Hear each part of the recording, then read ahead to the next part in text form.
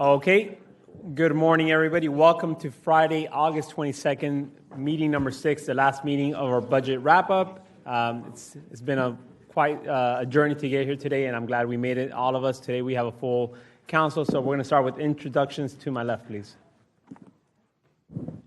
Angela Moyer, Budget Office. Mike Weinstein, Mayor's Office. Mary Stefopoulos, Office of General Counsel. Kim Taylor, Council Auditor. Brian Parks, Council Auditor's Office. Good morning. Rory Diamond, District 13, The Beaches. Ron Salem, Group 2 at Large. Nick Howland at Large, Group 3, my favorite day of the year. Good morning, Raul Ayers, District 11. Joe Carlucci, District 5. Will Lane in District 3. Jacoby Pittman, District 10. Good morning, Chris Miller, at Large Group 5, visiting. Randy White, District 12. Mike Gay, District 2. Matt Carlucci, Group 4 at Large. Good morning, everyone. Tyrone Clark Murray, District 9, visiting. Okay, all right, well, welcome everybody.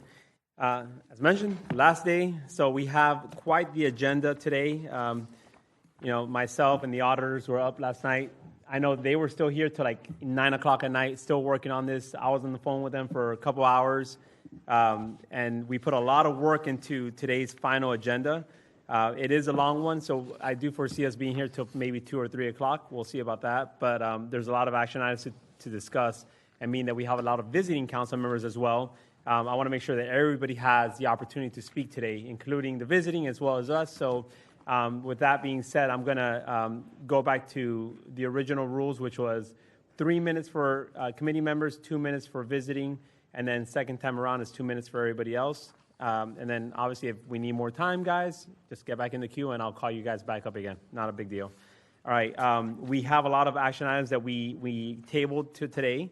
From operationals to CIPs to, just discussion in general. So you name it, we have it here, 2 pages worth of action items.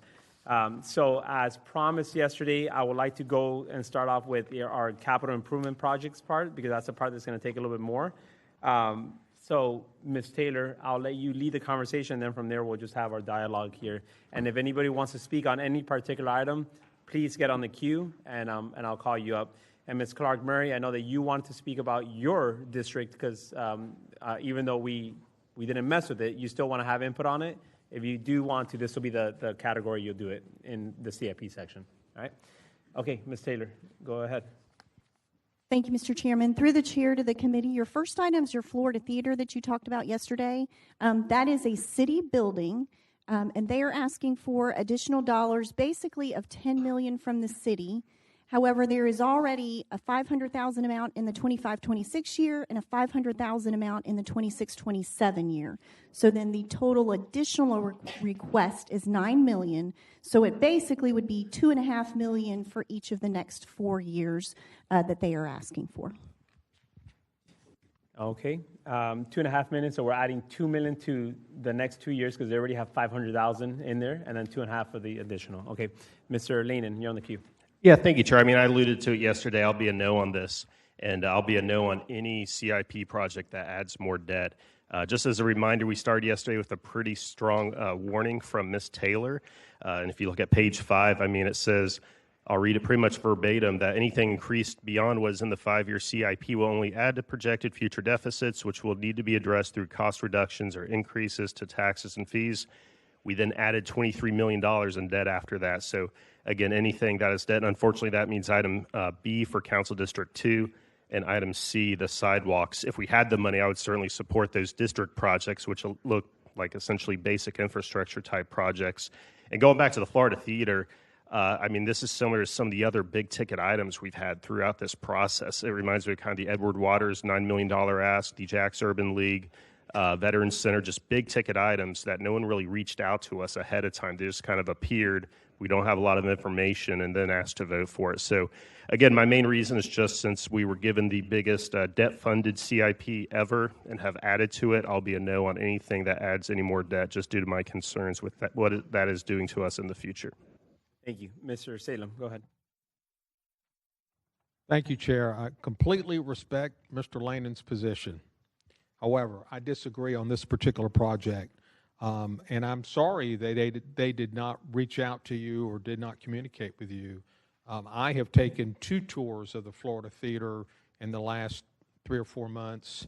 I think it's a wonderful facility. We own that facility.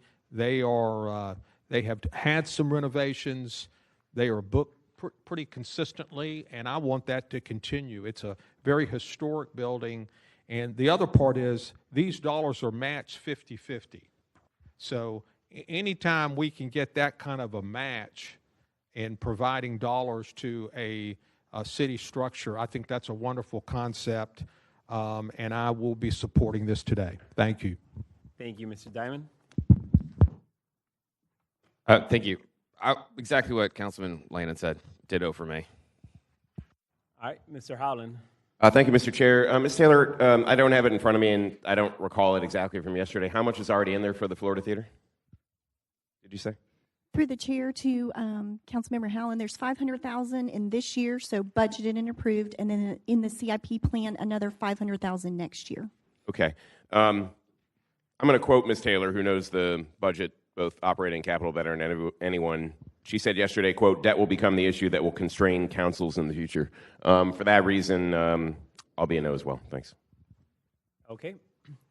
No other speakers on the queue. I will tell you my thought on this. Number one, this is our building, as already stated. It is our absolute priority. We started off this budget cycle, Ms. Taylor, with $39 million of negative added debt to our current budget. We are now sitting at a positive $29 million. Like, we literally erased debt. If anything, we actually made room for special projects that are at the most priority for us. This is our building. We need to make sure that our building is well maintained. The fact that this is a capital improvement project that they're also matching and not just coming to us for dollars, it's a big win. It's the best ROI you could ask for. I would be in the same position as all of you guys had we not decreased the debt, but we are at a plus 29 right now of debt right now. So the fact that we've saved so much money on debt, I'm inclined to actually invest into our building to make sure that we get this to the finish line. By us doing this, keep in mind, it's only going to hit us $2 million this year of debt.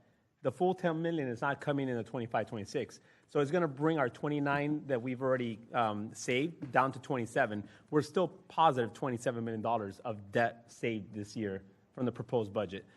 And because of that, I'm in favor of this. So up next is Mr. Joe Carlucci. Sorry, thank you, Mr. Chair. Something that you just said just kind of stood out to me, and I think it's, I'll be supporting this today. I do like the match. I like that, it's obviously our facility, but I think going forward, there should just be a clear message to where, look, it's not that it's not the size of the ask, but I think it's, if you're going to make an ask, you better find the money. Don't put us in charge of finding the money the day of. So come with your project and say, hey, it's X dollars, and I've identified these funding sources here, here, and here, and then we can actually have a reasonable discussion. So that's just going to be kind of my communication to the world out there as we're here on wrap-up day. But yeah, I'll be supporting it today, but I think in the future, that's how this process needs to be looking.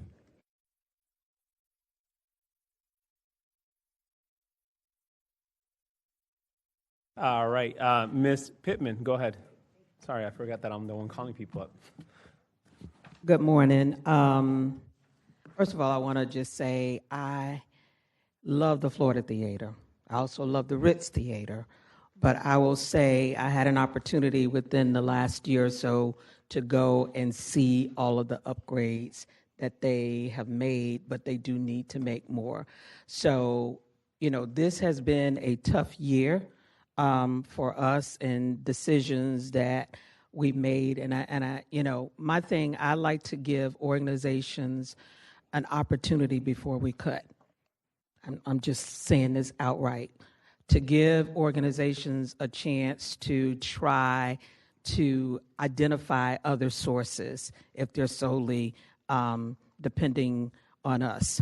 So as we go forward today and, kind of overlook what we've either cut or reduced to make sure we're making the right decision. And so with the Florida Theater, it is one of our historical landmarks that's here.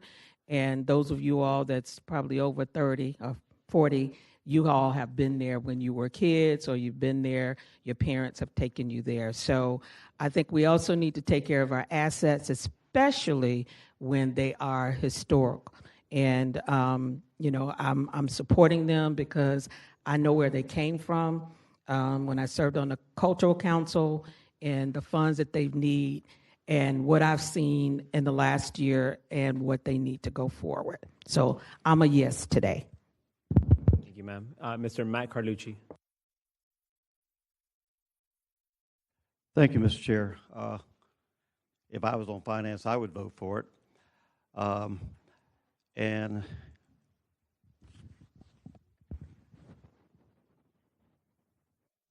okay. Yeah, they're listening. I know. I was just. Sir, I have a lot of moving parts right now. Everybody's listening. The audience is listening. I have to make sure we the were in meeting's going committee on. the other day. Somebody was talking to another councilman, and you were distracted. That's what happened to me. I am the here. finance chair. You're not the only person I need to work with. I know. right now. I've been there before. Your clock is ticking. Don't start the morning off like this. Come on. Let's go. All right, moving on to the next one then, if that's the case. Not doing this today. All right. Where are we at, Ms. Taylor? I'll make a motion to approve.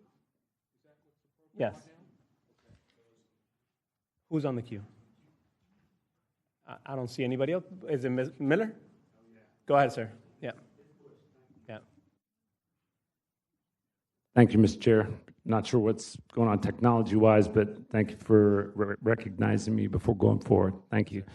I just wanted to mention, I also love the Florida Theater. My wife and I go there as often as we can.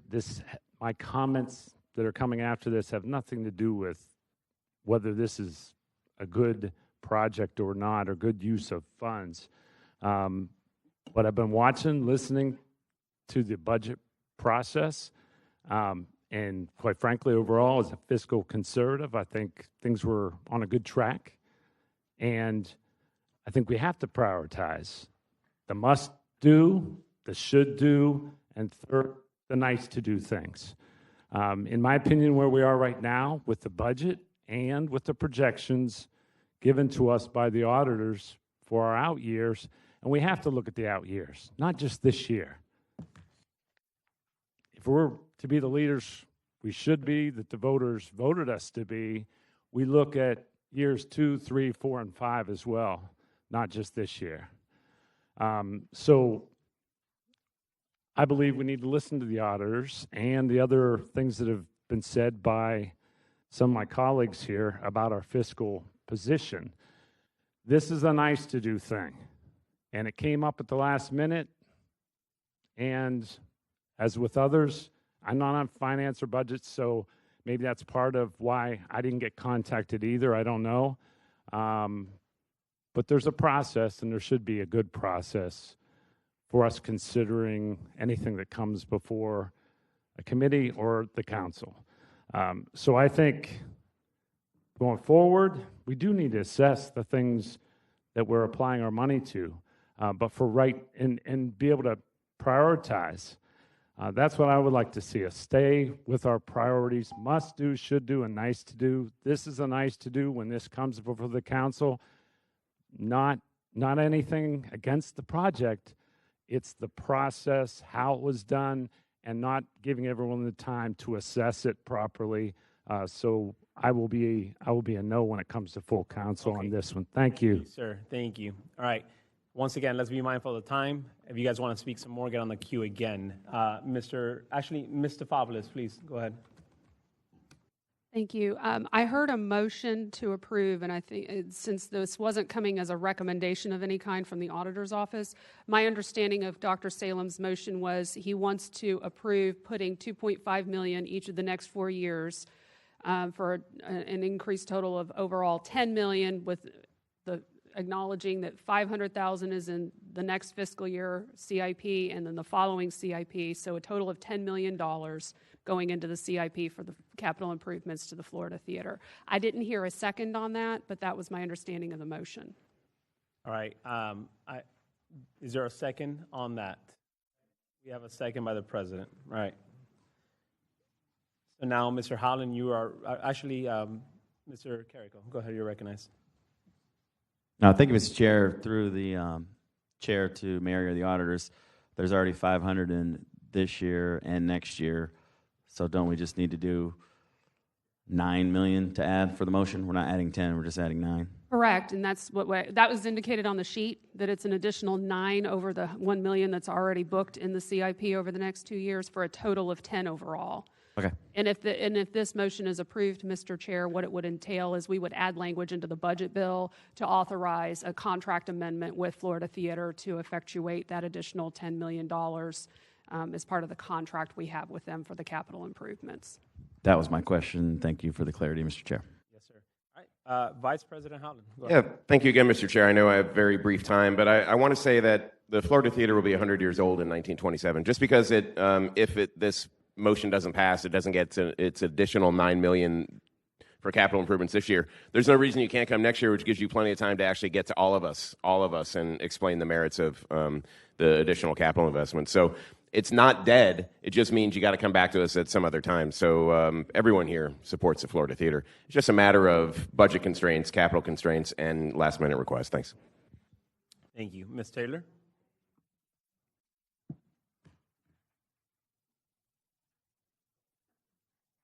Yeah, Ms. Taylor, yep. Sorry. Mr. Chairman, I just wanted to clarify, too, and I had communicated it incorrectly to Mary. For the contract indebtedness, we just deal with the 1 year. So the provision she mentioned for the budget ordinance will increase the maximum indebtedness for this year by $2.5 million. Each year in the budget, it addresses the other amounts. By $2 million. Well, there's not a provision in there now, or is there a provision for the 500? Okay, we just need to amend that provision to get it to $2.5 million. To increase the maximum indebtedness overall. Sure. Okay. All right. We will take action on this motion.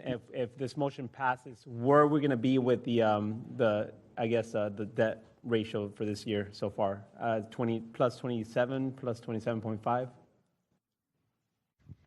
To the chair, you are 27.8 lower than what the proposed budget, and I want to make sure the committee understands as well. We are just tracking the debt for 25-26. So we are not looking at the overall debt for the next 5 years, which is very important, but for our purposes, for letting you know where the proposed budgets start, we're just giving you a number related to 25-26. Okay, so we will still be $27.8 million lower than the initial proposed budget in debt. All right. We have a motion and a second on the floor, so we're going to take a vote now. All in favor indicate by saying aye. Aye. All opposed say nay. Nay. All right. We're going to have to do a hand vote, more than likely. So all in favor, raise your hand.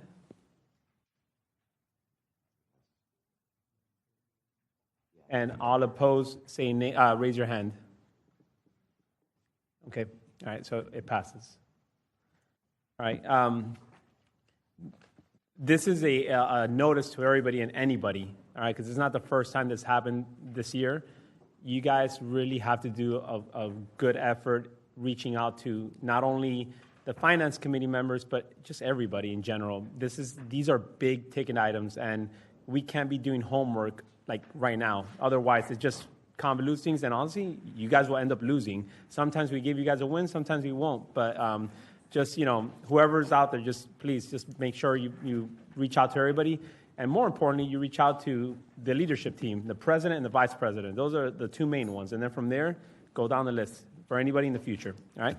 All right, guys. So now we are going to move on to the next one, which is going to be District 2 on the agenda. And I want to make sure, does everybody have an agenda? How can people follow this agenda? They have it? Okay, cool. All right. So we're going to start with District 2, which is Councilmember Mike Gay. I am going to throw a curveball at your district, which I'm going to start off first with my request for your district, if that's okay with you. All right, because I totally forgot about it yesterday. So during this whole process, we're talking about the CIPs. I mentioned how I want to use some of my district dollars towards another district, and that's going to be towards Councilmember Gay's district. And so, am I good? All right. So I want to use some of my district dollars. And so with that being said, part of that whole process is I'm going to invest into his district, but I also want to make sure that his district is also added to the CIP for a particular project that I mentioned the other day, which is going to be the Ed Austin Regional Park. and they have an organization called Jacksonville Police Athletic League over there that they're in desperate need of some turf fields. And so what I want to propose is I want to get this project started, and Mr. Joseph, I don't know if he's here in the audience or not today, but I did have a conversation with him, and he will be back here later on today if anybody has any questions. But I want to put $500,000 in the CIP. This is a $1.7 million project, roughly, of which Councilmember Gay is going to use some of his district dollars. I'm going to use some of my district dollars. I would like to hopefully have you guys support some CIP dollars in there. And I know that Jack's Pal is also doing some efforts in fundraising, as it is right now, to raise a couple $100,000. So the problem is, I didn't mention this yesterday, so I kind of put myself in a jam this morning where I need to figure out a way to not add more debt, but to see how we can move things around. So I just ask that anybody, whoever has any kind of district dollars available that you may not need for this year, if you could just let me use $600,000. Yeah, give me $600,000 for Mr. Gay's district, please. That's for the conversation now. And so I do have Joe Carlucci in the queue. All right, thank you, Mr. Chair. Through the chair to Ms. Taylor, where are the Doge savings dollars at? Were all those kind of exhausted yesterday with a few things in prior legislation? Can you speak to that? Through the chair, and it's an extensive scrubbing, just want to make the committee aware of. We are at a point where the dollars we're left with, based on everything that's been used so far, are mainly BJP, and so they're restricted to roadway type things. There's some other things we'd have to sort through too. And I do want to follow up once you're done with the questioning on the way the CBA is worded. Seems to indicate per district that those dollars have to stay in that district, but we're researching that right now, and we'll follow up. Okay. Yeah, because the reason I'm asking is I just shifted a bunch of those dollars around yesterday, and I'm just wondering. So, are you saying, through the chair to Ms. Taylor? Sorry, I know you guys are going a million miles a minute. There are BJP lapsed dollars in the Doge findings. Is that what you're saying, or?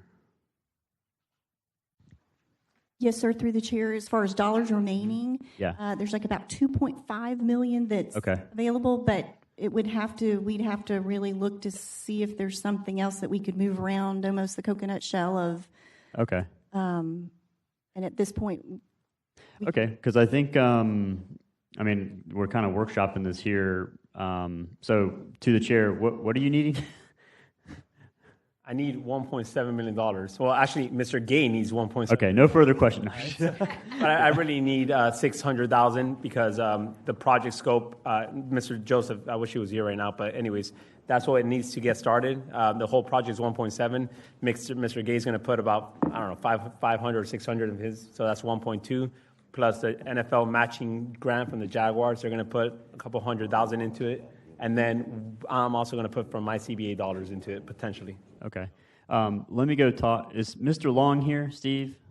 Or Nina? Okay, Steve. Let me just go ask them a question, because I think I have a project in my district that I can use the Doge BJP for. And then, anyways, move some other stuff around. We'll table it for now. I do have Mr. Fabulous, and I know what you're going to say, district dollars, right? Correct. Thank you, Mr. Chair. So I'm looking at the community benefits agreement, and I have confirmed that Kim is correct that the $14 million in council district dollars are to be spent within the districts. Yep. So you can't trade within districts. And that's fine. Yep. You're talking about for capital, which makes sense. However, an operation in the city of Jacksonville, they operate all over the place. I know for a fact Jack's Powell, although their headquarters is in District 2, they do a lot of efforts in District 11 with walk-off charities, for example, at Fort Family Park. So even if I give them for their operational funding and they use it for whatever they need to for their organization, it still offsets what I need to do to help them out. Well, I would suggest that based on the language of the contract, whether it's capital or operational, the dollars are intended to be spent. Each $1 million are intended to be spent within the district. So if you have a entity that you want to provide dollars to for programmatic or operational expenses, I would recommend that, in keeping with the language of the contract, that entity would be housed in your district but may have a county-wide service that's provided. So I would just caution you that, if it's an entity that exists within another district, that council member should use their dollars, and maybe you find a way within your district to offset kind of how the services might be offered by another entity. But we can touch on those, as you come up with different ideas. Yeah, definitely. Yeah. Okay. All right. So I'm going to table this one right now until Mr. Joe Carducci gets back. So in the meantime, let's continue with the Sterrett Road Yellow Bluff intersection. And Mr. Gay, you're recognized. Thank you, Mr. Chair. I get this continuation of yesterday. In the spirit of not increasing debt, I'd like to, I don't know if Ms. Taylor, if y'all have the sheet that shows the $4.85 million expense that I'm looking here, to where we can get going on the project, and Mr. Long may be able to come up and give a little bit of a direction on what we're looking to do, to where the intersection needs to be replaced and increased, but looking at where we're at with debt-wise, I think I've got basically right at $5 million identified that we can take and use and not increase any debt, and get relief at this intersection that'll be incorporated into the final intersection modification. But this will get it rolling, and that'll give me till next year to come up with a funding source for the rest of it, if that's agreeable to everybody. And this intersection actually is partial my district and partial District 8, and so Councilman Gaffney, I believe, is in support of this, and he can speak about it. But there's CRA money from the airport CRA that was in the budget that looking to capture and put into this. So it's basically going right adjacent to where it was collected at. So Mr. Parks or Ms. Taylor, if y'all want to elaborate. Yes, sir. If I may, Mr. Chairman, through the chair to the committee, on your agenda, we tried to simplify it. Councilmember Gay, we have on your, it's item 1B, and you'll see the various items that Councilmember Gay mentioned. So he is proposing to, all of this is going towards the Sterrett Road Yellow Bluff intersection that he has been working on with Public Works, those improvements. So 2.4 of it would come from Nungeezer Road. This is constitutional fuel gas tax. This is leftover money that is not needed. Based Road Bicycle, you'll remember we mentioned this project. Councilmember Gay is giving up that project in order to do this other one. So that's debt capacity that's moving over of $1.7 million. I'll skip the next bullet of 8.3 for a second. And then separate legislation has been filed for $2.4 million. As he mentioned, the JIA CRA funds is what he would utilize for cash towards this. So about $6.5 million covered overall. And then you have the debt of $8.3 million. And different from yesterday, he's proposing to put that in 26-27. So to still get to his overall $15 million cost, but pushing that debt off until next year. Okay. So, Mr. Gay, any colleagues, anybody want to chime in on this? I don't think the thing is working. Yeah, I don't see you popping up either. I don't see anybody popping up. So, all right, Mr. Lane, you've popped up. All right, Mr. Salem, yep. Go ahead. Yeah. Through the chair to Ms. Taylor, the 2.474039 is the money that was targeted for debt for the health care fund. Am I not correct there?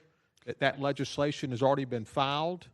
Through the chair, you are correct, Councilmember Salem.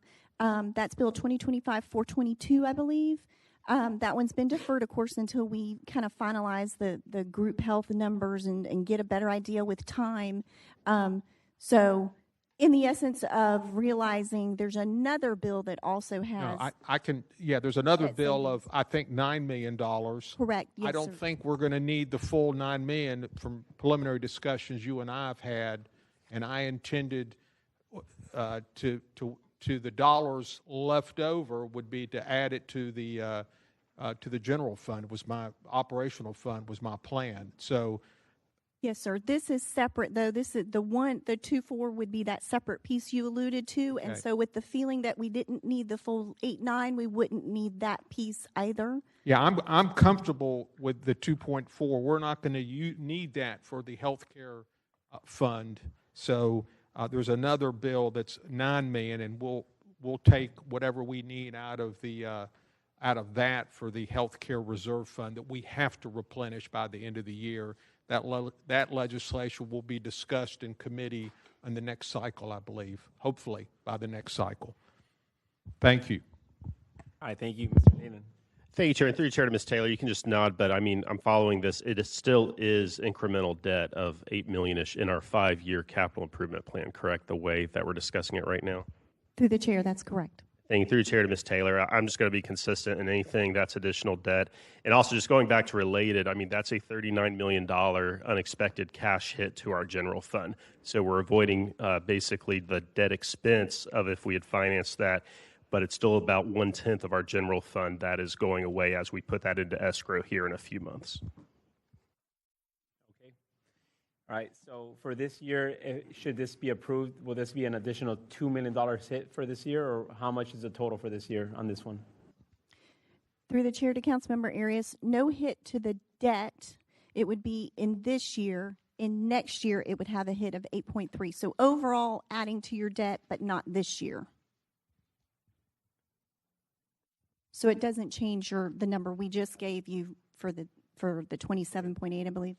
And is this a 1-year project, Mr. Gay, or is it spread out over a couple of years? Through the chair, this will be a multiple-year project, and so I would really like to even see the $8 million figure not even be. We can get what we need for the Band-Aid right now with the $5 to $6 million, while I can look next year to find between now and the next budget cycle, find a funding source to where we're not touching the debt. And so that's how I really would like to proceed with this. Okay. All right, I think we have a motion from Councilmember Salem. Go ahead. I would move we take the 2.474 from the CRA, the 1,733,143, and the 2,445,906, combine that to put it towards this project, and then give Councilman Gay a chance in future years to find other sources. That should get the project started, design, all those types of things. You're about halfway there with that. Got a motion and a second on the floor. Mr. Gay, you're on the queue. Are you good? Can we take a vote now? Mr. Chairman, I have to correct the motion through the chair to Councilmember Salem. The 2.4 is in the current year's budget, and so that will need to go through with legislation. Since we're dealing with the proposed budget, we cannot. I would prefer to leave the separate legislation intact. Can I amend that legislation in committee to put it towards this project? Through the chair, he has a separate piece of legislation that's been filed that does appropriate all of it. Okay. And so in the end, I think it will just be a motion to withdraw potentially that other bill that puts it towards group health. Okay.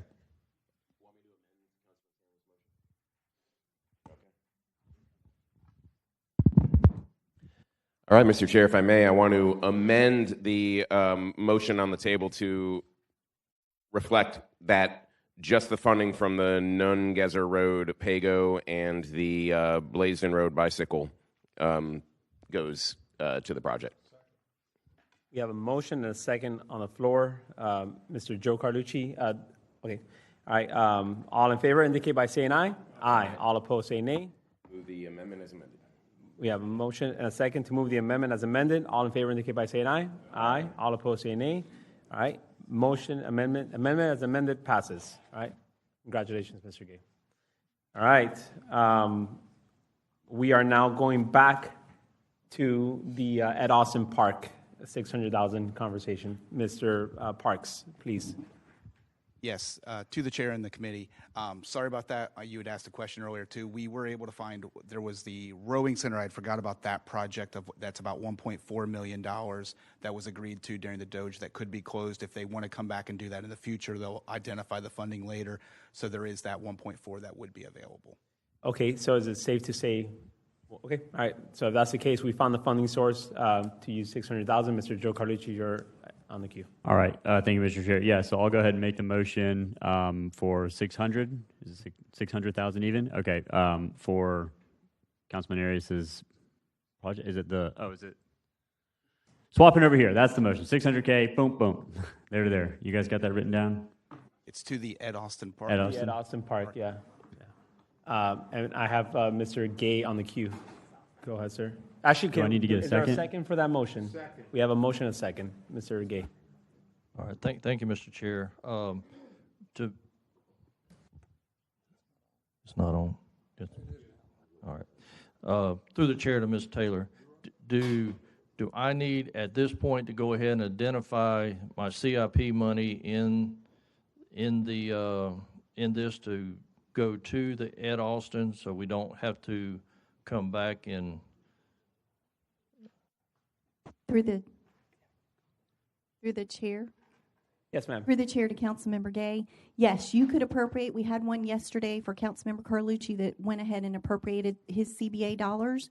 So if you would like to commit any of those to that, we can make that happen during the budget. okay, because I've got that 500,000 already identified to go to the Ed Austin, and then we'll see where the budget ends up at if I need to put more into it at a later date. Mr. Chairman, we would just need that motion amended to reflect that, and if you could clarify the purpose, the use of the funds. Okay.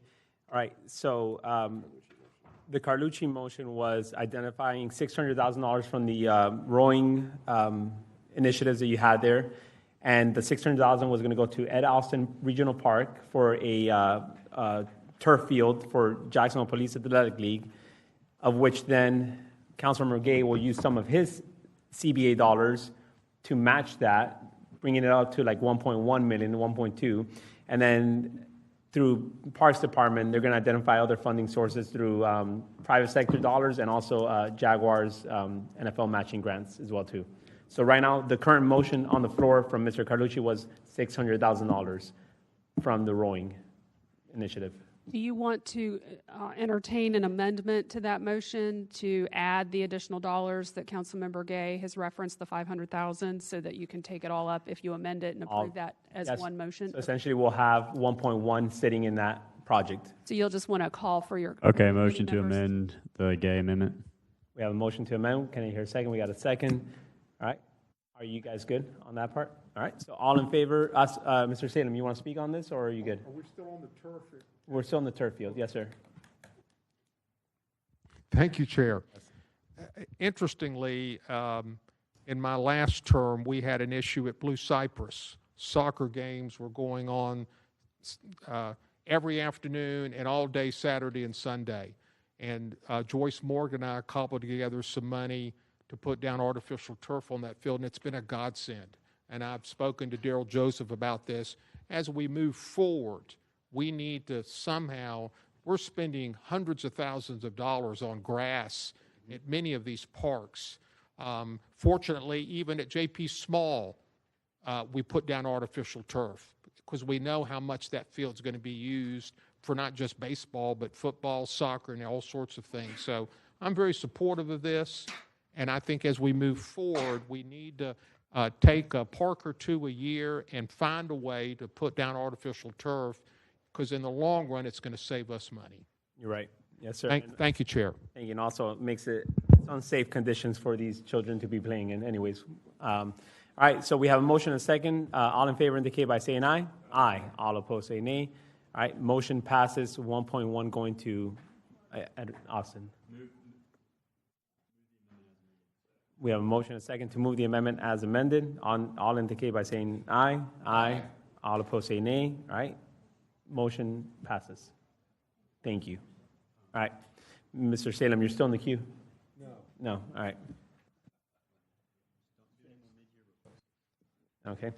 All right, moving on now to number 3, elevators. Right. Right. Yeah. Okay, next one up will be Councilmember Gaffney's Dinsmore Sidewalks, $5 million CIP additional funding request. Mr. Gaffney, you're recognized. Yeah, thank you, Chair, for recognizing me. It's not typically $5 million. I'm asking for $1 million this year. I figure out the next $4 million. What I stated yesterday was that I plan on taking some funding from my CBA funds, meeting with the mayor's administration, and getting some sidewalk funds as well. So what I'm requesting from you guys today is, and I know we're trying to not increase debt, but I say $1 million, so I went from $5 million to $1 million. So today I'm asking for $500,000. I'll cut it in half for sidewalks, and I come up with the other $500,000. So the total project itself is $5 million. For this fiscal year only, I'm asking for $1 million, but I just cut it in half, $500,000. I figure out the other $500,000. Hopefully that makes sense. Okay, all right. I do have Mr. Joe Carlucci on the queue. Yes, sir. All right, thank you, Mr. Chair. So, Mr. Gaffney, the ask is for $500,000. Is that what I'm hearing you say? Yeah, I mean, so the whole. You're good. You're good. We don't got time. Yep. So $500,000. And Mr. Chair, we're on Dinsmore Sidewalks, and then we have District 7 libraries, capital projects. I guess through the chair to the auditors, what's the cost of the District 7 library? Like, was that a positive or negative? Was there a cost with that or a reduction? Remove. Okay, there was a reduction there. Through the chair to Ms. Taylor. Through the chair to Councilmember Carlucci, no, you tabled discussion on it and just asked us to bring it back. Okay. So there were no reductions made to any of the libraries yesterday. Okay, then what is the conversation going to circle around? His question is if we're going to add to the libraries. It's not to add. It's actually to potentially remove the Murray Hill branch replacement of library, but that's also in out years of 28, 29 for $2 million. Oh, it's in out years? Yeah. Okay. I mean, then ultimately, I guess my next question, while I still have some time here, is, through the chair to Mr. Gaffney, you're committing CBA dollars to this or no? Yeah, so that's why I removed $500,000. So, long story short, it's $5 million in total. What I'm worried about this year, this $1 million for this fiscal year. So I reduced it to $1 million. I'm not even worried about the other $4 million. So out of that $1 million, I'm committing to CBA dollars and meet with the mayor's administration to get some other funds. So what I'm asking you guys for is $500,000. That makes sense, yeah. Yeah. Okay. Let me. I'm done with my questions. I just want to look through some other items right here, and I'll see if there's any other discussion. Okay. All right. I do have Mr. Salem on the queue. Chair, through the chair to Ms. Taylor, did I hear you say a few minutes ago that you found $1.4 million in the Doge Fund, and we used $600 of it for the District 2 park, so that would leave $800,000, if my math is correct. Is that correct? Through the chair, that's correct. Okay. If that's the case, I would move 500 of that 800 towards Mr. Gaffney's sidewalk project, knowing he's going to put 500 of his CBA money, and he's going to work with the administration to get the rest. We have a motion and a second. That's where I was going to get to. I let you take it, all right? I let you be the good guy. Ms. Taylor, question, where's the sheet that identifies each district council member's operational versus CIP dollars? Because I want to make sure that Mr. Gaffney does have CIP dollars on his $1 million list. Through the chair. I can't hear. Thank you, through the chair. It's not on there. I just need to modify it. So I just came up with this idea in the last 2 minutes, just trying to work with you guys. But I'm going to have to modify it It's not on them, but I'm gonna have to Okay, modify. I only bring this up because we're literally doing this because you committed to putting your. Yeah. So yeah. So just make sure that you take care of that. I plan on meeting with the mayor's administration. I'm gonna use some of my CBA funding. I just got a text from assistant. It's another fund out there for sidewalk funds. So I plan on finding $500 some way to fund it. So. Okay. Yeah. So I just came up with it a few minutes ago in my mind. So it just got to be modified. All right. To the chair. That works. Mr. Chairman, if I may, you left all of it as cash funded. So that gives the council member the opportunity at any point to change. That leaves it flexible. You can use it for anything, capital, operational. It doesn't constrain you. If you were to put it into debt, then you're constrained to capital only. So this still, whether a council member can change their mind during the year, I want everyone to understand, unless further action is taken, it's cash there. So debt or capital is available. Perfect. All right. Go ahead, Mr. Howland. You're recognized.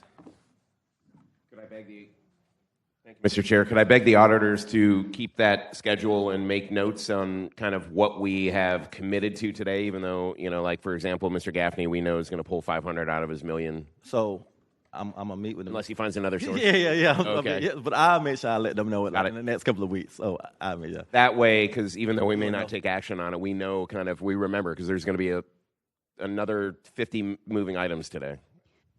Through the chair, we absolutely will, and everything has to be approved by council. Of course. So they'll be back before you if not taken up today. And once you're done, Mr. Chairman, if I can just clarify the motion for everyone of what we're doing. All right, well, we are ready to take action. So the motion on the floor by Mr. Carlucci and seconded by Mr. Salem. Actually, the motion on the floor by Mr. Salem, seconded by Mr. Carlucci, Joe Carlucci, is to take $500,000 from the rowing park and leaving $300,000 still in that account, going to Mr. Gaffney's District 8 sidewalk improvement project. And that's a motion and has been seconded. So we're going to take action on it now. Is that okay? Good. All in favor indicate by saying aye. Aye. All opposed say nay. Motion passes. Thank you, guys. I really appreciate it. Let me clarify something yesterday.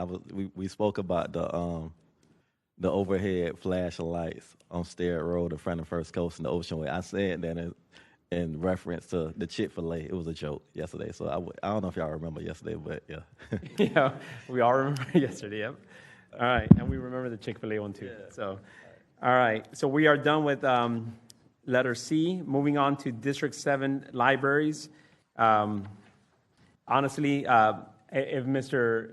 Peluso's not here, I don't think it's fair for us to even mess with anything, specifically being that it's in the out years, 28, 29. It will not affect this year, so I just think we just move on. He's not here to defend it. Let's not mess with it. All right. Radio antenna, Ms. Kendrick was here yesterday. Is she still here in the audience? Ms. Wainoni Kendrick, yeah, I see her back there. And we have a motion on the floor from Mr. Howland. My motion is to reduce the amount for additional 985-413 and use the following projects to cover the cost for to avoid additional debt, and those projects as listed. And for Motorola out there, if they need the additional monies there, which I think ends up coming down to just about $21,000, we can pledge to try to find that. I don't have money in my district because I'm at large and we didn't get the $1 million, but we'll help them try to cover that gap if necessary. And I just want to make sure that IT's good with that, and the vendor can still operate our critical antennas with that. Is the vendor or the vendor's representation out there? They were here yesterday. Oh, yep. And can we get a thumbs up or thumbs down? Is that a big thumbs up? My eyes are so bad. All right, thumbs up. Yep, so that's my motion. Thank you. And what was that delta? You said it was 21,000? It looks like 15 plus an additional 6. It looks like 21,000 is the delta. So thank you to the vendor for coming down, and thank you to IT for finding projects to cover it. Thank you so much for your commitment. All right, we have a motion and a second on that. All in favor indicate by saying aye. Aye. All opposed say nay. Motion passes. Mr. Howland, I would help you out with that, but it's not my district. I can't use my money for that. So you're going to have to lean on Mr. Lanin for that $21,000. All right. All right. So now moving on, we are done with capital improvement projects. 9:51 a.m. We're doing pretty good right now. All right. So next topic is going to be KHA. I totally forgot yesterday to bring this conversation up. Last week when we had our conversation with JAA, I brought up the point about how we don't have any representation in their board members. We don't get to appoint anybody. It was all governor and also mayoral appointees. However, with KHA, this is one that really just kind of bothers me because when we're looking at all these budgets, I have a sheet here, and I could put, whoever wants it, I could have Ms. Colleen send this out to you guys, but it has a list of all the different boards and commissions and who gets to authorize to appoint people to those commissions. And the way I see it is, if we're going through a specific budget for a specific department, and we're investing so much time into it, and we have the ultimate authority as to how much money they get, then why do we not have an input as to who gets to be on the board? Very simple. It's not a political, it's just a matter of facts. We go through their budget, we approve it, we should have authority to appoint people to their board. And so with JAA, that was one of the ones that I had an issue with, and now the second one I had an issue with was also KHA. So while we cannot do anything during this budget cycle, I wanted to make it be known that I will be passing legislation probably ASAP to be able to amend that, and so that we could have appointees. And so my goal would be to have, split it like we do with everything: 4 for the mayor, 3 for city council, and that's it. So that's all I have for now, Mr. Okay, cool. All right, Ms. Jacoby Pittman, you're recognized. Mr. Chair, I really appreciate you sharing how you feel about that. KHA handles a lot of youth issues, right? And most of the folks who we have on council, and this is just me just observing, don't have a whole lot of background in youth or kids. We have a few on here now because they run nonprofits, right? I say one. You heard what I said. I don't know why we're trying to delve into everything that we may disagree with, because in the last few years, that board has been ran without any problems, right? And so my thing, why are we trying to fix things that already have a infrastructure in place, is because personally, individuals feel like we need to have somebody on that board. And this is just me observing. Experience, I've been on that board because I worked with kids and youth in the past as well. And I think before we do that, I would love for us to get some input. We have a board and commission committee. I don't want to see us making drastic changes with some of these organizations. I'm sitting up here just squirming about things that are being done. Think about in the next year and a half, a lot of the seasoned council members will be off of this council. And so we'll be bringing new people on. And I'm just, again, just bringing sensitivity to the conversation. And as we continue to talk today, let's look at human lives and people and what they need. Okay, that's all I'm saying. I just needed to say that piece. Thank you. Thank you, ma'am. So to your point, but not to your point, the narrative that seasoned council members are going to be leaving in 2 years, that's every cycle. We're going to have seasoned council members leaving every cycle. So is the intent to never touch it because there's always going to be a new shift of city council members? So since I'm actually recognized now. I'll ask you a question soon. 1 second. The other part is, you're right. While I may not have a background in childhood development and education and programming, I know a lot of individuals who do. The goal here is not to obstruct or to really deter the mission of what they're doing. The goal is for us to have an input and to say, I've recognized individuals in our community that would be a great addition to that board and commission. I'm not trying to disrupt anything. But on top of that, it's not just KHA. It's also going to be art in public places. It's also going to be the Board of Library Trustee. And the reason why is because we've already seen through Arts and Public Places what just happened yesterday. All right? Board of Library and Trustees, the same approach. Education, reading, having the right books and audio inventory in the library. So it's not to actually hurt anybody. It's actually just so we could have an input and make sure that we also vet the individuals who go there. Simple as that. At the end of the day, we want this to be successful. And you know me, when it comes to children, I may not be in the same field as you and other council members here, but you know I have a big heart for the children. So anything I do will not be to disrupt them. If anything, it will be just to make it better. So I was just going through the list of all the appointees that are only through the mayors. And like I said, the only ones I care about are the ones that we go through the budget. Because if we have such a tremendous input into their budget, we should also have the equally input into their boards and commission. That's all I'm asking. Okay. So again, we going to respect our opinions, and I'm just sharing with you in terms of don't make it personal. That's all I'm asking, because it will hurt.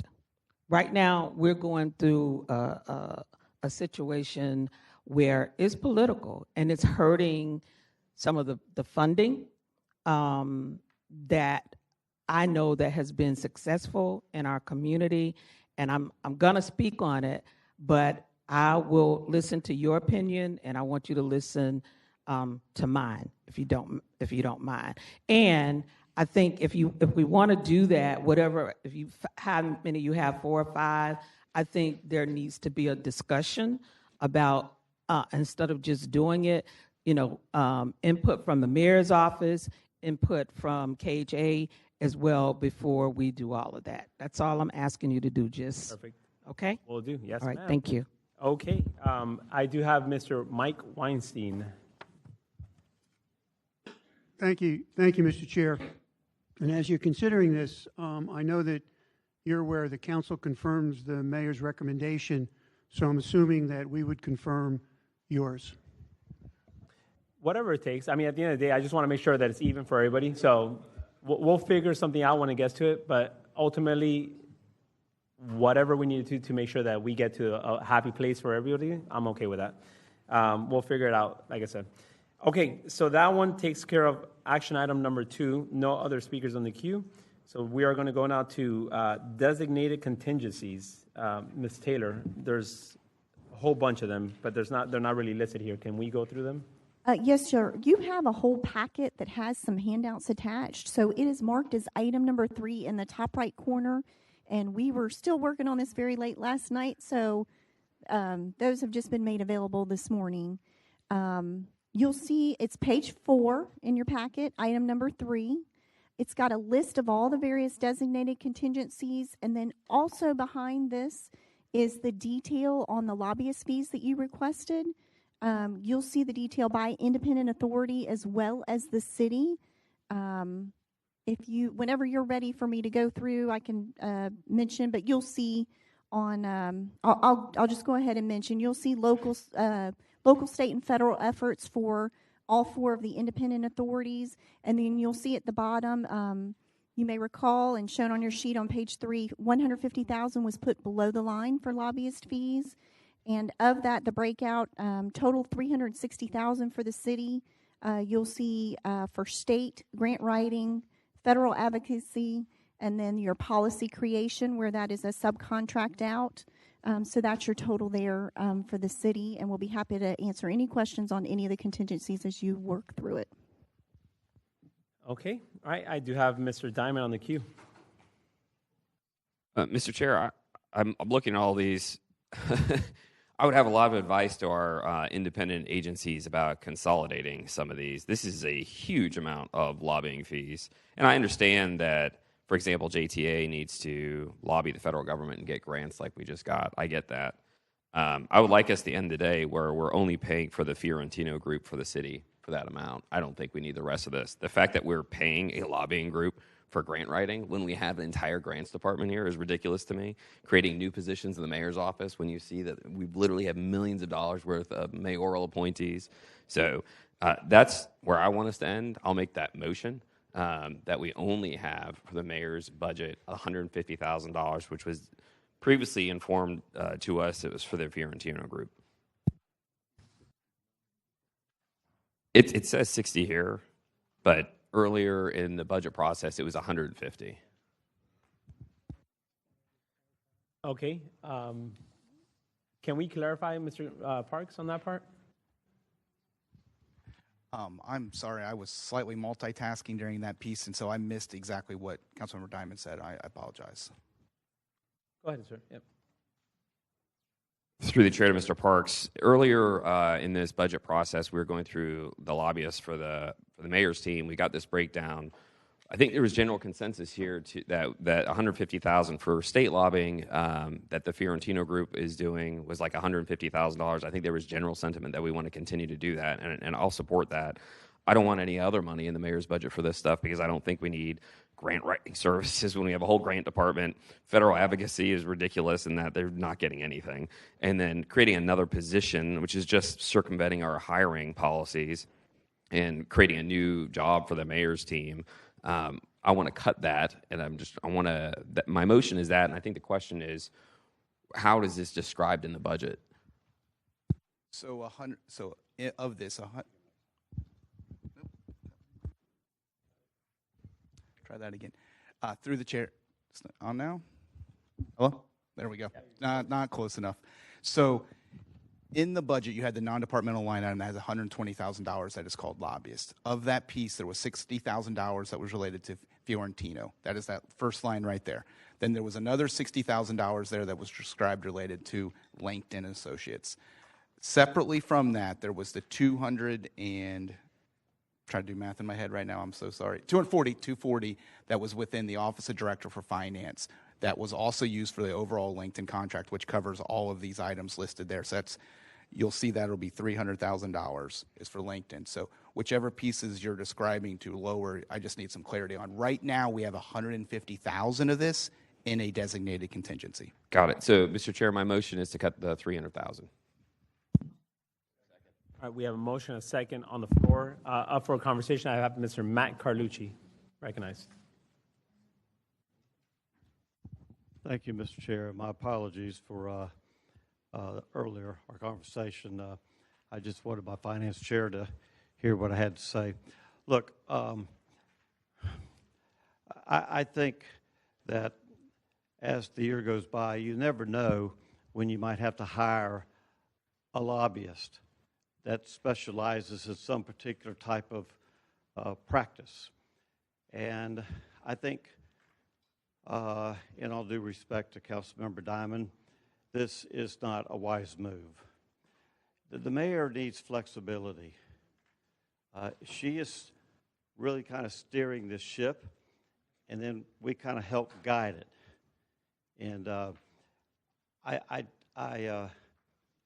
from my experience, I would just say I would not support this. We've got to give our chief ambassador of this city, we need to give our mayor, who is in the administrative part of our government, the ability to have dollars available to have to quickly hire a lobbying firm for something that suddenly pops up. We can't keep putting up constraints, is what I'm saying. And that's what we seem to be doing. And yeah, it might look good now to save the money, but in the long haul, it's foolish. Now, as we go down the year, if we don't use it, then that's money left over for next year. I urge you not to support what seems good, but, you know, I have to put money back in my savings account because I don't know what I might need it for. And my savings is designated for things that can be unforeseen in my business account. Because you never know what might pop up, what emergency might pop up. Thank you. Thank you, sir. Ms. Pittman, you're the last one on the queue. And again, it just seems like we're cutting or reducing everything that the mayor needs to run her department. I think, again, when we've had other mayors, they have what they need in terms of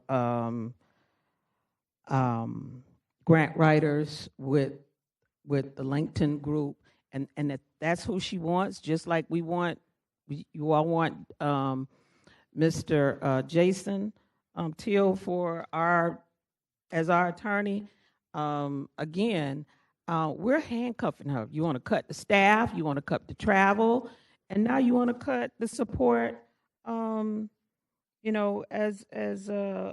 attorneys, as a lobbyist. So y'all got to give a little leeway as we go forward. Let's compromise on some things, y'all, because we're going down a slippery slope if our leader doesn't have what she needs to work. All right. Mr. President, you're recognized. Thank you, Mr. Chairman.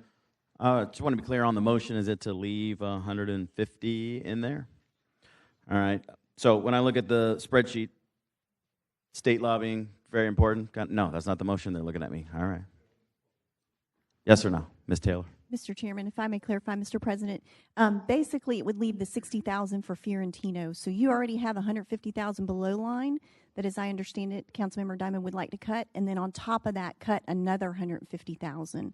So $300,000 of the $360,000 would be cut. Is that the motion, Mr. Diamond?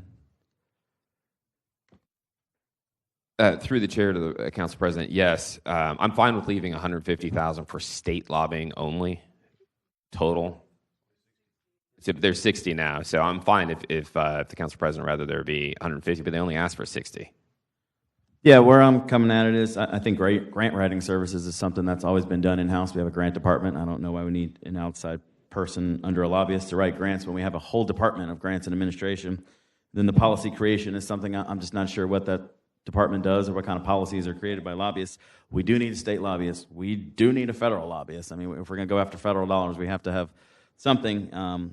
It says right on here that Fiorentino Group does local, state, and federal for JPA for $96,000. So we have a lobbyist in-house that is capable of doing federal. So I wouldn't want to take the federal and the state away. I would want to leave both of those in there so they can do what we need to do to get dollars from other governments at the state and in Washington. So I don't know if it would be appropriate to just friendly amend and leave in the 115 plus the 60, so we have state and federal covered, and the rest of the stuff we can probably do in-house in our grants department, if you'd be amenable to that. Okay, I'm actually going to pass the gavel over to Council Vice President. Can you let me finish my motion, Mr. Chair? Mr. Chair, you're recognized. Do you have a second? I have a second. Oh, then you got the motion. Good, never mind. You weren't making the motion? I was. Yeah, and I second. And unless you were, yeah. Oh. Okay, we have a motion and a second. Then looking at the queue, I want to go to committee members first. It'll be Mr. Joe Carlucci, followed by Ms. Jacoby Pittman. All right. Thank you, Mr. Vice President.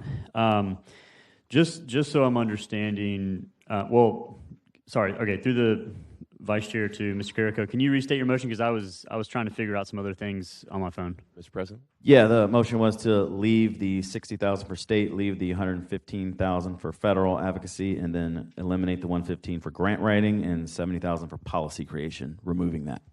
Okay, all right, yeah. That makes me feel much more comfortable, because what I didn't want to see is we just slash the whole thing in half, and then, Fiorentino's contract runs out, and then they have half the money to do it. But if he's targeting just the grant writing, I completely agree with that aspect of it, and I think we'll continue to be successful in those efforts. So I would be supportive of the Carrico motion. Ms. Pittman.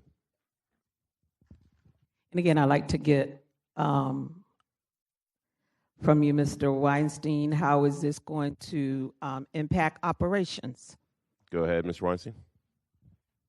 Thank you. The mayor's responsible for the successful operation of a $2 billion a year business, basically. And you are knee-deep into her operations, and you're knee-deep into affecting her ability to manage this $2 billion function. I suggest you're over the line in the middle of her business, and I would recommend you pull back and do what you're supposed to do, and not mess with with the mayor's functions and not continue on this revenge budget that you're operating. So I just wanted to get some input and perspective of if we pass this bill, how that would impact what's going on in the mayor's office. And again, I know I'm the Lone Ranger over here, but I just, y'all, I don't know what to say. And we ain't even halfway. We're not even an hour and a half into our budget. So I'm going to be over here just reminding you all. Okay. Thank you. All right. Thank you. Let me speak as a committee member, and then we'll go to Mr. Diamond. Just came on there. I absolutely support the president's motion. I was going to make something similar. Everyone knows I jumped into this particular contract when it was originally awarded sole source, and I had a number of issues with it and concerns not only with the justification for the sole source, but how the contract was going. As I understand it, Langton Associates does not have a license to federally lobby, so they subcontract to Becker and Poliakoff, like it says. So there's no reason that our city, one of the largest in the United States, can't directly contract with Becker and Poliakoff. And I think the president's motion allows for that, so I'm going to be supportive. And to Mr. Weinstein, I know we've gone through this before, but the charter clearly delineates that the legislative branch is in charge of the purse, and so we're not getting in the mayor's business. We are the ones who determine what the mayor can spend money on. I mean, otherwise, you don't have a mayor, you have a monarchy. So that's why we have a distributed legislative government along with an executive branch. So with that, there's one more member in the queue from the committee. That's Mr. Diamond, and then we'll go to Mr. Carlucci, and then Mr. Weinstein, you're still in the queue. You can add some final comments if you want. Mr. Diamond. Thank you, Mr. Vice President. I am so tired of people trying to tell the Jacksonville City Council that guarding every penny we spend isn't our job. That is our number one job. If you read the charter, our job is to create and pass a budget.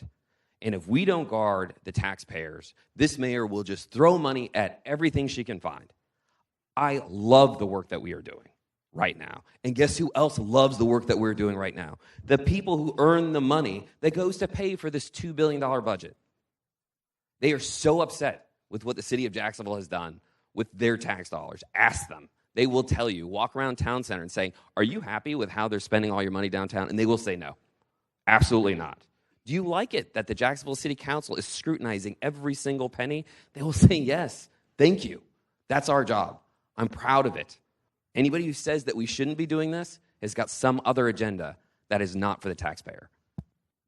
Thank you, Mr. Diamond. Last member of the queue is Mr. Matt Carlucci, but he is not here. So we have a motion on the table with an amendment offered by Council President Carrico that we've not voted on. The amendment is to leave 60 plus 115, that's 60 for state lobbying and the 115 for federal lobbying in the budget. We'll take a verbal vote on the amendment to the motion. Chair Arias first. Thank you. All right, I have a question. How will this affect, and I'm not trying to derail anything in the conversation we've been having, but how will this affect, I guess, when it comes to the services that we're providing right now for the city? Will this bring us back? Will this hurt us? I understand the comment that Mr. Diamond just mentioned about how, you know, taxpayers are not fond of how we use our dollars. However, is this one of the investments that we must invest into to make sure that we obtain the most amount of funding for our city? Because at the end of the day, what I don't want to do is also hurt the amount of money we bring in due to cutting out a measly $115,000. So can anybody from the department answer this part of this question that I have? Ms. Sickler, please. Public Works. You want the gavel back? I'll take it back. Thank you, sir. Thank you. Good morning, Nina Sickler, Public Works. Appreciate the question. We work pretty closely with Langton. We've worked through at least 8 to 10 grant applications with them.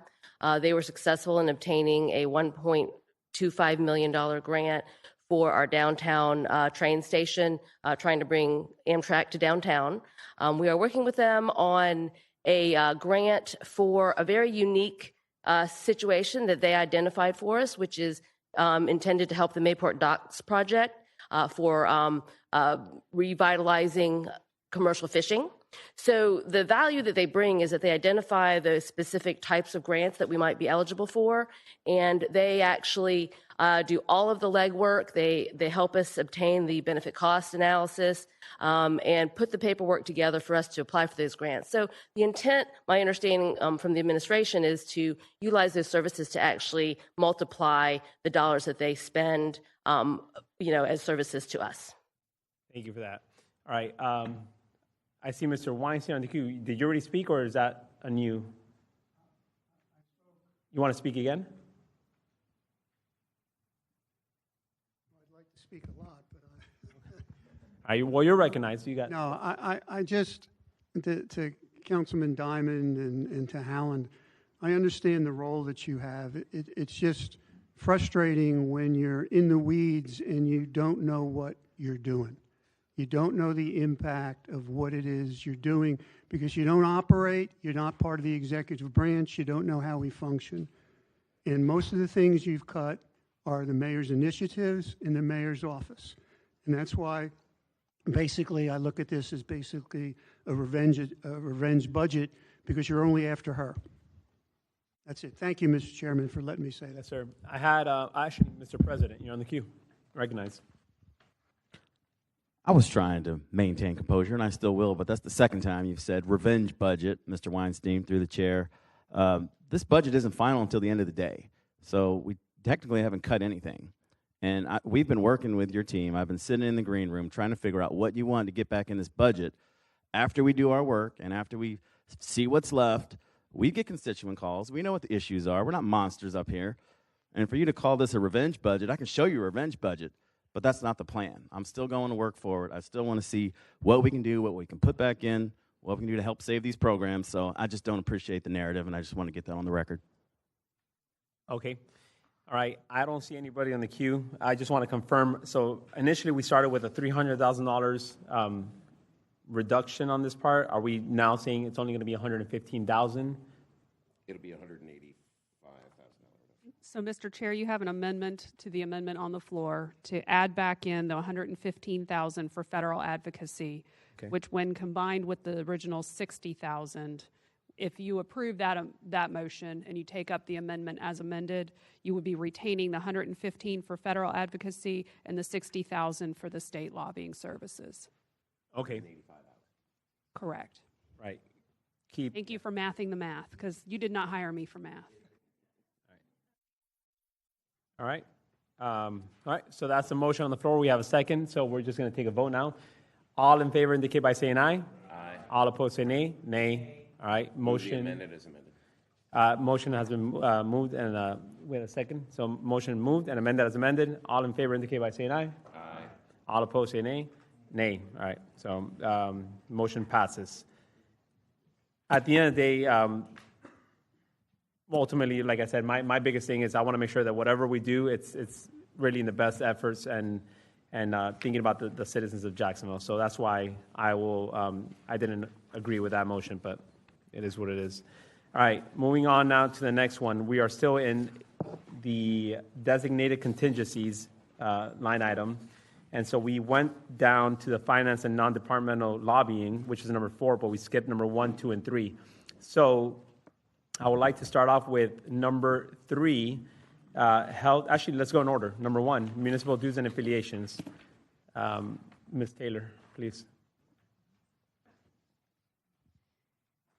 Through the chair to the committee, you'll see the various items listed there. These are flat. We did not put the 24-25 budget, the table we had from meeting 1, but these numbers are flat with the current year 24-25.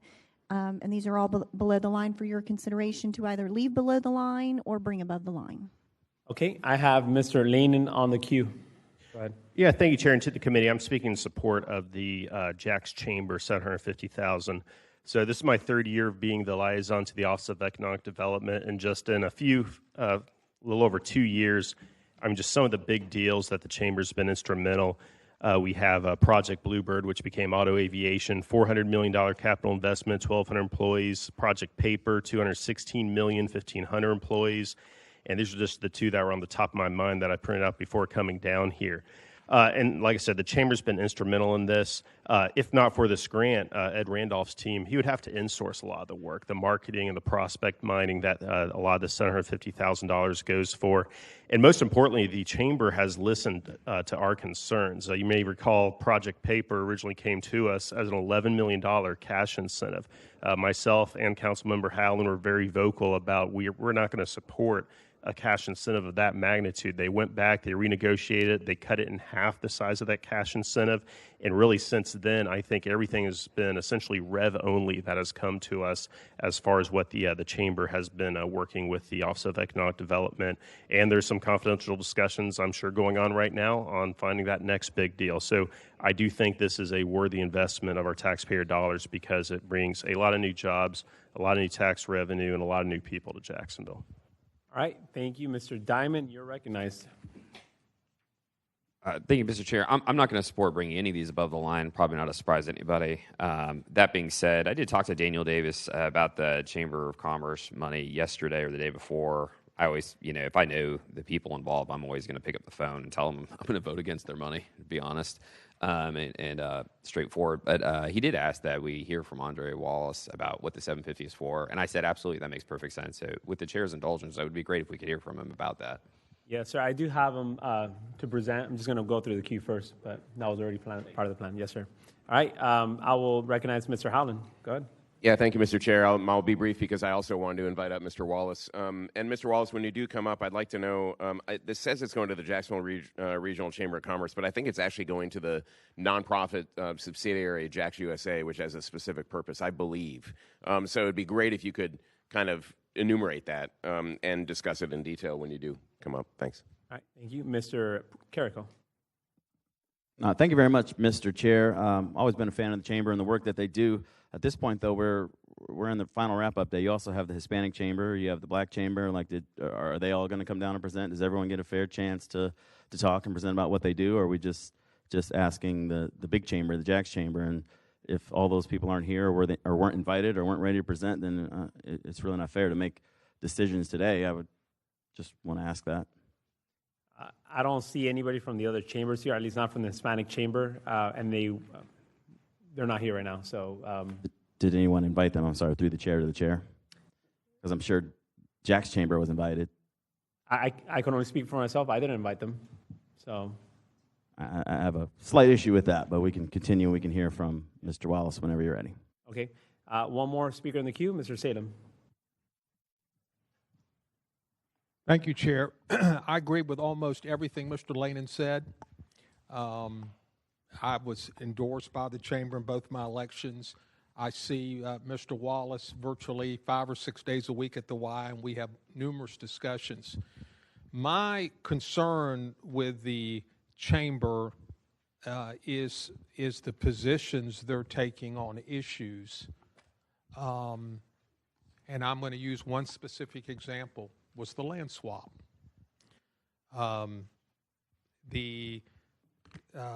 In my first term, there were 2 organizations that were routinely contacted by the mayor's office. It was the Civic Council and the Chamber, and often they took positions after being contacted by the mayor.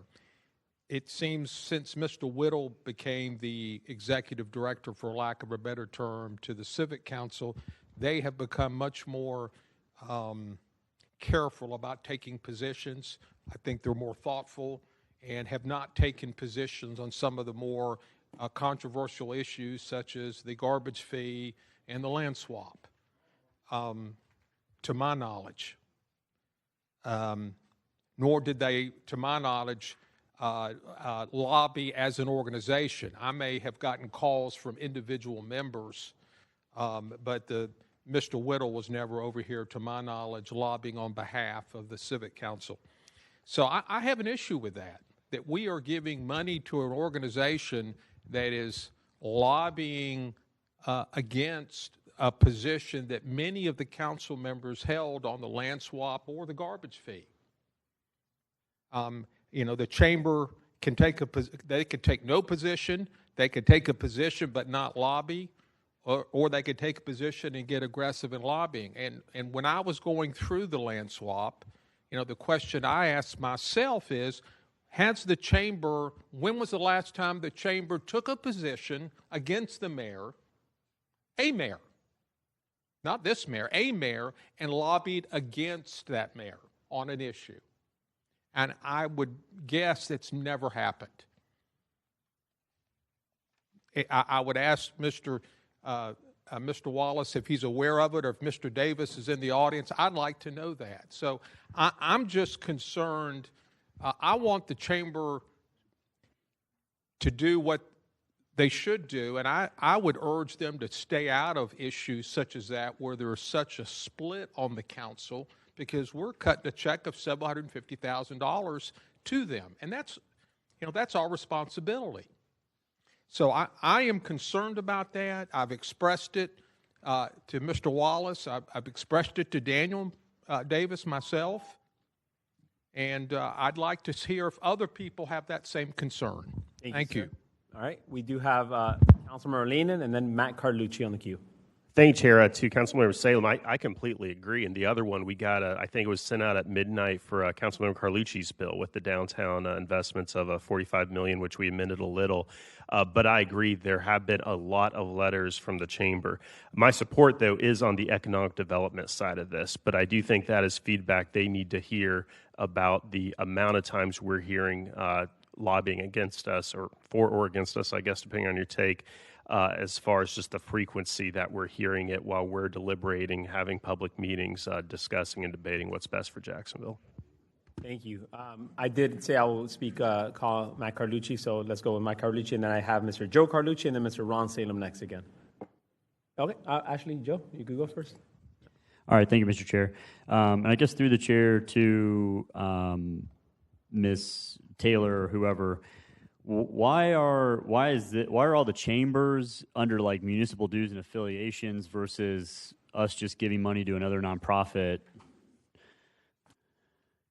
Because we went through all the other nonprofits early on, and it just stuck out to me. I'm just wondering, is there a reason for that?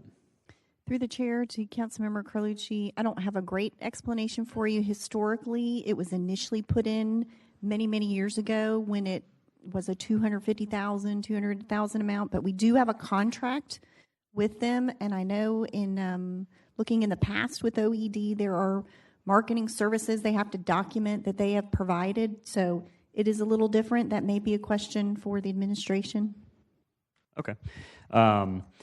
Yeah, I mean, for me, that just stuck out for what it's worth, but the chamber has done a great job in my eyes. I've been a member of the chamber. I've done a lot of their leadership trips, their downtown trips. I mean, they are, in my eyes, a well-oiled machine. Been part of their government affairs committee, and they're doing a lot with this money. So my concern isn't the amount of money, if it's used effectively. I think it is. For me, I think it's more of a update thing, more of a communication thing versus just stuff it in the budget and it just kind of passes. The first time I had a conversation with Mr. Wallace was, I guess, earlier this week, and he ran through all the things that are included in this contract, and it was impressive, but that was nonetheless the first time I had kind of heard about it. So again, for me, I think maybe we're kind of hearing a lot of this discussion over it because maybe it just hasn't been talked about a lot up here or something. It's just been kind of flowing through. So anyways, I'm supportive of the chamber and definitely supportive of the 750, but would be open to hearing the rest of the thoughts if we leave it below the line, or if we have it come back later because the other chambers aren't here, if that was important to the president. So kind of waiting to see where the plane actually starts moving. Thank you, Mr. Chair. Thank you. Mr. Matt Carlucci, I still have a full queue. You want to go? Because I don't want to skip you. You've been waiting patiently. You're going to wait a while then, if that's okay. All right? Yeah, okay. Go ahead, right now. Yeah, you have the mic. Can you turn the mic on? Yeah, there you go. Will, I sure will. Thank you. Look, I think that the chamber has a very important voice in this community, as does the Civic Council. I was very grateful that they helped on the garbage fee because I was battling an uphill battle but it was the right battle. And I took my case on my opinion on that to the people. I didn't bother bringing it before the council because I hadn't done so good before the council when I did that before. So I decided to go to the people, but I called the Civic Council and explained what the problem was. And I think they had a very good positive effect on helping me and helping some of the others here get that ball over the goal line. And I think probably we're all very happy that we did that because we got ourselves additional dollars in the bank. We're eliminating the loan. We're treating the beaches in Baldwin fair.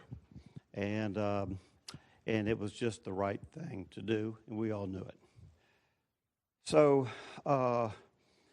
sometimes the business community needs representation from the organizations that they pay dues to. Now, they've supported things before that I didn't like, but I respected what they did. And I think we're lucky to have a Chamber of Commerce that takes an interest in local government and local policies. And they have a way of making their point where it makes sense for the whole. It's a public policy that's good for the whole. And we should not be putting any constraints on their First Amendment rights. And I hope we won't do anything here today that will constrain that. It seems like everything we're doing is constraint, constraint, constraint. I think we need to let them do what they've been doing. Thank you, Mr. Chair. Thank you, sir. All right, we have a lot of speakers in the queue, and they keep on popping up. Mr. Wallace, how long is your presentation? You don't need a presentation? A couple minutes? Do you want to speak at the very least? That way you could engage with us. All right, I'm going to call you up, sir, if you don't mind, and state your name and address for the record, and then talk to us about the 750 and the funding source and everything that comes with it. Thank you. Sure. Good morning, Andre Wallace, 3 Independent Drive, Jack's Chamber, President of Jack's USA Partnership. Jack's USA Partnership is a subsidiary of the Jacksonville Regional Chamber of Commerce. The $750,000, while it goes from you to the Chamber, comes directly to Jack's USA. I execute the contract. I adhere to the goals and objectives placed in the contract, and none of those funds go towards any salaries, benefits, none whatsoever.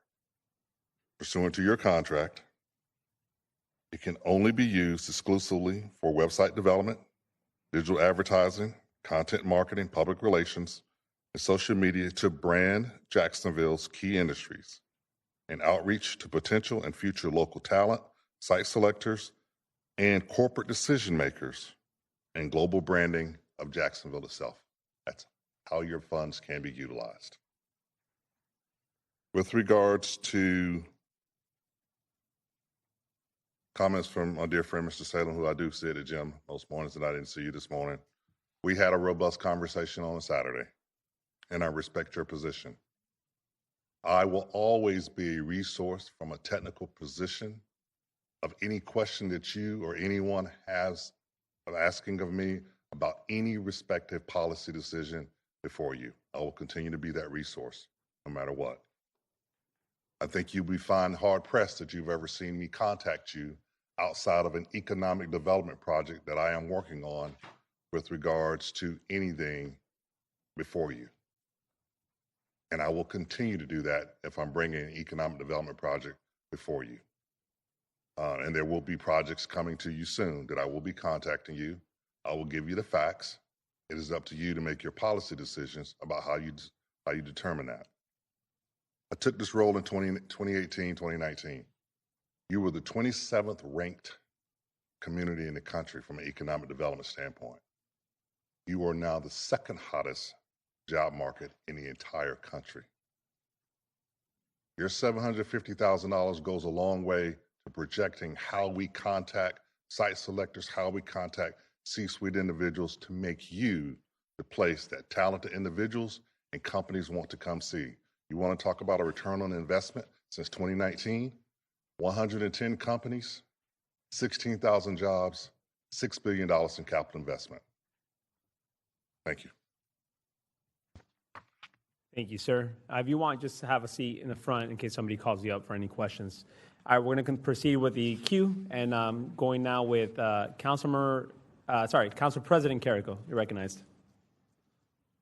Thank you, Mr. Chair. You know, you don't always have to skip the line and move me first, but I appreciate that. Thank you.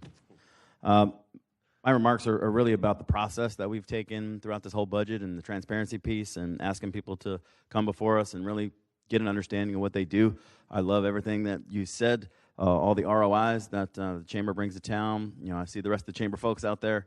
Always had a great relationship with the Chamber, so any of my words are not about the Chamber. It's about this process. Here we are on wrap-up day, barely getting into the agenda, and we're asking someone to present for the first time. I think it would be better to get a full presentation in front of the Finance Committee in September, not just from Jack's Chamber, but Hispanic Chamber, from the Florida Black Chamber, for the Asian Chamber that's not listed, for the Filipino Chamber. Like, we have a lot of groups and organizations that are doing work. Obviously, the bulk of it is coming from Jack's USA and Jack's Chamber, but I think it'd be better suited if we just bring them back to Finance, have a real presentation, throw it up on the board. Let's look at the stats. Let's dive in. Let's look at the contract. Let's see how the money's spent.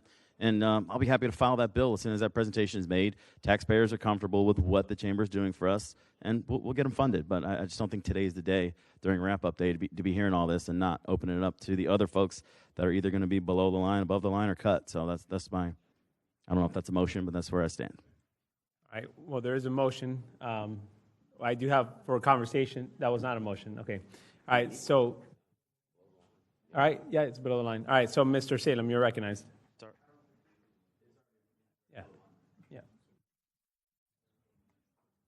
Go ahead, sir. I just want to make sure that the president was done.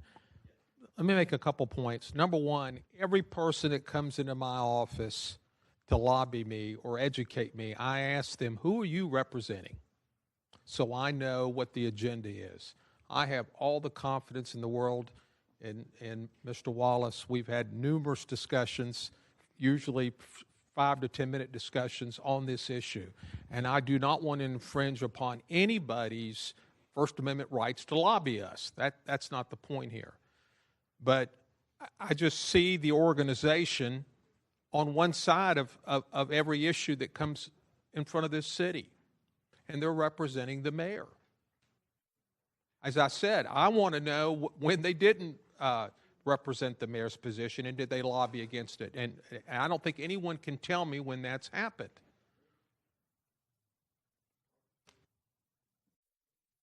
So number one, if we are to approve this 750, I'd like to see Mr. Wallace come to Finance maybe quarterly and give us an update on what's been spent and how it's been spent. That would be, I want to understand how these dollars are spent. But if I'm hoping I'm sending a message from my perspective to the Chamber is let us do our work debating an issue, particularly when it's an issue where the council is fairly split. And, for example, on the stadium renovation, I think the final vote was 18-1 or 17-1. I think Diamond was out of town. But there have been issues in front of the council where the council was fairly split. And I just don't think that's right. I think we should, they can lobby as individuals, but taking such strong positions in lobbying, I don't think they should do. Thank you, sir. All right, Mr. Howland, recognized. Thank you, Mr. Chair. I absolutely share the opinions of my colleagues about the concerning opinions that have come from the Chamber in the last several months. And I agree with Council President Carrico. We should consider this spend along with the others. But I will say that I've always indicated when I ran for office, that to me, it's all about public safety, infrastructure, vital city services, and then if we have the means and the money left over it's about creating jobs. And I think that Jack's USA, in combination with our city's economic development agency, that's Ed Randolph's group, has done an amazing job and continues to, and we need to support that. Or I will be looking to, after we get the full rundown from all the chambers, I will be looking to support that, particularly because I've just really gone out on a limb and am so happy to achieve the support of my colleagues on Finance Committee and likely Council to double down on our push for aerospace industry development out at Cecil Field. We've had some recent wins, and I think we have the opportunity to get several more and to create a real job growth engine for Jacksonville out there. And I know the JAX USA plays a role. I do have one quick question for Ms. Stefopoulos.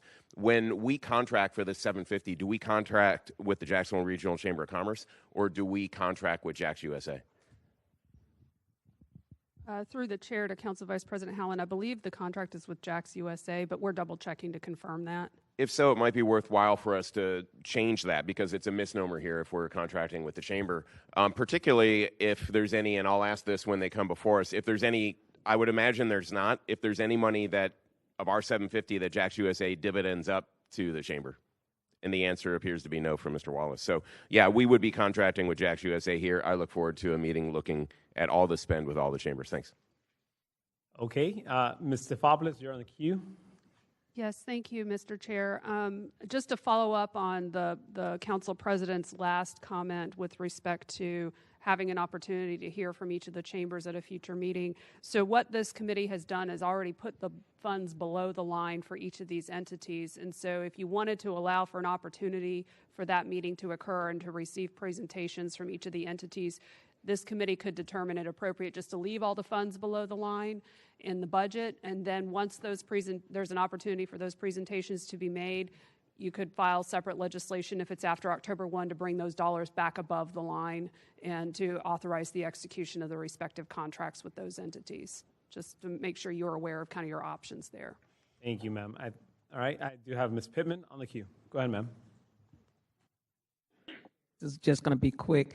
I do support the 750 and have seen over the years what the chamber has done. But what I'd like to, where's Mr. Andre? Did he leave?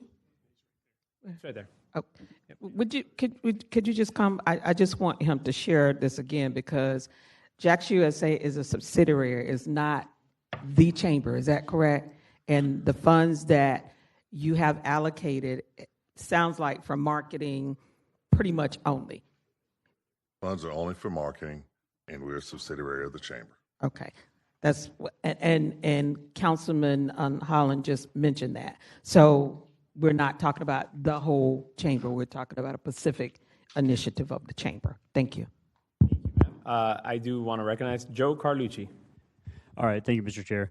Yeah, I mean, it it kind of seems like, excuse me, what everyone's comfortable with here today is sort of supporting the chamber but leaving it below the line.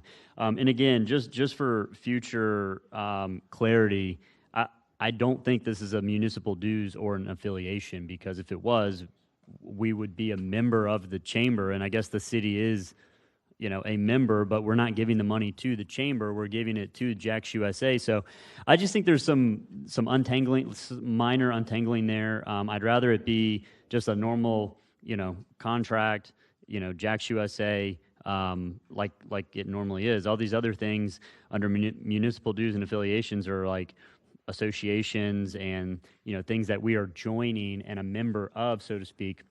So we're not a member of JAX USA. It's a nonprofit that does great work. So that's just an observation for me, and going forward, how I would likely want to see it with, you know, Black Chamber of Commerce, Regional Chamber, Hispanic Chamber, whatever. So just an observation. Thank you, Mr. Chair. Thank you, sir. Last speaker on the queue, Mr. Mike Weinstein. Thank you, Mr. Chair. The government, if you're going to do all of them together, the Government Finance Officers Association, 7,500, basically training and best practices that our finance people get, your auditors get as well. That's just basically, you know, an association of people like us throughout the country. That's all that is.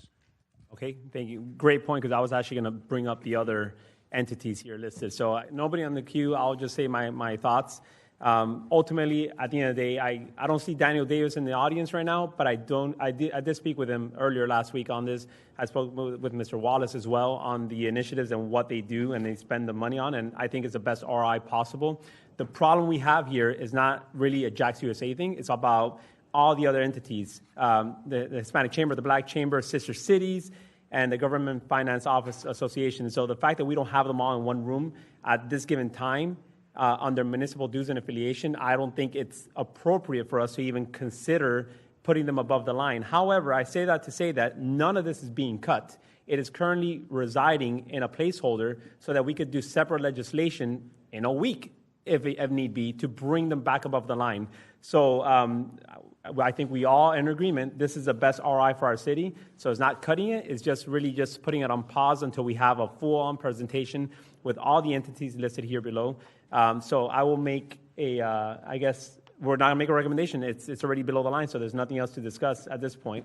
Mr. Popoulos, you're recognized. That is correct, Mr. Chair. And to just jump on one other thing, just to clarify what I mentioned to the committee earlier. So if you are able to schedule those presentations and you want to have them during one of the Finance Committee meetings in September, and we can get that information in front of the committee, we can go ahead and take an action on the budget, if you would like, during the September meeting.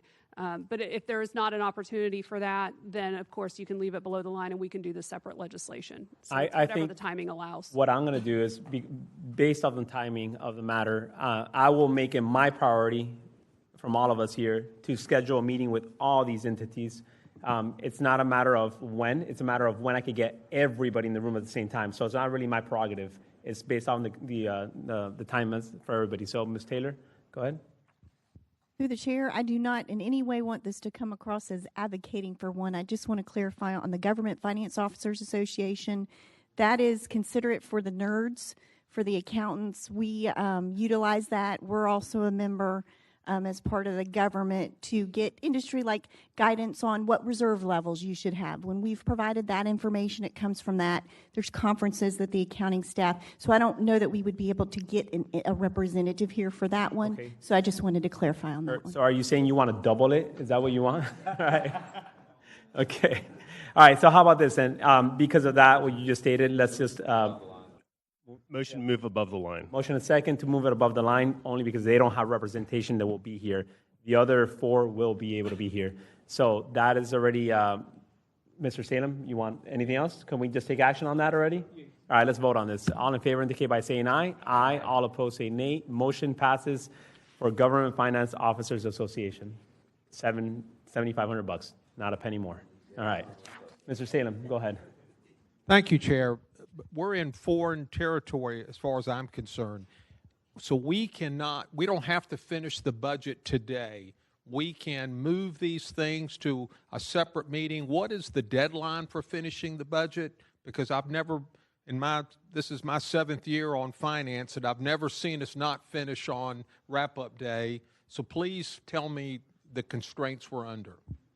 Somebody. Through the chair to Councilmember Salem. So just to remind everybody of the process, so based on the actions that are taken by the Finance Committee over the series of all of the budget hearings, myself, in conjunction with the Council Auditor's Office, we have to prepare what ultimately becomes the finance substitute, which the Finance Committee will take up on September 3rd because we have a Labor Day holiday, so that'll be your first meeting in September. And so the intent is that the Finance Committee's actions are all memorialized within that substitute, because then once you act on that on the 3rd and report it out, that travels to the City Council for your budget hearing on the 9th as for consideration as the tentative budget adoption. So to the extent that you might tweak one or two small things on that September 3rd meeting, you would have that opportunity. But really, at wrap up, the intent is that it's set because then we're producing that substitute. We have a week to turn it over, and there's a lot of maneuvering that occurs. So those are the constraints that we operate under. We try to have it set as much as possible by that September 3rd meeting, so you can take it up as a substitute. Through the chair, back to, if I can. So the September 3rd meeting or some other called Finance Committee meeting between now and the first week in September, we could deal with anything budget-wise. Well, so you would be constrained on notices, right? So you have to we recommend no less than 72 hours notice if you have additional meetings, and you can't count the weekends. I understand. So, and to the extent that you're continuing to maneuver the budget, then that constrains my office and the Council Auditor's Office ability to finalize the document to get it in front of you on September 3rd. So that is why we traditionally hope that by the wrap-up day, the final actions can be taken, absent maybe a couple of minor things that you would do on the 3rd. I just want all of us to understand this is foreign territory we're taking today. If we're moving stuff beyond today, we can do it. It's just it's going to be some time constraints. And I would just say on this item, moving it beyond today, I mean, the money's in a contingency, and we do that all the time. So I was just offering an opportunity that if you could have that presentation maybe at that first meeting in Finance Committee, or before that, if there's a separate notice meeting that occurs, you could take it it's a minor action to move it above the line for these items. So those wouldn't constrain us in the ability to finalize that document for September 9th. Thank you, Chair. Thank you. I'll get to work on that, and I'll communicate with all the entities here listed below: the Black Chamber, Hispanic Chamber, the Jackson USA, and Sister Cities International. All right. With that, we are done with municipal dues, and we're going to move on now to the next one, which was Mayor's Reporting Department, Travel and Training. Mr. Lanin, you're recognized. Thank you, Chair. And I'm just going to share some items here that hopefully speeds this item along. So I'd ask some auditors our questions after we move this below the line. And essentially, this is something that the administration did to provide additional transparency and a more stringent approval process. So then my follow-up question was, okay, carve out all the travel and employee training that we had in the budget this year versus what was requested for next year. And so it's actually less. So current year budget was $488,000. This year's the proposed budget is $466,000, and there is a public safety aspect because a lot of that is for JFRD in there. So again, given that it's actually less when you carve out the way it was budgeted last year versus this year, it's a little bit less. I'm fine with it. I would make a motion to bring this back above the line. Okay, Mr. Salem, you're recognized. We do not have a second yet. Do we have a second? All right, how about Mr. Salem speak, and then we'll take your motion up. This came up a couple of weeks ago, as I recall, and I had asked for the policy to be sent to me. I never received it. I understand it was sent to the auditors because I asked early this morning. The auditors did receive it. So my question, I have not had a chance to read the policy. I never saw it. I asked for it. Are the auditors comfortable with the policy apparently that was sent by Ms. Brochet to y'all, and are you comfortable that putting these dollars in one fund will add transparency and such that the administration has indicated? Through the chair. Through the chair to Councilmember Salem, I have not read it in detail. I've glanced at it, but keep in mind this is an additional level of approval. They're still required to follow Part 6, the travel code that's listed within the municipal code. So there's always that umbrella of everyone has to follow that. This is just an additional layer of review that would go through Mr. Weinstein and Ms. Brochet from a financial level. But I do not have an issue with it being in the non-departmental portion. Thank you. All right, Mr. Okay. So we do have a motion on the floor right now. Can we get a second for Mr. Lanan's motion? All right, we have a motion and a second. All right. Anybody else for discussion on that one? We're going to take a vote now on this. Yeah, good. All right. All in favor indicate by saying aye. Aye. All opposed say nay. All right. Motion passes. Okay. Next up, Ms. Taylor, we have Department of Health program funding. I do know Department of Health, are they here? Mr. Nichols or anybody? Oh, there you are. All right. Please come up, state your name and address for the record, and I will give you 10 minutes if you need 10 minutes. If not, just use whatever you need to kind of go over your programs and your organization. Thank you. Thank you. Good morning. Antonio Nichols, Health Officer and Administrator, Florida Department of Health in Duval County. So, I'd just take a quick time to go over the various programs that the department requests funding for from the city of Jacksonville each year. Majority of these programs go to support our core public health functions that we operate here for the city of Jacksonville, particularly STD immunizations, our HERAP program, which is our hospital emergency room alternative program, as well as primary care. Within primary care, we do things such as pediatric dental, women's health, maternity services, tuberculosis services. These programs are a core function of what we do at the county health department. It's also a core function to keep the residents and individuals of Jacksonville safe and healthy. Our primary mission at the Department of Health is to protect, promote, and improve the residents' health of Jacksonville. And so these programs and the funding that we receive from the city helps us to augment those services. It allows us to, in the case of STD, provide more disease investigation specialists to be on the ground finding our individuals in our community who have communicable disease, educating those individuals on that disease, and then ultimately bringing those individuals in for treatment to prevent the spread of that communicable disease throughout our community.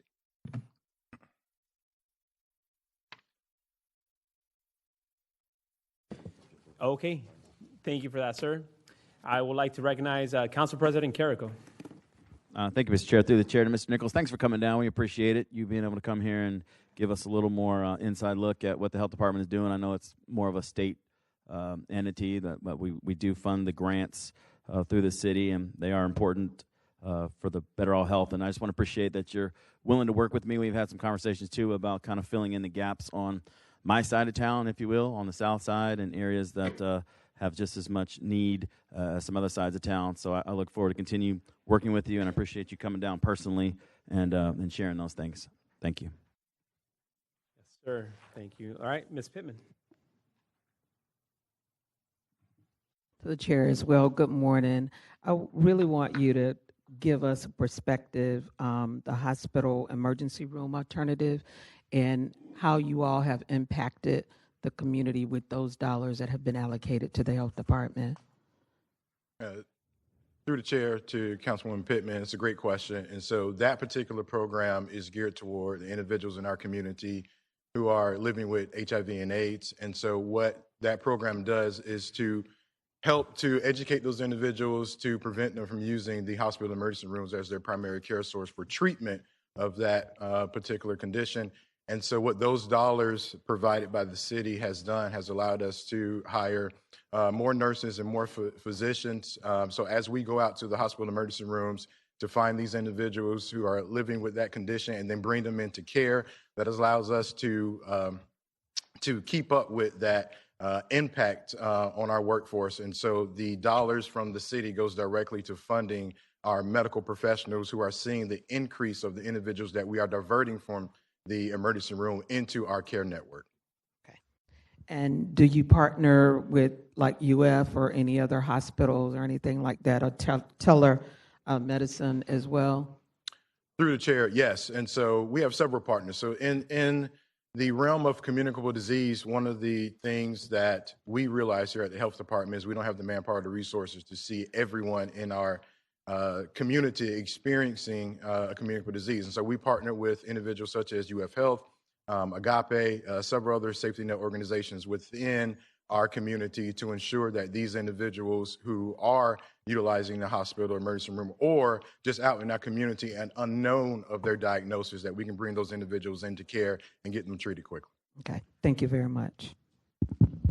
Thank you, ma'am. Council Vice President Howland, recognized. Thank you, Mr. Chair.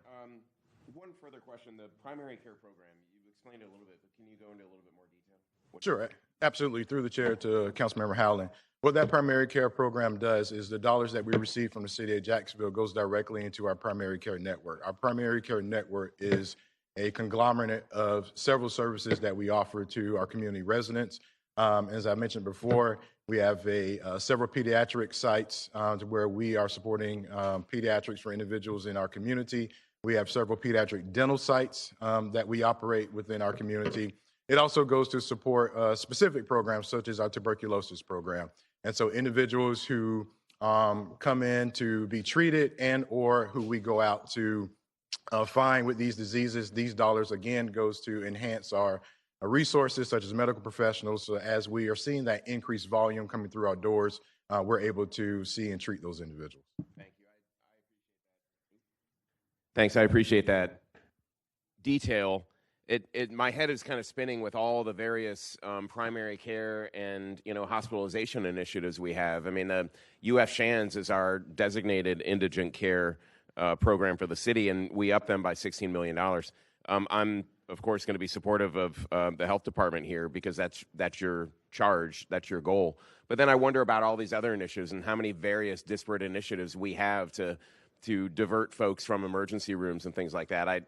I love them. I support them. I understand where they come from, but I wonder if we're not very well coordinated. It seems to me that something like a Jax Care Connect or something that we're operating out of the administration, why couldn't it be operated out of Shands like we've talked about before, or operated out of the health department if indeed it has such a dramatic ROI getting people to health care without having to use the ER. So just a lot of thoughts going through my mind. I look at your budget, sir, and you're only going up less than 1% from last year. So it's with the same amount of grants, aids, and contributions. So I'm going to be supportive, but I appreciate everything you do. Thank you. Thank you, Mr. Salem. I'd like to make a motion to move the 147, 308, 292, 200, 243, 550 above the line. I'm very supportive of what the health department does. I'm a healthcare guy myself, and I think we should fund these. They're basically flat from last year, and I'm convinced that they do good work. Thank you. All right. Yes, I did hear only 3, but there's 4 of them, so a total of 1.205 million. It's going to be the sexually transmitted diseases for 147. Immunizations for 308, 292, and then hospital emergency room alternatives, 200,000, 243,000, and then primary care for 550. All 4 of them. I think I missed that. Yep. Okay, cool.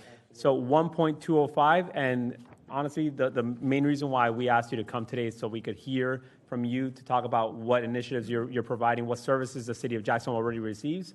On top of that, we, as a city council, as a city of Jacksonville, we contribute not only through these programs, but we also have internal service charges of $648,000, of which go towards buildings as well, maintenance of the buildings, security, I'm assuming, and also other details. So aside from the 1.205, we're also putting a total of 1.9 into into your department. Is that correct?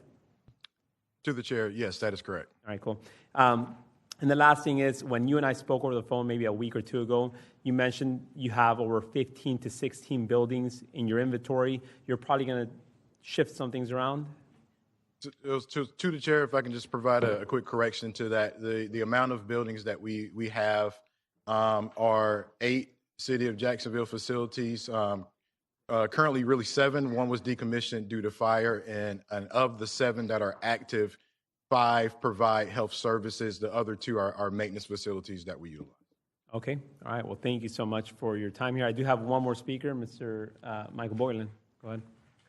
Thank you, Mr. Chair. Mr. Nichols, are you familiar with the work of HealthLink and or Jax Care Connect? Through the chair, yes, I am familiar with those. And do you interface with them at all? Through the chair, so we have not integrated fully yet into those particular programs, but we have had several conversations with the administration related to it.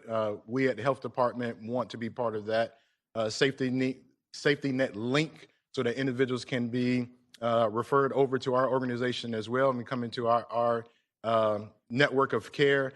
Actually have a meeting scheduled soon with Mr. Paul Sapia to talk about collaborations between that organization and HealthLinks Jax. And I also encourage you to have a meeting with Angela Strain at We Care Jax for the work on Jax Care Connect. I share and appreciate Councilmember Howland's comments with respect to divergent efforts out there and trying to pull them together.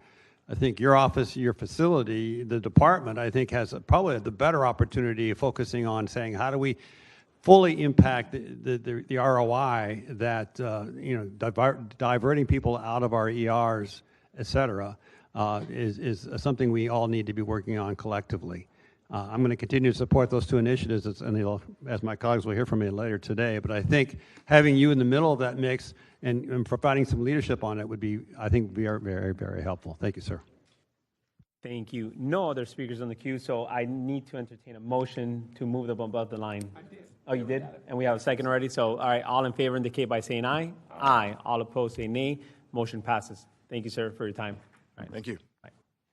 Okay, we are done with designated contingencies unless, Ms. Taylor, do we have any more for that department, or are we good? We already took up the lobbyists, yep. All right, cool. So we are moving on to, we have 45 minutes roughly left before the lunch break, so let's go on to direct contracts term sheets. It's going to be FSCJ, the Jacksonville Historical Society, and then we have MOCA as well. So those are the 3 action items we're going to take. Ms. Taylor, you may proceed with FSCJ first. Thank you, Mr. Chairman. Through the chair to the committee, it's on page 6, marked as item 4 in your handout, is the start of all the, there's a summary page we have before each of these 3. Mr. Peterson has worked with each of these 3 entities to talk about getting some additional protections in place. You'll see the list that, as far as a revised term sheet, we would like the recommendation to adopt all of these. The top part is everything that the entity has agreed with. So you'll see things like what the funds can be spent on, describing the particular type of burn building, deliverables on the disbursement of funds, what's required. You'll see all the items listed that FSCJ is responsible for any cost overruns. They'll hold on to 5% retainage. Any savings that we get the pro rata share of that. It does require competitive solicitation, and that if any funds are repaid, if it's not completed in accordance with the performance schedule, and then any city funds not used be returned to the city. And then it removed 118 requirements because as far as working as a capital item, not really needed in this contract. I do want to mention the item, so that motion would need to occur to adopt from what was put in the budget ordinance originally to add these terms and adopt a term sheet. But what I do want to mention is the items that we were unable to reach agreement on. The first one's related to a execution of either a new use agreement or an amendment to the current one.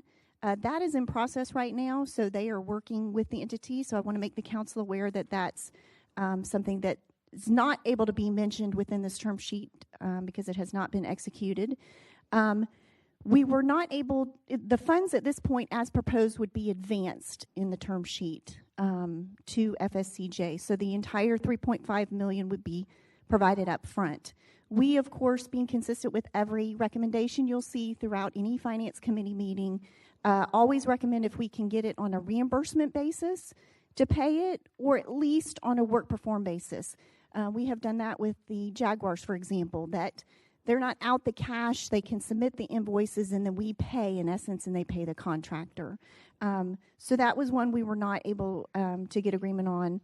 And then the FSCJ being responsible for all the maintenance, because of the use agreement not being executed yet, they were hesitant to agree to that. So we do not have agreement on that of who would be responsible for maintenance. So it would assume to be the city at this point without that clearly detailed. And then a clawback for the city funds, basically saying utilize the building for that purpose for at least 10 years. It's, again, tied to the use agreement not being in place. They were reluctant to do that until that was in place. So that kind of impacted that bullet point as well.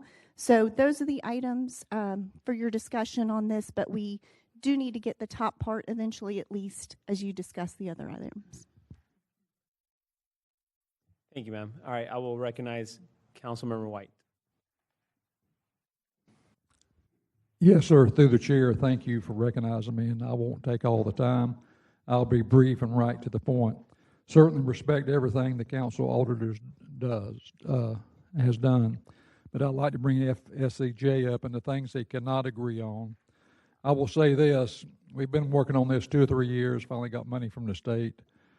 And we probably have the youngest fire department right now today, other than 57 years ago at consolidation when we went from 37 square miles overnight to 800. This is the youngest fire department. We really don't have a good fire live training school.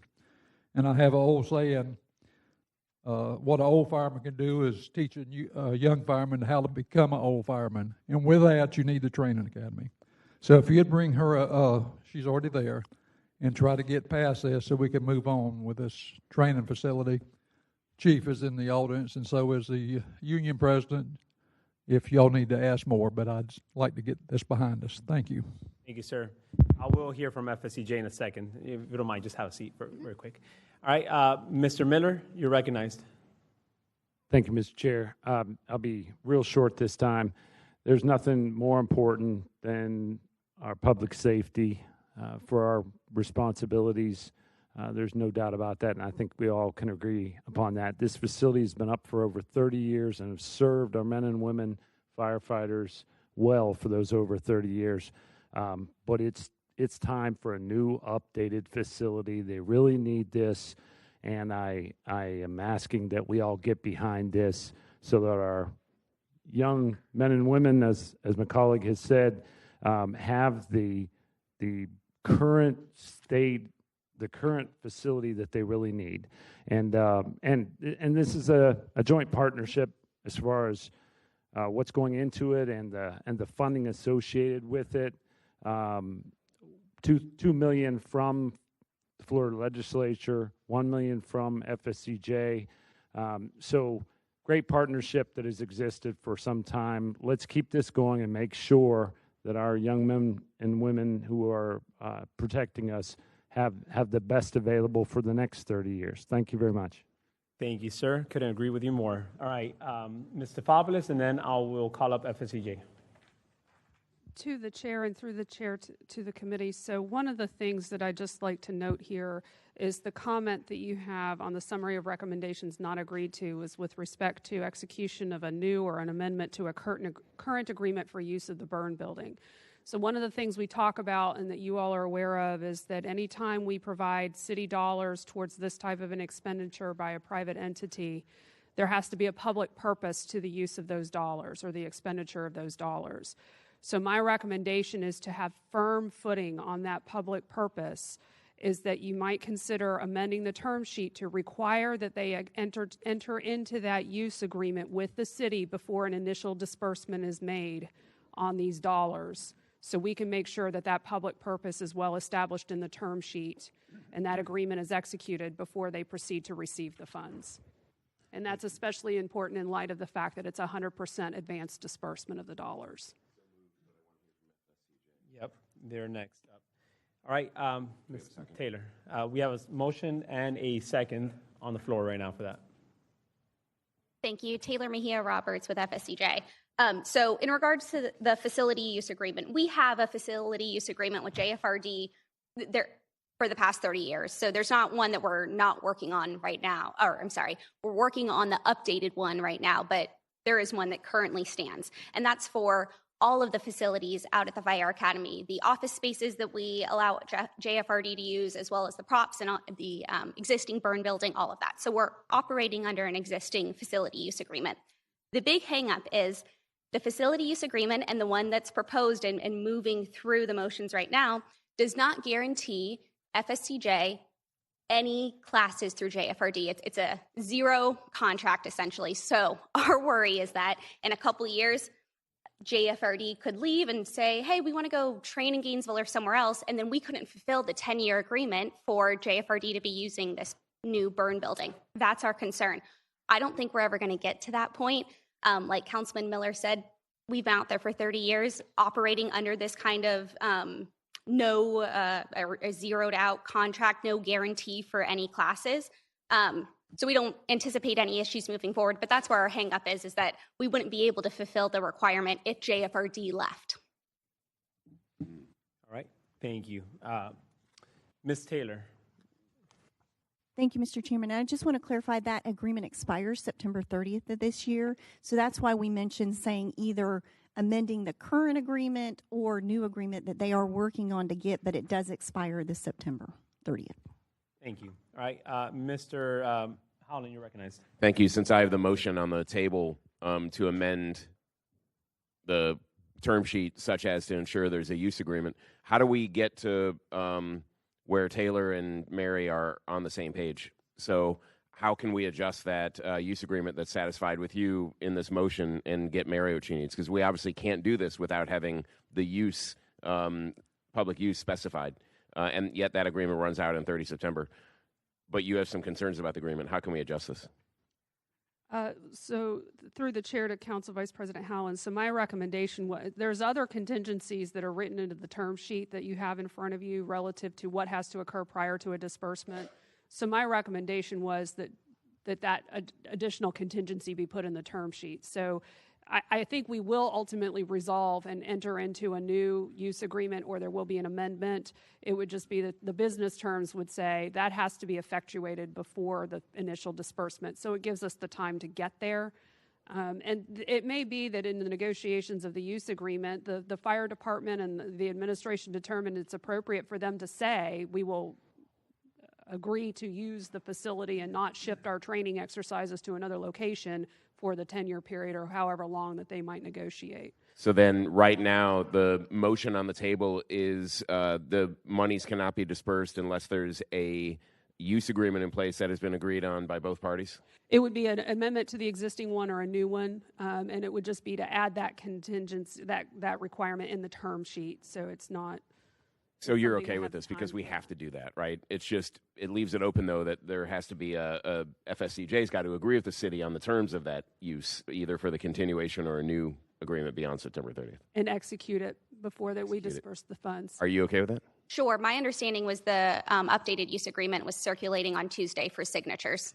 Okay. So we're close. It's kind of like we're in a position where we have to disperse the funds because it has to be noted for a public use and because FSCJ is not part of the city. So as long as you're okay with that, then I think, Mr. Chair, we could probably recognize Mr. White and then take a vote on it. All right, Mr. White, recognized. Thank you. Probably don't even need to speak, but I'm sure you can bring up Chief Golden if you need to. Unless we want to probably spend $40 million to build a new training academy somewhere, we're not leaving FSCJ ever. So, and I think he will probably nod his head to that. And I appreciate y'all's time. Thank you. Thank you. Just one question on my end, Ms. Taylor or Mr. Fabulas. I see here that they did not agree to the responsibilities of the maintenance. Whose building is it? Is it our building or their building? Through the chair, it will be their building, and they will be able to charge, just like any other class, they'll be able to charge for any participants that want to come utilize it. Okay, Ms. Mejia, why are you guys not going to be responsible for your maintenance of your building? That went back to the facility use agreement of if we're not guaranteed that JFRD will be using us in the future, we didn't want to be on the hook for maintenance of a building that might have to shut down. So safe to say that's not going to be the issue as long as JFRD is obviously operating and having their training there. Absolutely. Okay. All right. No other speakers in the queue except Ms. Taylor. You're recognized. Mr. Chairman, if we could please get a copy of that. It's not been circulated to us that I'm aware of. I believe that was, having that use agreement was my understanding, the hang up on not clarifying maintenance, that we could get to a point that they would be responsible if everyone was comfortable on the use agreement, and then also getting comfortable on the clawback as long as we were going to utilize it for the 10-year period. So it may be able to negate some of these if that land use, we just don't have it, and I don't know what the time period is for it, but that may help. That's my understanding. And correct. That if we have the facility use agreement that says JFRD will use FSCJ for classes for the next 10 years, there will be no issue with any of the recommendations that we haven't agreed to. Okay. All right. No other speakers. I have one last question.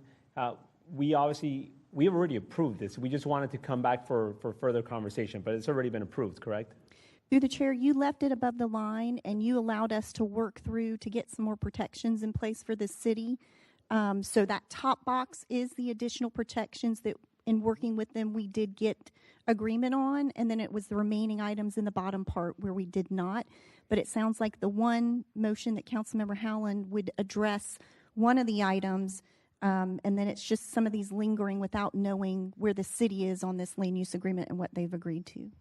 Okay, Ms. Mejia. So sorry, if I may, there are 4 bullet points under the recommendations. The second one regarding on a pro rata basis or being reimbursed, we still would not be in favor of that. We still want the lump sum, but the other 3 with the facility use agreement, we can be on board with.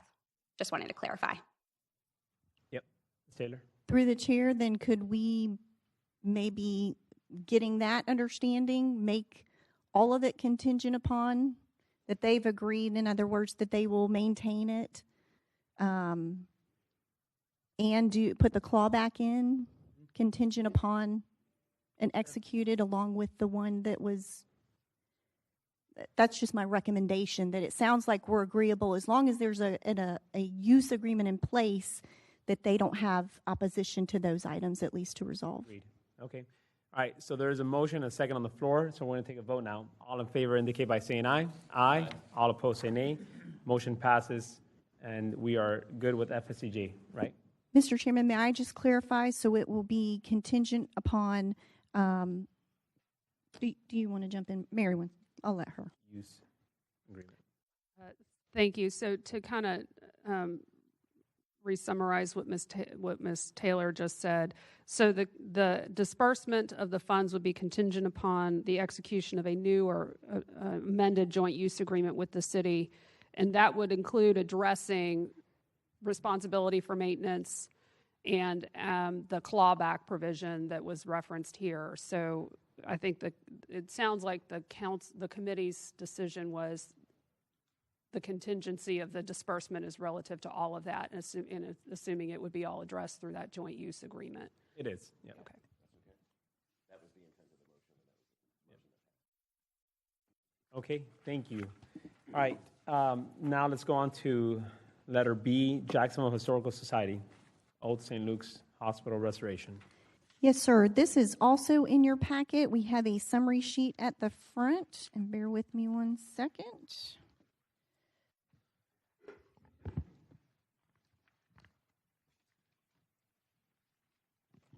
This is on page 11 in your handout.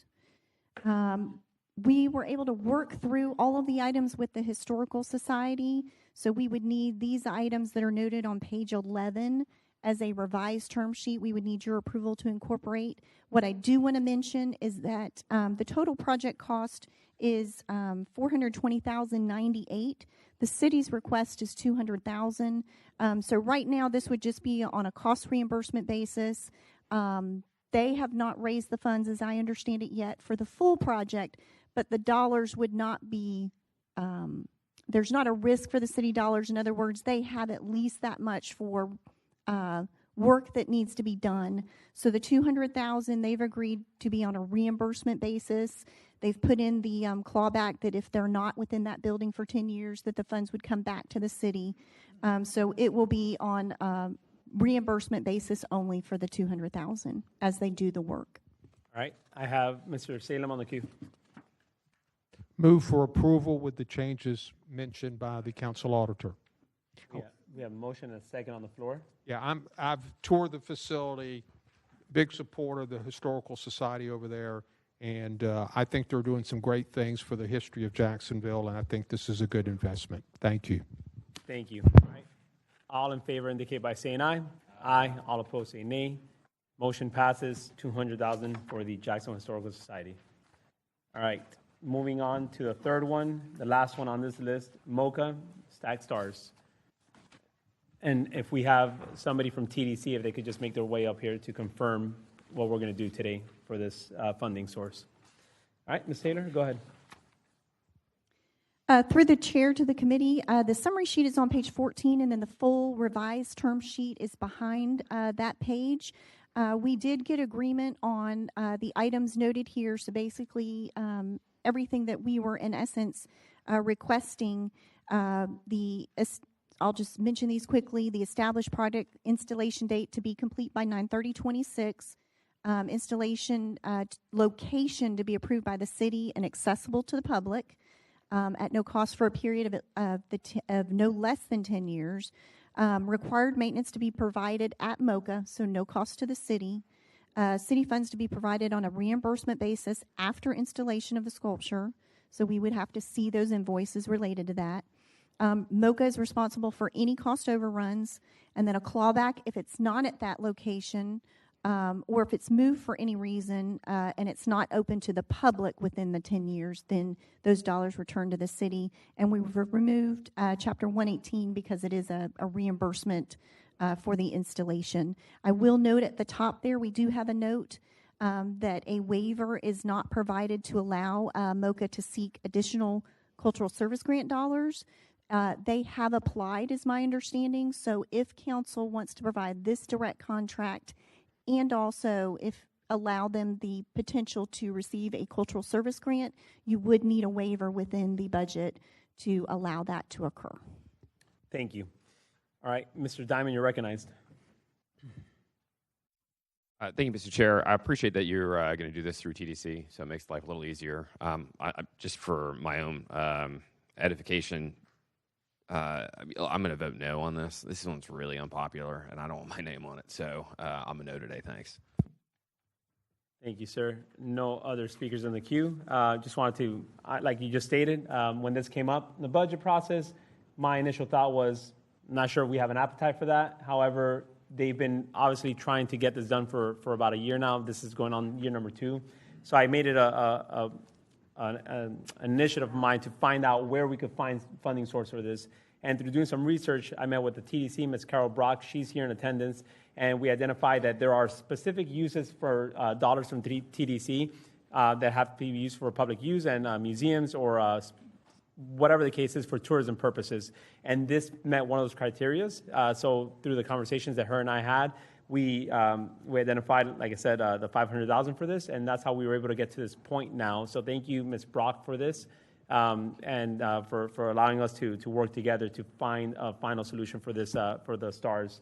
So I do have Mr. President on the queue. You can recognize her. Thank you, Mr. Chairman. I would like to invite up Ms. Brock, as I met with her, and there was some conversation about funding sources kind of within the TDC and what this would do to one funding source, but there's maybe an alternative. And Ms. Brock, if you could come up, you can explain that better to me, and we could ask the auditors. And sorry to dig in the weeds, but I think it's important to you and your board that we have this conversation. Go ahead, Ms. Brock. Thank you. Carol Brock, Executive Director, TDC. Through the chair, I believe that we have, and we've been working with the auditors, identified a source that we would like to take it out of the fund balance. Mr. Peterson could probably elaborate on that, and it's an allowable use. So. Yes. Go ahead. Through the chair to the council president, yes, we would recommend, and we just haven't gotten there yet, but right now we have it pulling from technically a contingency line, so where we had done it at the first meeting, so that could trigger a 2/3 vote because it would be a contingency line item within the budget.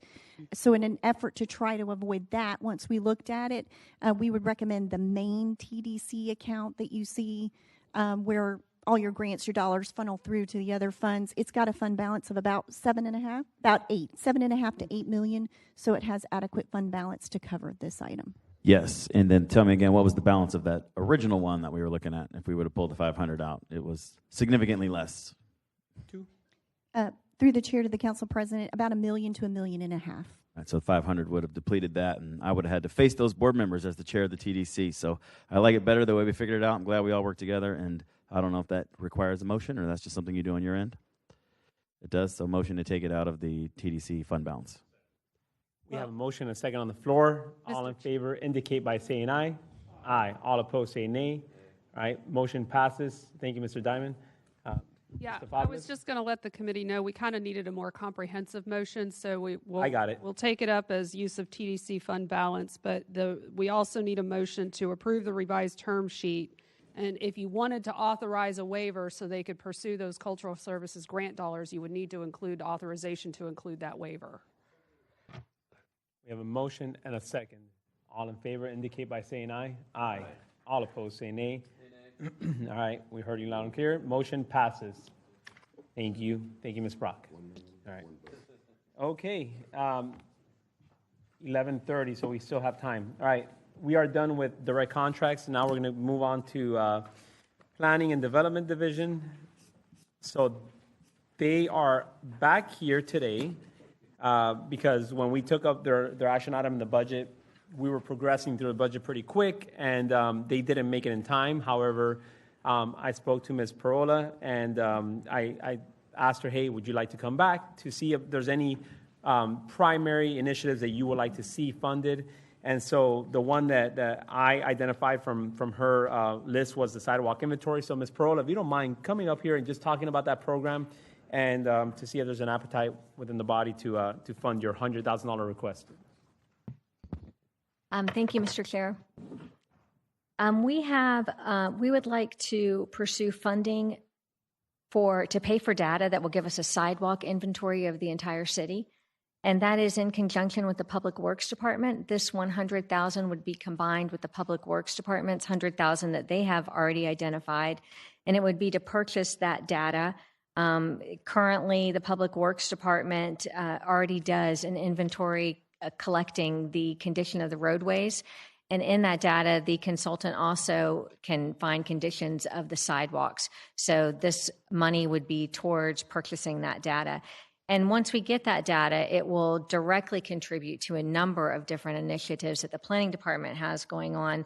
One, we would have an asset management and understanding what sidewalks we do and don't have out there. We'll be able to pursue a sidewalk management plan and a sidewalk master plan, and that would give us information to prioritize different sidewalk initiatives and what projects to do. It would increase pedestrian safety, aligning with the Vision Zero plan that was just released. It also feeds into the Safe Routes to School program, considers the first and last mile, which we've heard a lot of things going on with these school programs in the news and some unfortunate accidents that will directly help those needs. Walk shed studies for access to schools, bus stops, walkability, the urban forest management plan that we're working on right now. Help us calculate where the trees should go, where people will be that will need that kind of heat resistance. And it also contributes to our complete street policies. So for those reasons, we would like to pursue and purchase this data so we can feed into these other plans. Thank you, ma'am. I will recognize Councilmember Joe Carlucci. All right. Thank you, Mr. Chair. This is an amazing software and plan. So I commend you guys on putting this together. I just had multiple conversations in the green room with Public Works about sidewalks, and these are the types of things that constituents that I hear about with uneven sidewalks or just adding sidewalks, so on and so forth. So paying $100,000 for this type of program to make it so efficient is 100% worth it, because it's going to yield results that are actually tangible for people to see and experience their government is putting their taxpayer dollars to work for. So big supporter of this, and I don't know if we need the motion or we'll hear a discussion. So, okay, thank you. All right, Councilmember Salem.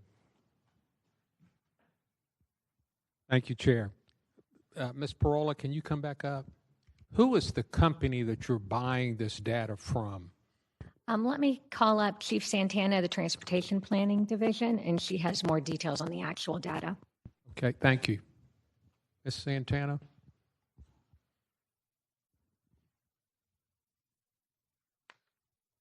Lori Santana, Chief of Transportation Planning, through the chair. The company is called ICC, and they're already contracted with the Public Works Department. Are they local, through the chair? No, they're not. They're not local? Do you know where they're based out of?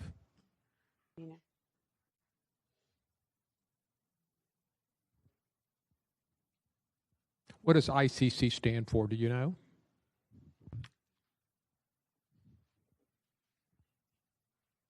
Yes, Steve Long, Public Works.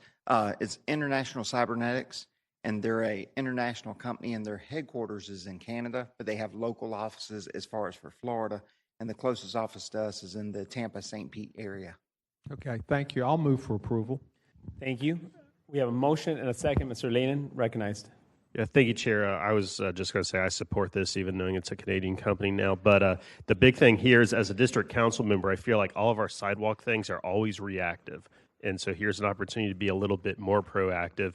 And then also, school safety, especially with pedestrians right now, is such a huge concern. So I will very happily support this. Thank you. For Mr. Joe Carlucci, go ahead. All right, thank you, Mr. Chair. One last thing, and Councilmember Lannon just touched on it, is I would like to see just a priority for the schools to be in this, because I know a lot of times, school board members are kind of have to work with the city to do the sidewalks. So I just don't want those to be excluded or kind of not looked at or whatever, because that's a huge issue right now. And I'll be holding a town hall meeting with my school board member to talk about that, and I would love to kind of present this as a step in that direction. So thank you, Mr. Chair. Welcome. Mr. Diamond? Thank you through the chair to Ms. Pearl. I just want to confirm that this includes the beaches because we've got city streets, 3 big ones that go by all the schools. So Florida, Penman, and Mayport, that would be included. This is countywide? Countywide, yes. Okay, please priority on those 3 streets because it's like the number one call I get from moms is that the sidewalks are so bad, especially on Penman, that kids are out in the middle of the street, and that's not good. Thank you. Councilmember Miller? Thank you, Mr. Chair.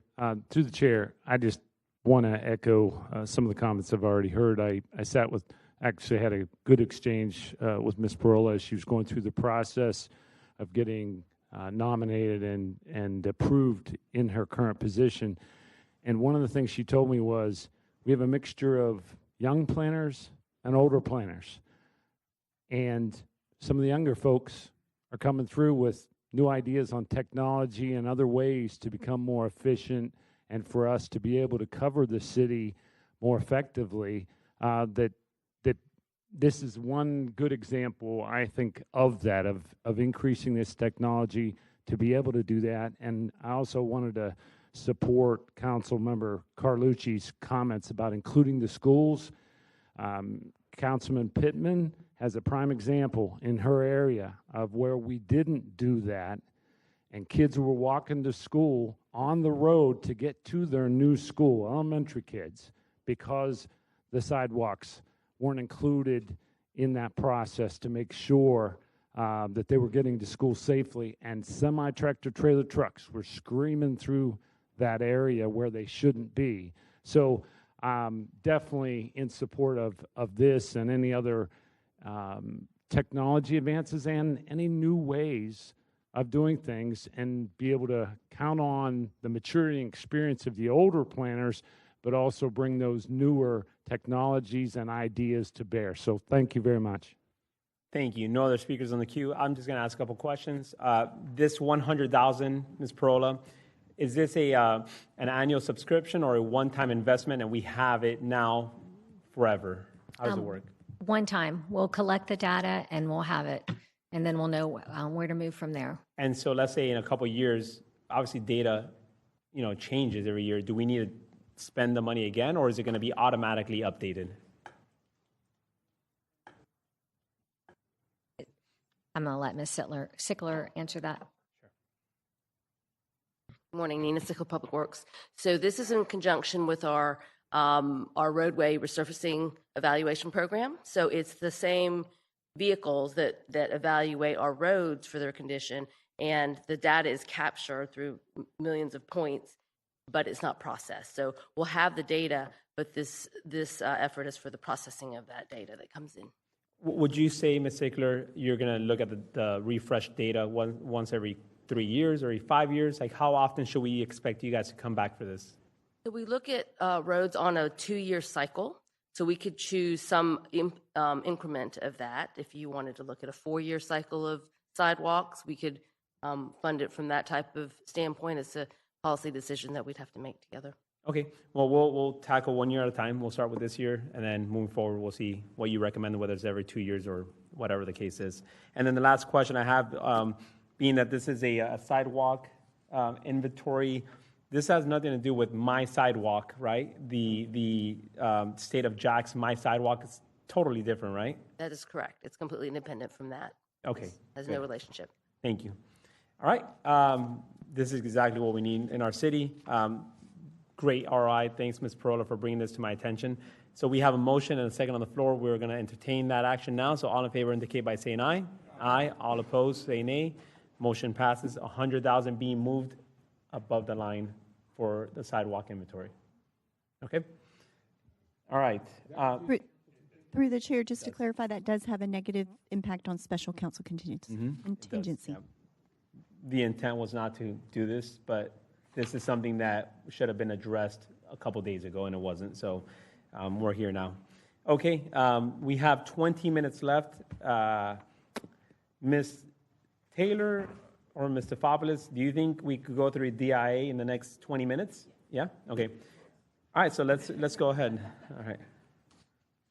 Through the chair, and I know the council president will want to address this. This is one of the things he mentioned during the hearings, was having an attorney dedicated to the DIA related to all the contracts that come through in the economic incentive deals that you see.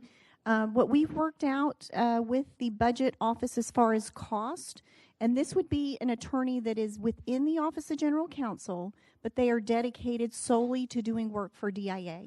So it would work like any of the other attorneys, housed in there, billed out as an internal service to DIA. But taking the CRAs into account, you'll see on our sheet a general fund impact, and this is based on just an allocation of time. 28,110 negative impact. Total cost is 187,403. But that's what the general fund, that's your negative hit to special counsel contingency, the 28,110. And then the CRAs would absorb a large portion of that, 46,851 to the North Bank CRA, and we would just correspondingly reduce, you'll remember that unallocated plan authorized projects, that's kind of just their generic remaining bucket. We would reduce that in the CRA fund, and then on the South Bank CRA, 112,442, and we would reduce that unallocated plan authorized amount as well within that CRA. All right, thank you. I'd like to recognize Council President Carrico. All right, thank you, Mr. Chair. It's been well documented that this came out of the Special Committee for the Future of Downtown. It was told during that process that this would need to come up in the budget. It wasn't really something we could legislate. So I'm thankful that the auditors were able to get with the right folks in OGC and figure out how to make this happen. The CRA covers most of it, so apologies for that $28,000 hit to the sorry. But this is very important. So I appreciate your support on it, and looking forward to working with Colin, our new DIA CEO, and him having his own attorney to get things done. Thank you, sir. All right, Mr. Lehman. Thank you, Chair. Through the Chair, Ms. Taylor, just a quick question on the $28,000. I know it's not a lot, but if this attorney's only doing work in the North Bank and South Bank CRA, why is there any general fund impact at all? Through the chair to Councilmember Lane, and that was in working with DIA as well. That was the allocation that they said were some of it would still be within the Office of Director and some time that would not be fully allocated to the CRAs. Through the Chair, thank you, Ms. Taylor. I'll vote yes on this. Thank you. Mr. Salem, go ahead. Thank you, Chair. Through the chair to the auditors, how are benefits handled? This is the salary of that person. How are benefits handled? Through the chair to Councilmember Salem, this is the salary and benefits included, so it's the total cost of that Total position cost. for an attorney for that would be dedicated. Through the chair, would this person be housed on the second or third floor wherever DIA is located? Through the chair to Councilmember Salem, that would be for folks to determine and work out, but he would be an employee of Mr. Fackler's office, and it's just the time would be charged, but they can work through the mechanics of where, I know like school board, for example, they were physically housed over there. JEA, they're physically housed over there. Likely, I would imagine they may be housed on that floor with having to interact. They are interacting just with DIA. That's their sole client. So there's no other expense to the budget other than these dollars? Through the chair to Councilmember Salem, minimum impact of them, having a computer and that sort of thing, but no other dollars that we would need to allocate. Thank you, Chair. Thank you. No other speakers in the queue. So while this will be a negative hit to our contingency account, we just had another negative hit of $100,000 with the sidewalk project, correct? So that's $128,000. However, we did start the day off with a positive of $185,000 with the lobbyists. So we're technically still sitting at a net positive $56,890 for the day. We still have not hit any negatives for the day yet. Okay, Mr. Fabulous, go ahead. Thank you. I just wanted to make sure you need to take a motion in a second to approve this, and it would have the effect of increasing the Office of General Counsel's employee cap by 1 full-time employee, which Ms. Taylor mentioned. I just wanted to confirm. We have a motion and a second on the floor. All in favor indicate by saying aye. Aye. All opposed say nay. Motion passes. Okay. We are done here. Lunch is already here. The next one is going to take a while. And I think actually all the other ones are going to take quite some time. If it comes from your million. Yeah, let's take a break. We'll be back. Let's come back at 12:20, 40-minute break. Thank you. Welcome back, everybody. It is 12:29. We're ready to get started.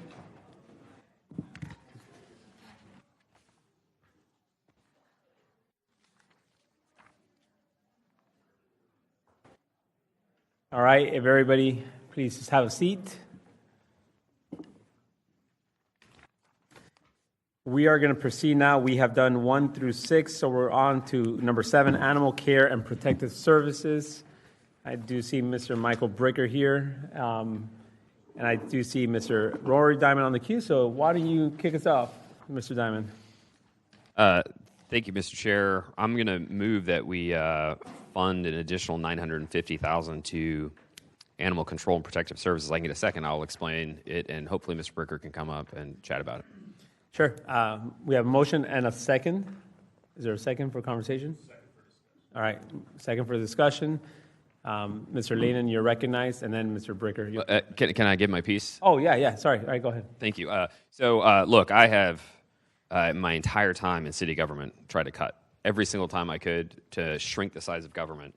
But there are a few things that are government's responsibility. It's police, fire, emergency services, paving the roads, and picking up the trash. This is one of those. This is emergency services. This is a core city function. You can't go and rescue a dog in somebody else's backyard just because you walk by and see that it's being tortured or misused. The city has a monopoly on that power. And because the city has taken that responsibility on, we have to do it right. And in the city of Jacksonville right now, I think when I started on council, we were about a D for a city and county our size. Then, full credit to the administration for hiring a good director and getting good management and starting to clean up our problems. We came back last year and started to close the gap on the issues with regards to making sure dogs get picked up. Dogs are clean, kennels are clean. You get people out there to get dogs adopted. But we've gone from a D to like a C+, and we need to at least be a B-rated city in this regard. And so that's what this does. This will allow us to have a substation, pardon the phraseology from the police world, somewhere in the south side where we can get dogs adopted closer to where families are on the south side and closer to the beaches. It'll allow dogs to get cleaned before 1 o'clock. Imagine being in your own feces all day until 1 o'clock before someone can finally get to you. It'll allow us to pay a competitive wage. Right now, vet techs are extremely expensive, and we're losing vet techs and veterinarians. And then most importantly to me personally is we'll be able to respond to those calls that come in where a dog is being tortured, misused, abused, and they can be rescued. So combined, that's what I think we need to do. I really hope that the committee will support this, I'll guarantee you this, the people of Jacksonville, even though I think they really scrutinize our spending a lot of stuff, will absolutely embrace spending money on animal control. Thank you. Thank you. Mr. Lehnen, recognized. Thank you, Chair, and thank you, Councilmember Diamond. So here's my concerns. Going back to last year, so we had a budget that was submitted to us that had 6,793 positions in the general fund. By the time it left council, it had 6,813. So we added 20 non-public safety positions as a council to the mayor's budget last year. We look at this year's, and we got submitted a budget that had 6 additional positions. There were more than 6 public safety positions that were added. So when you take the net, non-public safety departments actually were reduced by the budget. We've added the one position, the DIA attorney, which is basically CRA money, so I'm not too concerned about that. But I just want to make sure we're having the conscious discussion on, do we want to have a budget that increases non-public safety by the time it leaves City Council? Thank you, Mr. Salem. Thank you, Chair. Through the Chair to the auditors, I know we had an initiative last year for animal care and control that Councilmember Diamond passionately spoke to us about. Can you review that for me? Through the Chair to Councilmember Salem, we were just pulling that, and it looks like it was 14 positions at a cost of $750,000. That was an enhancement added to the budget in the current year, 24-25. And those 14 positions have rolled into this budget, is my assumption. Yes, sir. As best I can tell through the Chair, there's also an increase of 2 positions. There were 4 positions that were eliminated unrelated to animal care and control, and then 2 were added. for a net of 2 in their department overall. Okay. And I assume these increase, if this is approved through the full council, this will be part of their standard budget going forward. Is that correct? So we're looking at roughly $1 million increase in their budget going forward. Through the chair to Councilmember Salem, that could, of course, be changed by the mayor next year. Sure. But assuming, I would presume these are recurring costs related to positions that the council member wants to stay on board. Okay. My last question is, and I am not the expert here by any means, but I have toured a animal control center on Beach Boulevard near Parental Home Road, and is that affiliated with Animal Care and Control, and could they be a South Side place where people adopt? They tried to give me a pet when I toured it, but I did not take one. If someone could clarify, Mr. Diamond, if you could clarify that for me. Certainly, through the chair to Councilman Salem. So you're talking about Jack's Humane Society, and in every city basically is set up like this, and Jacksonville is too, where you've got the city's animal control, and then you've got a humane society. Sometimes you have like other ones, but Jacksonville's really just these two. And so animal control has been full since, the beginning of time. And Jack's Humane comes and takes some of the relief off of that. Even with as great as Jack's Humane is, animal control is still full. And that's what this is about. Thank you. Those were my questions. Thank you, sir. Before we proceed, Ms. Stefopoulos, please. Thank you. Through the chair and to the chair, I just wanted so there was a motion on the floor with a second to add an additional $950,000 to the ACPS budget. The documents that were handed out reflect a total request of $1.995 million. So whether it comes from Councilmember Diamond or from ACPS, we would just need clarification on what the $950 would be intended to cover out of that $1.995 million ask. I see $995,000 is for a staffing expansion of 17 new positions, but with $950 being the dollar amount proposed, we just want to make sure we know exactly how these funds would be utilized. Through the chair to Ms. Mary, the goal here, the animal control, this is their request. That being said, my motion was purely for the FTEs and not for any capital. And then I'll be super candid with you. I'm going to see if we can find the money in the next 3 or 4 months, if there's money somewhere there for the capital piece of this. Or, and this will be new information, we're going to work really hard to raise money in the private sector also on the capital side. So I think there's more to come on that. Just not enough progress down that road yet to be like, we're going to be able to do this or that. It's going to be an effort to raise money on the capital side, but the FTEs are what's required. That's how you can't do dogs without people.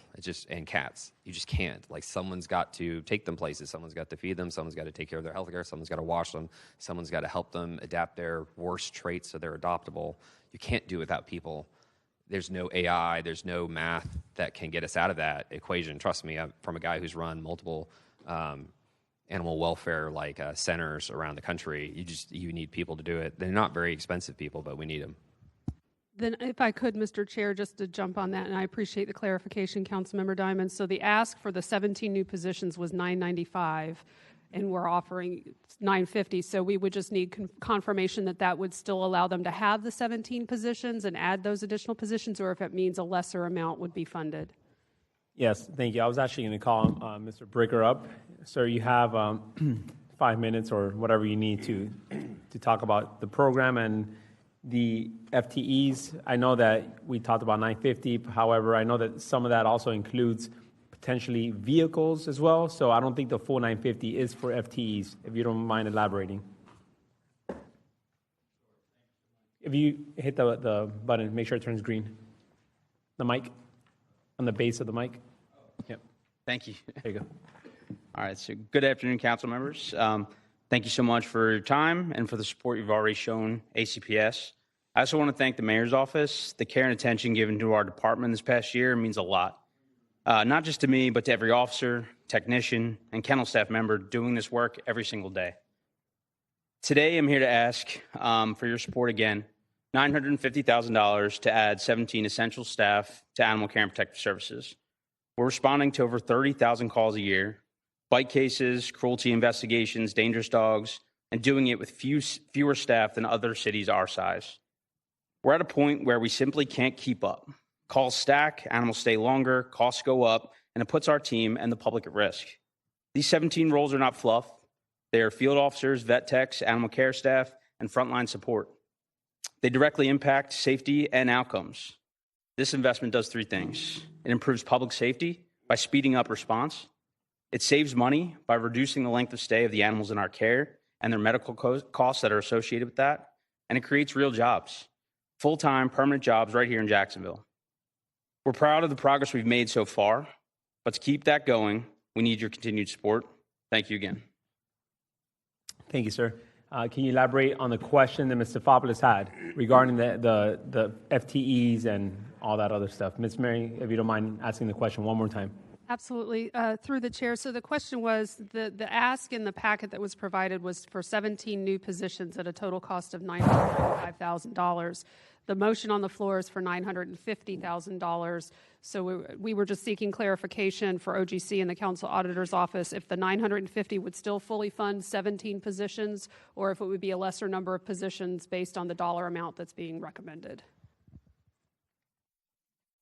So to clarify, through the chair, the $950,000 will fully fund 17 positions. They may just be different positions than what I initially outlined for the $995,000. And is this going to include vehicles for those positions, or is it truly just salaries and benefits? No, correct. If some of those are officer positions, then that would include the vehicles to go with them.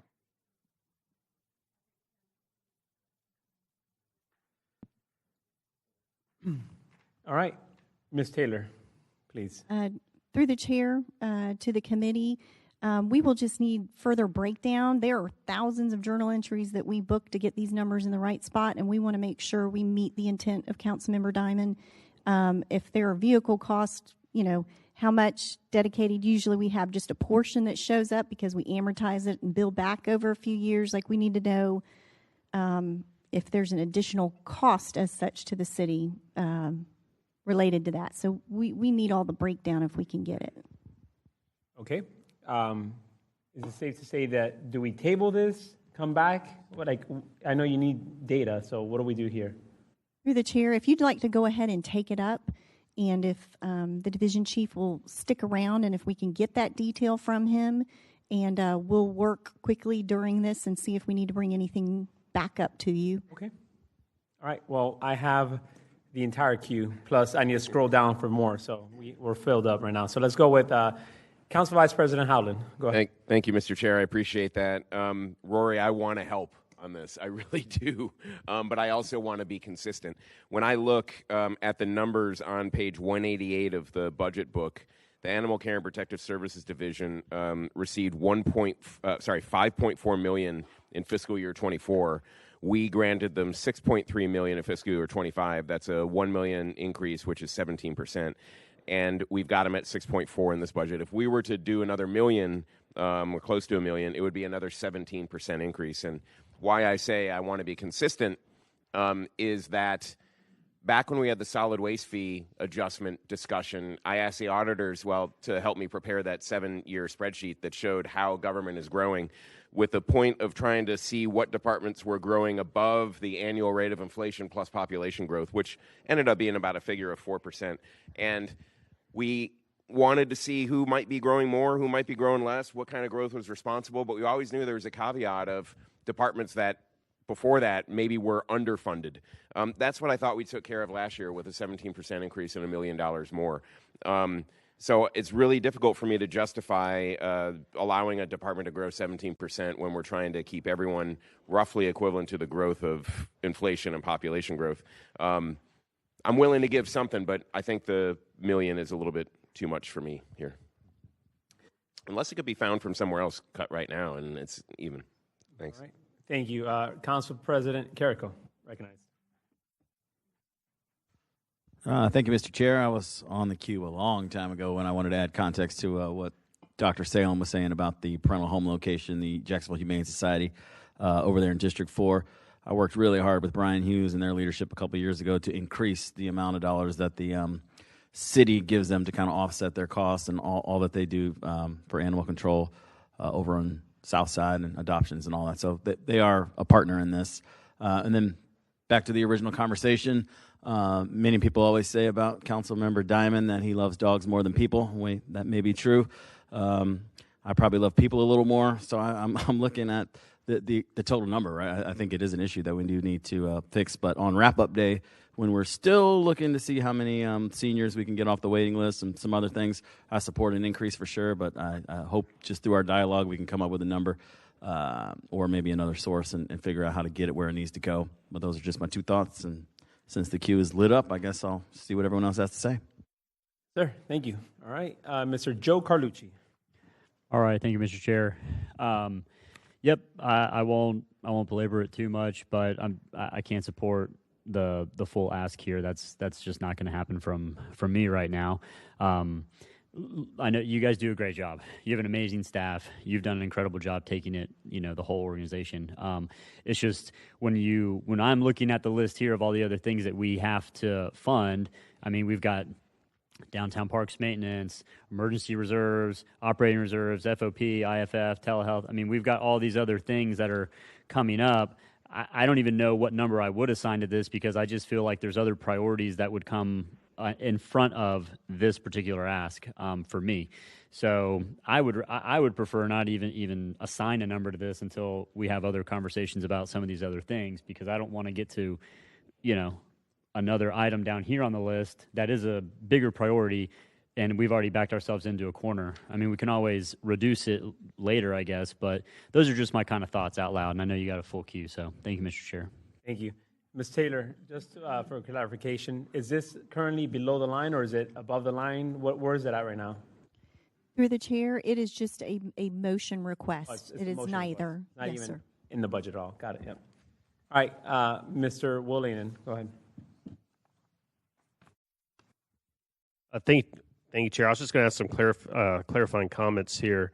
Just so I understand the sequence, do you need the 17 new positions before the $1 million capital upgrades are made? I think that's to Councilmember Diamond or to Mr. Bricker. Okay, through the chair to Councilmember Diamond. Okay, so they can be done in parallel. Through the chair, back and blow me up if I'm wrong, but no, this is to essentially maintain like the facilities that exist now and the dogs that are there now and the cats. And through the chair to Ms. Taylor. So when we have something like these would be all new positions, and the 900, I think it was 950,000. That's full year salary. Would we really budget that though in the first year? Because obviously these 17 positions would not be hired on day one. And I know just the way I do my budgets, you usually kind of pick the mid-year point on when you assume someone would start. So the real expense next year would probably be nowhere near that 950,000. Through the chair to Councilmember Lanin, I don't know without having the detail if maybe the 950,000 is already a prorated number. It could be. I don't know if he's indicating they baked in a full year. So then you would have a normal type of increase over that. If this is a full year cost for them, it hasn't baked in any like hiring time, like 3 months to hire in a slightly less amount, it sounds like from their calculations. Through chair to Ms. Taylor, do we ever do that? Like we approve positions, but approve half the dollars just to take into account the hiring? I'm seeing Mr. Weinstein shake his head yes. So my thoughts are maybe there's a possibility here. We don't add all 17, and we certainly don't add the full dollar amount, but we just talk about what's kind of the minimum amount of positions to make a little progress, and then we budget a reasonable dollar against that. Maybe we get down to like something 200,000, 300,000, 400,000 rather than 950,000, if that makes sense. Okay, all right. I think I know what I'm going to do here. I'm going to propose something, but I want Mr. Salem and Mr. Matt Carlucci to speak and Mr. Weinstein, and then I'm going to propose something. Go ahead. Thank you, Chair. Mr. Lanin stole much of my thunder about if it's 17 positions on day one, that's not realistic. It'll take months to gear up. That's point number one. I want a better understanding of vehicles and benefits and all that put together so that we can clearly understand what we're budgeting, because I'm not convinced that 950 is a realistic number. I want to help as well, but I think I have a great deal of difficulty coming in at this number. But I think we can do something to help, is what I would would be my suggestion. Thank you, Chair. Yes, sir. Ms. Taylor, you want to add something for context? Just wanted to clarify to that point exactly was what I was going to bring up on the vehicles. With the balanced budget already, you would be in essence having to have the cash to pay for the full vehicle cost at this point, since we've already balanced the vehicle replacement fund. So just keep that in mind when you're balancing all the numbers, that those, since we can't do a partial there, you're going to need a vehicle for a person. We'll get you there eventually with all the numbers. Thank you. Mr. Matt Carlucci. Mr. Chair, I'm a little bit all over the place here, but I'm going to try to dovetail it all together. First of all, I would like to support the full amount. You know, as much as we might not put this issue into quality of life, it really is. In a lot of the neighborhoods that I drive through as an at-large council member, there's a lot of dogs that are out there. We had a dog that was really threatening my neighborhood, and his crew came out, and I mean, a little girl, she tamed that dog. I was scared to death of that that little dog, but they did a great job, and I appreciate it. We had them up to my office, and we gave them some certificates of thank you and took pictures. But you know, there's a lot of things that make up quality of life, and a good quality of life is the perfect environment for good economic development. So I would like to support this, but then I want to go back to say, but there's other things I want to support, and the things we're taking up next, like HealthLink Jacks, hopefully Meals on Wheels, hopefully affordable housing. These are all important, and I don't know how much money we got to go around for that. I'd like to be able to support all of them. That's why I didn't want to lower the millage, because if we hadn't lowered the millage, we would have the money to do those things. And that's where it comes to investing money. And I've seen this time after time after time. You get down to wrap-up day, and, well, we just don't quite have the money. And when you have the money, that's when you move the needle forward for your city. I'm not trying to be contentious with that, but I do think it's a learning moment for new council members. So, Ms. Taylor, could you, through the chair, if it's okay, Mr. Chair, I know your time, my time's probably almost up. What do we have resource available? So, is it possible that we could fund this for Councilman Diamond? I share his concern, and I think it's a good idea, but is there still some dollars left to take care of these other things, like the Meals on Wheels, HealthLink, and the affordable housing, and anything else that might be important? Through the chair to Councilmember Carlucci, the balance right now is just under $6.4 million in special council contingency. Other than that, it's identifying if there's another spot you wanted to cut. That's where we're balanced at right now. So would that $6.4 million cover all of this? The animal control, the Meals on Wheels, restoring that, and restoring the HealthLink, and restoring the affordable housing? Through the chair, those are the policy decisions that you all will have. I know, but I just ask you, would it add up to that amount? I mean, would that cover those things? Through the chair, no, sir, not everything. It would not cover the things that you just named. Okay, so I would throw out this, Mr. Chair, and maybe this is your idea.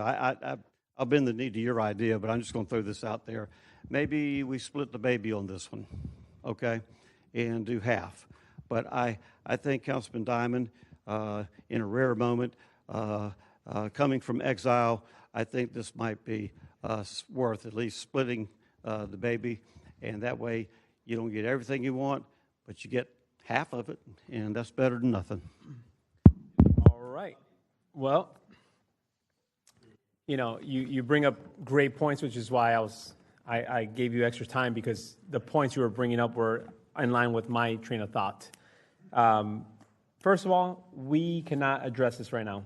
Even though it's the one that we're taking up right now, I think we need to bring it back, until special council contingencies, which means I'm willing to move that one up right now to find out how much money we truly have. I know Ms. Taylor mentioned 6.4, And then what I want to do is, out of the special council contingency, address the initiatives that you mentioned. I know Mr. Boylan wants to get on the queue and speak as well on that. And then once we determine all of these together, we'll see how much we can actually put towards animal care control. That way we have a fair shot for everybody versus just absorbing it all in one shot. So thank you for that. Sit tight. You'll be called up pretty soon. All right, thank you. Go ahead.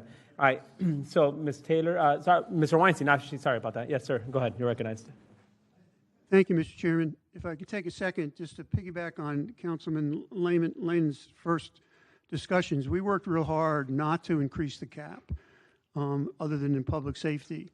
If we were going to increase the cap, I would suggest that we prioritize. Should it be maintenance in fleet? Should it be someone in risk and claims adjuster? I mean, if we were going to add positions, I think you got to take a holistic look at where is the most priority, where's the highest priority within city. We're sort of taking a silo all of a sudden and looking at 17 potential positions or even one potential position.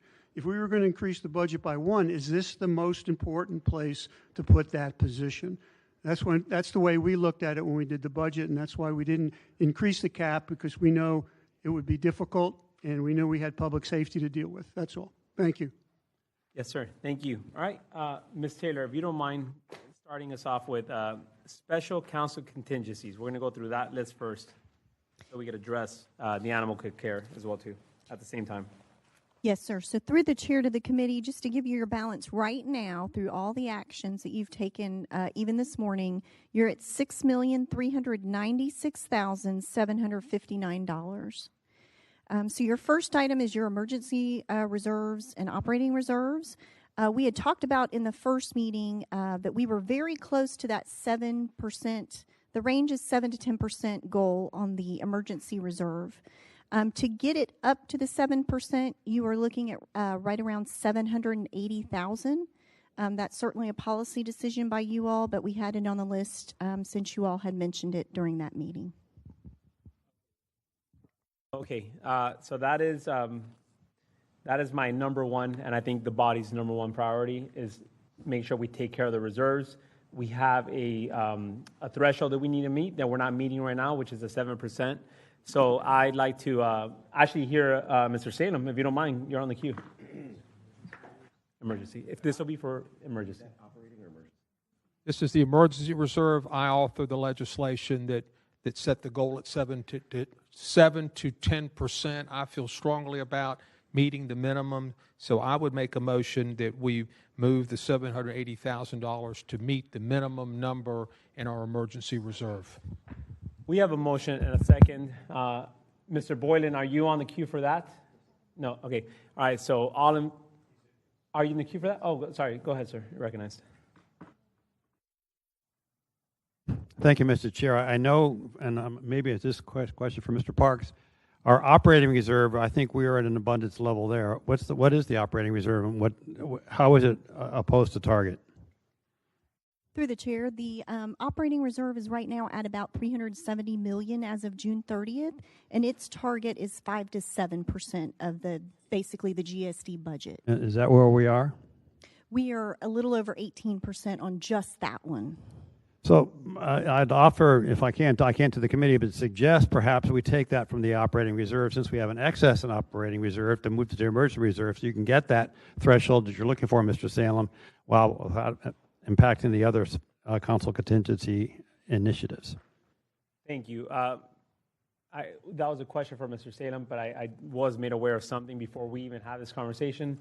We do have the diamond motion on the floor. We are going to... So before we vote yes, can we withdraw it for now? You can table it as a chair. We could table it? All right, so I'm going to table it then if that's the case. And now we're going to open back up the conversation on special council contingency for emergency reserves. 7%. And if I may direct my question through the chair to Mr. Salem about the prospect of using operating reserves and pulling that over to get to the threshold he's looking for. Thank you for the question, Councilmember Boylan. What my goal is in this whole budget process is to build our operating reserve to the highest level that I can, because I see the chair made a comment several weeks ago that this was supposed to be the toughest budget we ever saw. What we didn't know then, we got $40 million from JEA and $45 million from a garbage fee. So this budget ended up not being nearly as bad as we thought. However, looking forward, unless there's something that occurs that none of us are expecting, we are going to have some very, very tough budgets, $60 to $100 million deficits potentially. And I want to build the operating reserve as high as we can so we have a way of buffering some of the expenses that we potentially have going forward. So I support moving dollars from the 6,396, moving the 780 to the emergency reserve and leaving the operating reserve as it is. Thank you. Thank you. All right, Mr. Howland, you're recognized. Thank you, Mr. Chair. I support Councilman Salem's motion. I think that's a terrific one. If we can deliver the largest operational budget in the city's history, the largest capital budget in the city's history, property tax relief, and shore up the emergency reserves, I think we've had a darn good year. One other thing I'd like us to think about as we move forward here is, to Councilman Salem's point, we will have headwinds next year. We will have budget deficits next year. I don't know how we can use some funds to create, I know in Councilman Salem's words, he's used the phrase before of a budget stabilization fund, some element that we can create in the operating reserves that could be realized for next year's revenue. And why I say that is because we will have revenue shortfalls next year compared to our expenses, and we are not going to have another $40 million JEA contribution next year. So if there's excess funds, which I hope there will be at the end of the day, that we don't, go back on some of the challenges we've made that I think have been well thought out and calculated, that we can put some of those funds towards a future revenue recognition in the reserves, and maybe that's budget stabilization. Thoughts on that for Kim or Brian? Has that been done before? Through the chair to Councilmember Howland, that has been done before. Basically, what has happened is the special counsel contingency balance was moved into, it's just a designated below the line item called budget stabilization. And it was used throughout the year to face any headwinds or things that, in case something happened where the revenues did not materialize or there were issues with expenditures for some reason that something happened, that you had an available resource. You do have the available reserves right now that you do have. At that point in time, we didn't have the reserve levels that we do now. Could that budget stabilization be earmarked for revenue recognition in the FY27 budget process rather than be available during the course of the year to be used for current year budget stabilization? Through the chair to Councilmember Howland, you'd really have to pull that out now and designate it for that. So out of your special counsel contingency, peel that out now as a source. Okay, thank you. And I don't know if Mr. Parks wants to add anything else in. Okay. Mr. Parks, you said wanted to add something? No? Okay. Thank you. That's all I had. Thank you. All right, Mr. Leland. Thank you, Chair. First off, through the Chair to Councilmember Howland, it's not just the $40 million in JEA, but shipyards also slid to the right, so it's really a $65 million delta between the two of those, plus some other factors out there. But through the Chair to Ms. Taylor, the I believe you said $370 million is the operating reserve balance. Is that before or after the $39 million that'll come out to fund the escrow for the related deal? Through the chair to Councilmember Leanan, that's before. And keep in mind, you are not using operating reserves to take away, so you're not taking away from that balance. Yes, you're correct where I think you're heading. If you didn't utilize that, those funds would fall into reserves and add to reserves. But you're kind of taking them out before they hit reserves before year end through the legislation. Through the Chair, thank you for clarifying that, Ms. Taylor. And I know we talk about target specifically for the emergency reserves. We don't use target as much for the operating reserves, but my target is better than we found it. So we started $416 million the year we were elected. We're down to $370. So I think it should be our goal to find a way at least to get it up to where it was when we took office at that $416 million level. So that's my take on what I think the target for our reserves should be, especially knowing what our projected deficits are. Thank you. All right, thank you. Mr. Matt Carlucci. Thank you, Mr. Chair. I'd like to ask Mr. Peterson through the chair a question. You want to? How about Ms. Taylor or Mr. Parks? Because Mr. Peterson's not here. Oh, okay. He snuck out on me. Well, Mr. Parks or Ms. Taylor, one of the two. So my question is, our reserves are supposed to be 5 to 7%. of the general fund budget. What are so it's supposed to be around 140 million. Is that correct?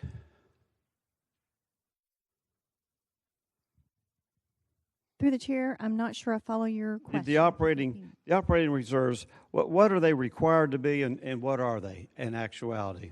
Through the chair to Councilmember Carlucci, there's not necessarily a required, there's goals.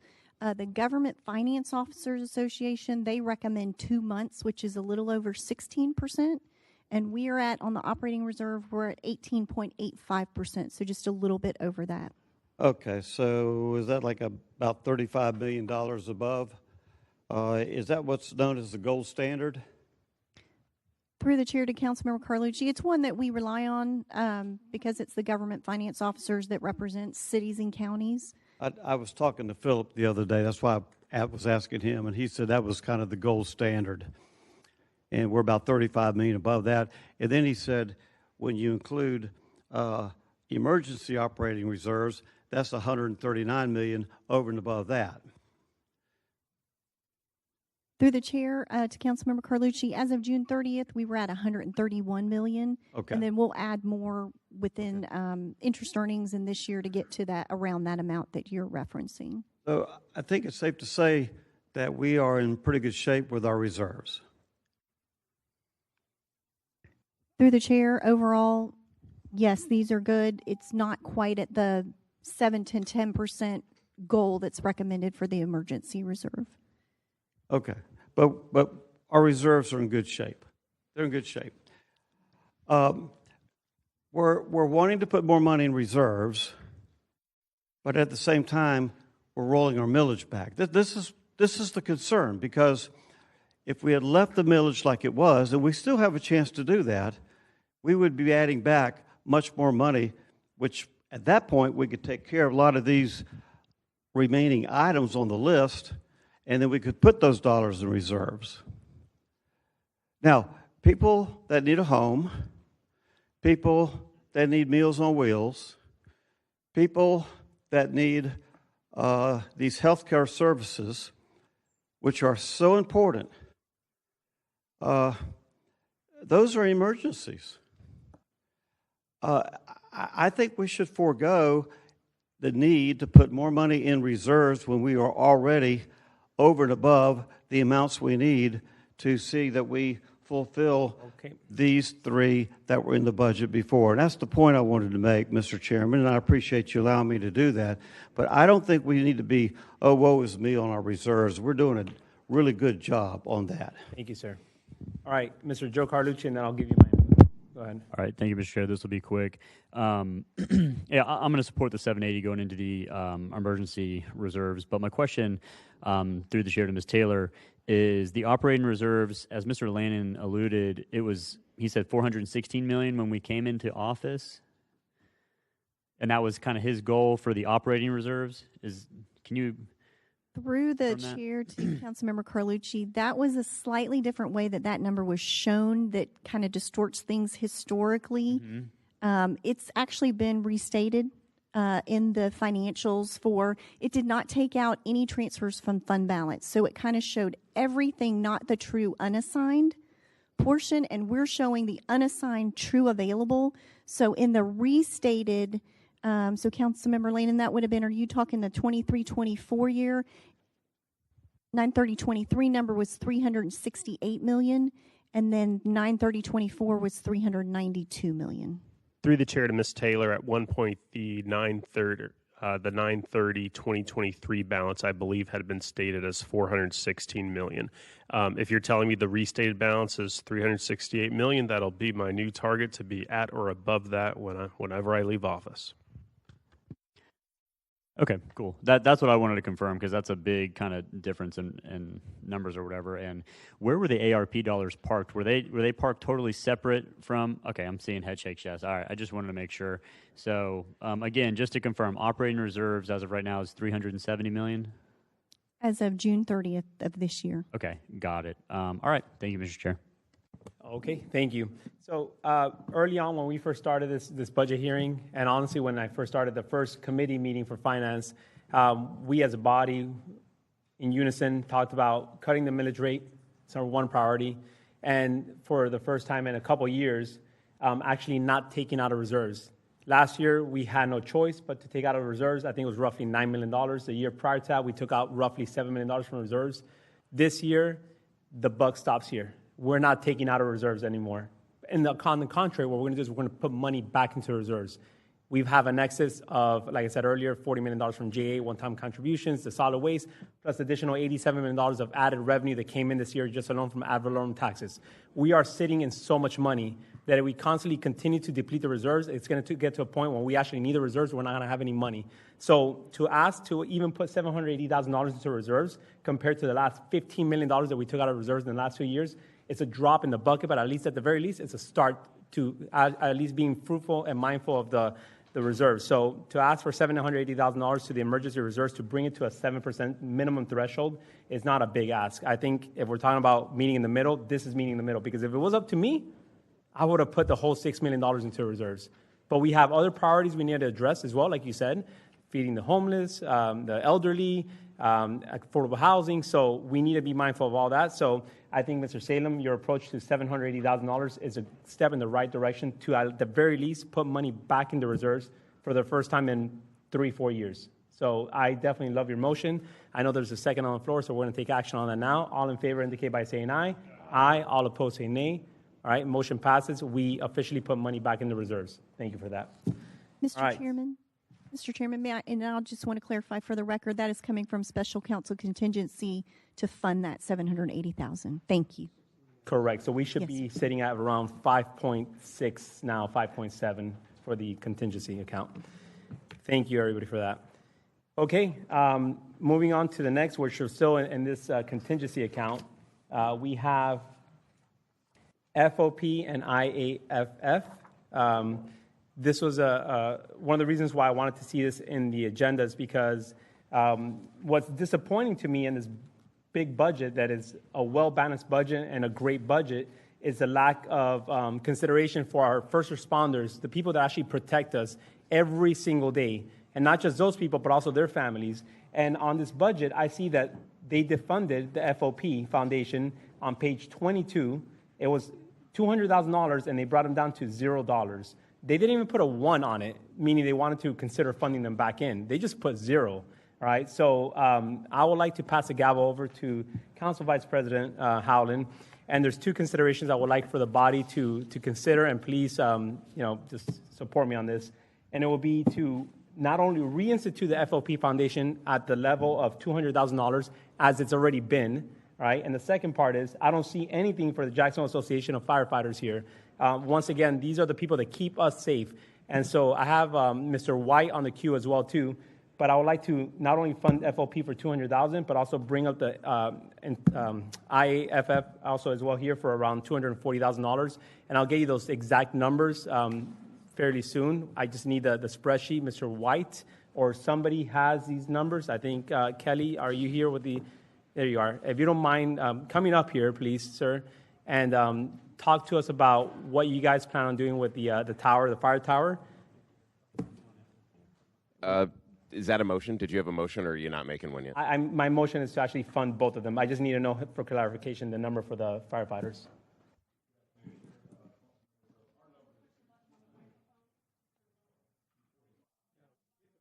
Mr. Dobson, you're recognized. I think I'm on now. Good afternoon. Kelly Dobson, President, Jacksonville Association of Firefighters. Our number is 245-320. 245-320. Thank you, sir. Yes, sir. All right. Hold on, let me ask. That's a number. What is it for? And I can speak on that. If that's 245,320. For many years, and I've been on the board. Former President White is very, very attuned to what I'm talking about here. But our old drill tower at 625 Stockton Street. Councilman Carlucci sitting here was the past president that made that possible for us. The city deeded us that land, the Jacksonville Association of Firefighters, and we took over that in 2000. That drill tower is an old Works Progress Administration from the FDR administration. built in 1936 and 37. Our firefighters trained there from that date until 1990, and we moved to South Campus, ironically, FCCJ. So all these things are connected. The problem with it is just sat there and decayed. It is a 70-foot tower that has needed some work. To remind you about it, we did do our due diligence. We went to the state for 3 consecutive years, and I presume someone in the governor's office, it got the veto pen every year.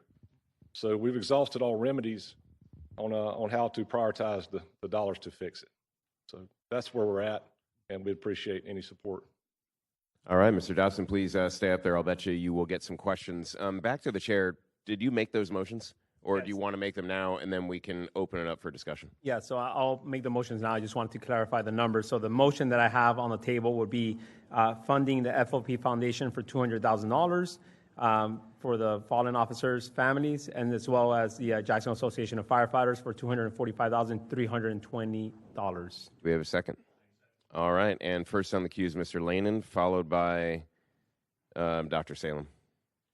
Thank you, Vice Chair, and through the Vice Chair to Ms. Taylor. When I looked at the FOP, I saw the funding wasn't continued, but I thought that was because wasn't this either a strategic initiative or an enhancement day last year?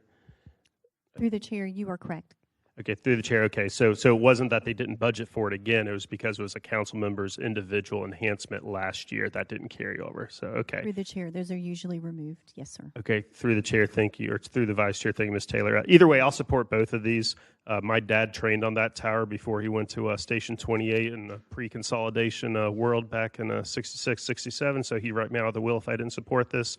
So I will support both of these. Thank you. All right, thank you. Now, Dr. Salem, followed by former Council President White. Thank you, Vice Chair. The 200 was an initiative of mine last year for the FOP.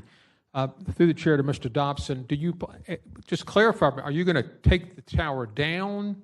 Are you going to renovate it in some way? I'm trying to understand. Okay. I have been up there. My son did his science project 15 years ago from atop that building, so I'm very familiar with it. But yes, sir. If you could explain what you plan to do with the building. Through the chair to Councilman Salem. So the history of that is we have invested in the flagpole at top. If you ride by, we have hired WWGA in the past and paid that out of our members out of our pocket to reinforce the tower. As far as the flagpole, we have invested money for lighting around it. If you go by there at night, you'll see it's lit up. That was a pretty good investment. And now it just needs repointing of the brick, pressure washing. The fire escape needs to be reinforced. And then the rest of it would actually be trim with original wood windows coming out, rebuilt, and reinstalled. And you have estimates for all that? Yes, That's sir. why you have such a specific number, Mr. Yes, sir. Dobson? And I've just told my guy working on that to stop getting another updated estimate until this moves forward. So, okay. You've answered my questions. Thank you, Mr. Vice Chair. Okay, over to former Council President White, followed by Mr. Carlucci. Thank you. I'd like to go to Mr. Carlucci first because he played a big part of this back when he was council president. Yes, sir. I think we, as I was union president at the time and bought the property, I think for $10 for 99 years. So let me let him speak first, and I'll take 30 seconds and finish up. Thank you. That works. Thank you, former Council President White. I think that's the first time anybody's called me former Council President up here. Let me explain that when we did this back, I guess 23 years ago or so, it was such a sweet and wonderful moment because this tower has meant so much to all of the firefighters because there's so many families that are involved whose father, grandfather, son have trained or watched their fathers train on this tower. So when we made we basically deeded the training tower and the old fire station there, I think for $1 for 99 years. But I had one condition on it, which they readily accepted, and that was it had to be a local historic landmark. And so when you were a local historic landmark, and they totally embraced the idea, and they went right away to work restoring that to its old glory. But after all these years, it needs to be restored again. And that's why they're here for that. And I couldn't be more excited to see that happen. What happens is sometimes you designate something a landmark, and it's beautiful, but then maybe 20 years later, if you want to keep it around, you got to do the restoration again. And I tell you, they did such a fabulous job. And Kelly, I'm so proud of you and what you did. And I was so proud of Randy White. He and I worked very closely together on that, and they could not have been more cooperative.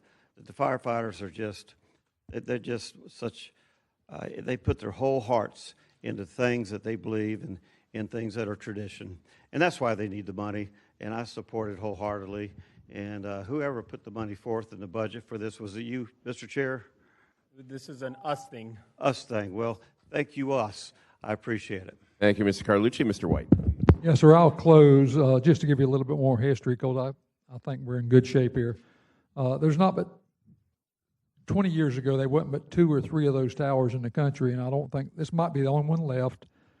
And in that package or in that price, God, I'd like to shout out to WWA. He's going to do the staircase on the outside, and there's a lot of room, and it was a lot more expensive than what I think he's just covering his labor only. So this number that they are getting to the 249 is probably doing $500,000 worth of work, because the two companies has really reached out and helped the firefighters also.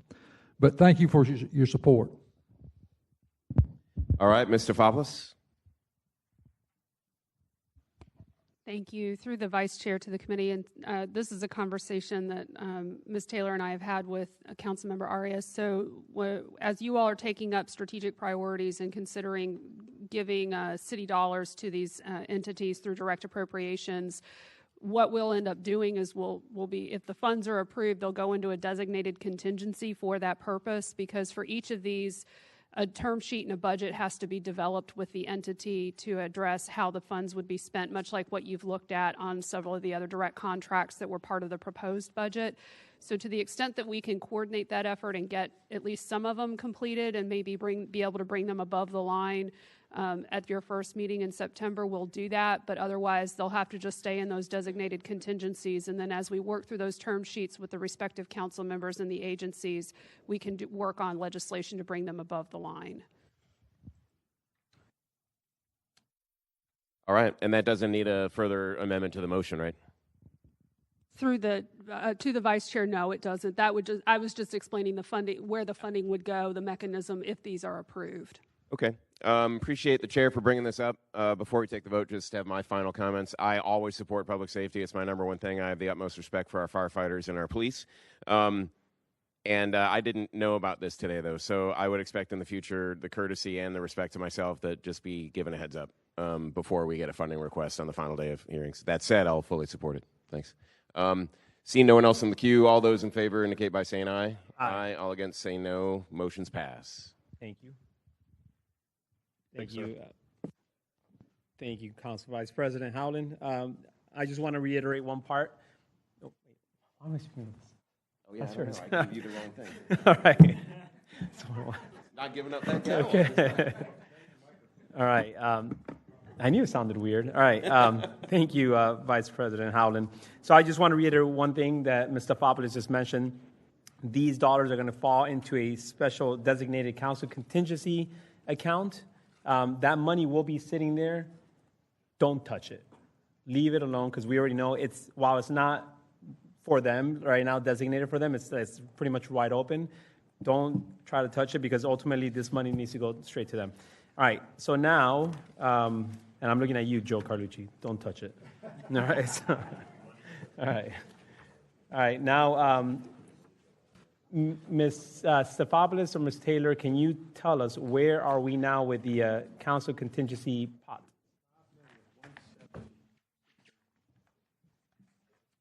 Through the chair to the committee, we're at $5,171,439. Okay. All right. I will now open the floor up for a brief 25-second conversation from Mr. Boylan. All right. Go ahead, sir. For the record, I requested 3 minutes. He graciously offered it to me. Right. I'm going to suggest that we take up the next two items together because they are intertwined through this process.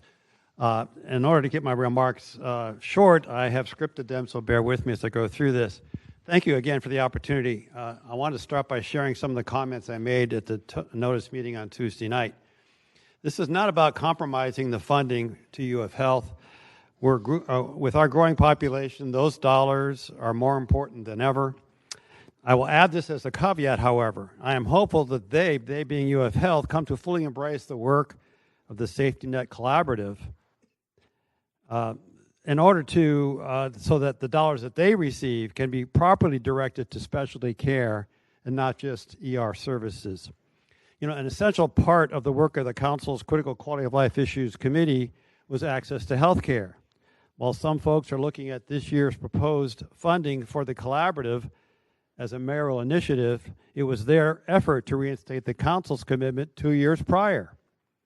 $500,000 we gave to We Care and appropriated $1 million divided among the 6 free and charitable clinics. This past year, we were able to secure the $500,000, but not the $1 million. And to be clear, the work of Jack's Care Connect is not a pilot program.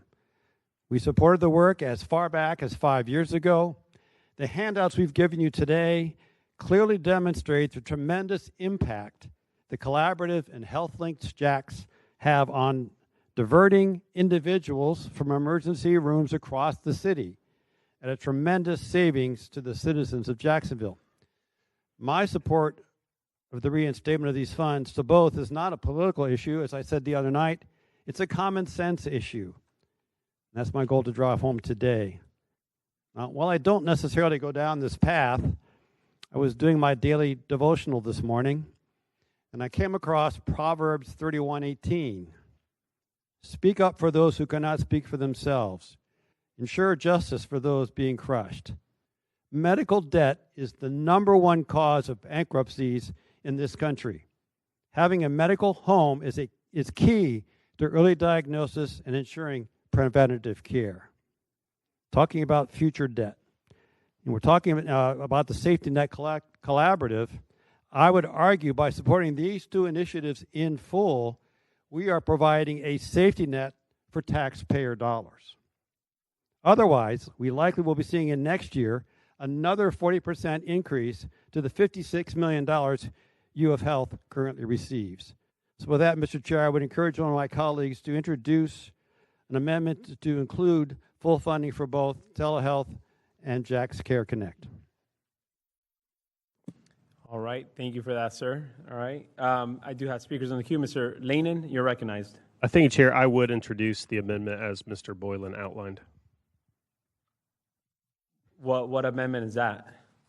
I mean, can you be specific? Sure, it's, and Mr. Boylan, correct me if I'm wrong, but it'd be the $2.185 million for telehealth, and then I believe the $1.25 for Jack's Care Connect, as outlined on page 2 of the agenda handout. All right, so we have a motion. Can we get a second for conversation? All right. The queue is lining up big time now. All right. Lanen, you still have the mic, so go ahead. Thank you, Chair. So we did take this up, I believe it was on day 1, under a direct contract. I spoke in favor of it then, specifically the telehealth portion, which is by a Telescope. And look, I'm just approaching this from a ROI, from a finance mindset here. We've been talking a lot about what percent increase which departments had the past couple of years, but we really haven't talked about UF Health much. So we go back to 2021, it was at $30 million. Then it went up to 35, then it went up to 40 for 2 years in a row, and then it's gone to 56 last year. It's 56 this year as well. So it's probably one of the fastest increasing budgetary items that we have. Councilmember Boylan, I think your exact language was this is not to compromise the UF funding, but I certainly would like to see that funding stay flat. And I think one of the biggest ways we can do this is just by embracing some of these emergency room diversion attempts. When I've looked at everything here, a lot of the programs we cut are cuts to programs that don't really serve a lot of people. There was the $2 million, I think it was the down payment assistance. That was first come, first served for $25,000 a person. So at most, it could serve 80 people. We said no to that. This program, in contrast, in its first year, has gotten over 5,000 calls, and it's pretty much all of Jacksonville. I think some of you have seen the map that where users are calling from. But I was pleasantly surprised to see that I think one of my zip codes was number 5 overall, and I think one of your zip codes, Finance Chair, was number 6 overall as far as who's using it. So it truly is countywide. And then when you hear about some of the cost of an ambulance trip, that falls on us if they don't have insurance and it can't be reimbursed. Not to mention 20% of people that use this would have otherwise gone to Shands. So again, my concern is for literally pennies on the dollar here versus what our Shands grant is. It's $2 million here to prevent $56 million from going up in the future. That's how I approached it, and that's why I think of everything we've seen, this is probably the one I feel the strongest about, that I think is truly a good business case and a good use of taxpayer money, so we don't see costs going up elsewhere in the future. All right. Thank you for that, sir. Ms. Pittman, you're recognized. Go ahead. I'd just like to say I support the amendment by my colleague, Mr. Borland. Had an opportunity to see the video from this week, and I saw, and I know this helped a lot of residents. You know, we're helping real people with real issues, health issues.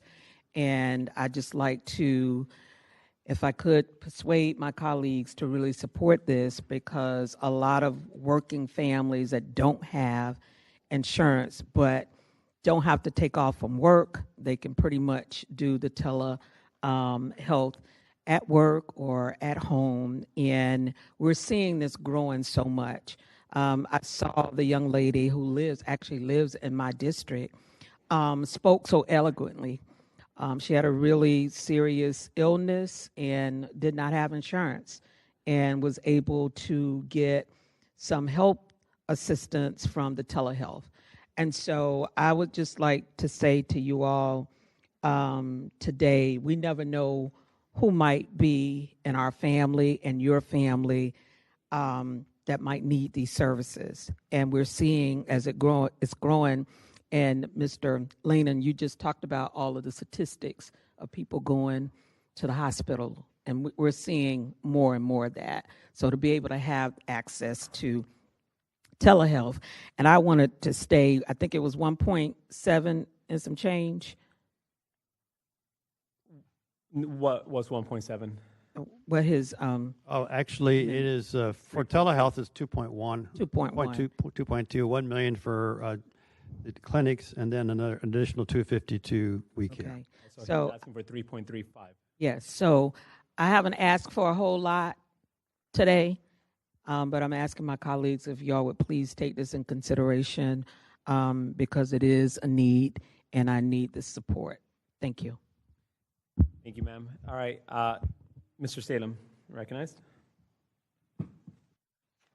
Thank you, Chair. Let me talk about UF Health and funding for a few minutes, because I know a little bit about that.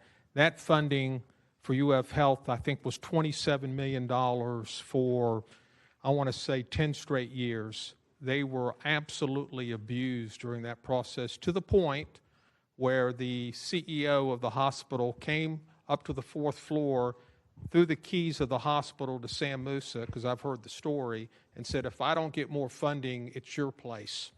We own it. It's our responsibility. And that, I think it was soon after that that we saw some of the increases to UF Health. We were able to get it up during the COVID process. A lot of COVID money went to the subsidy for UF Health. And I think now we got it to the point to where it should be, frankly. It was flat this year. It was 56 last year, 56 again this year. So I think we're in a good spot there with that. Let me talk about telehealth for a minute. I've done a lot of research. I've made a lot of phone calls. I have no doubt that telehealth is a good process. Does good work, got good statistics. 44% of the admissions that they diverted would have gone to Baptist, 20%, I think, to Ascension Health, etc. The question is, who should pay for this? Who should pay for this? I've had calls since I made these remarks a couple of weeks ago from providers that are also in this business. And one of them I've actually referred to UF Health for discussions. Their model is we get no upfront money. We're paid on outcomes. We divert someone, and there's some formula that determines the value of that diversion, and they get a portion of that. So to pay for the city to pay $2.185 or whatever it is for that service, we shouldn't have to pay for that service. That service should be paid for by the hospital itself, particularly UF Health, that takes care of our indigent population, which is why I referred those people to UF Health, and I understand a meeting's going to occur. So supportive of the concept for UF Health, for telehealth, but don't believe it is our responsibility to pay for it. It should be an outcome-based process where the provider that is doing this is paid. I've spoken to CEOs of our hospitals. They all recognize the benefit, Baptist, Ascension, but they don't want to pay for it because they're getting the service by us. We're paying for it.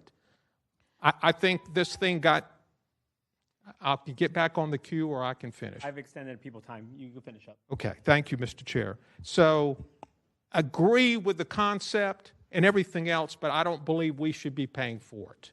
And I would encourage other providers to talk to UF Health and get that on.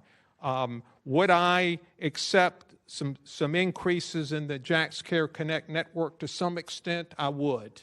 But frankly, from my perspective, I would put this 5,171,439 into a contingency, a budget stabilization fund, because I think the budgets going forward are going to be very tough. And I don't want to leave this council 2 years from now where I didn't adequately prepare my younger colleagues here for some very tight budgets. So that's what I would do with this money. I might do a little bit for Mr. Boylan and maybe a little bit for my friend next to me.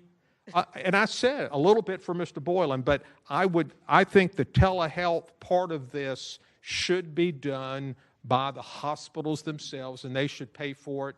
They get the benefit of it. Thank you. So I will not support the amendment. Okay. The queue is filled up right now, so being what we just heard, obviously telehealth, not supportive, but he is supportive of Jax Care Connect. To some extent, Mr. Boylan, I would definitely recommend for you to withdraw your motion and split them up and take them one by one.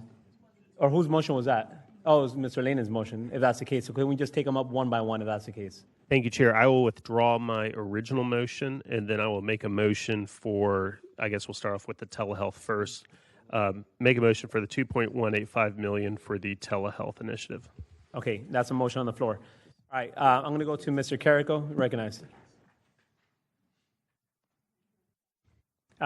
Thank you, Mr. Chair. All right, we got a second here. Yep, go ahead. All right, thank you, Mr. Chair. On telehealth. So, is there anyone from UF Health here today? From UF Health? No, I know him. Yeah. Anyone here from Baptist? Anyone here from Ascension St. Vincent's? Anyone here from HCA? The hospitals don't care about this. They would rather just the people roll up to the emergency room so they could get paid for it. I mean, that's what nobody wants to say. If UF Health would take $2 million out from indigent care and say that we'll fund this tomorrow, I would fund it tomorrow. Go ahead. Yeah, take it out of the 56 if they really thought it would help them. But that's the issue that I'm struggling with is the bigger picture in the overall healthcare system. So now I agree that telehealth probably works and it's probably a decent program. I don't agree with the full amount though. I mean, it's just too much at the end of the day here. I would propose that we add something in there. I mean, 1.5 million maybe. Unless it's not allowed because of the contract. So then that's another reason that we have contracts that go beyond our funding years and another issue. So I'd rather take it out altogether than not be able to do 1.5 because it's just too much, 2.18, and there's issues here underneath the surface that we have to address. So auditors. Through the chair to the council president, the contracts are always subject to council appropriation. So that would not be an issue if you wanted to do a lesser amount, and the mayor can always potentially transfer to get up to a certain amount, up to the 500,000 for that certain purpose, but that does not impair the contract to have a lesser amount. Okay. So I make a motion to amend Will's motion to $1.5 million for telehealth. Okay, we have a motion and a second. I just want to make one thing clear, that if we do take this up and for whatever reason it passes, I don't want to be put in the same predicament we were 2 months ago, where we had to then come up with more money to fund them for their gap funding of 3 more months. So if this passes, I need to have telehealth, and I know they're in the audience, they need to confirm they're not coming back for gap funding. This is what it is for the remainder of the year, and we'll just proceed. On the record, I need that on the record. And this is if it even passes. I'm not saying it will pass, but you're recognized, sir. Please state your name and address for the record.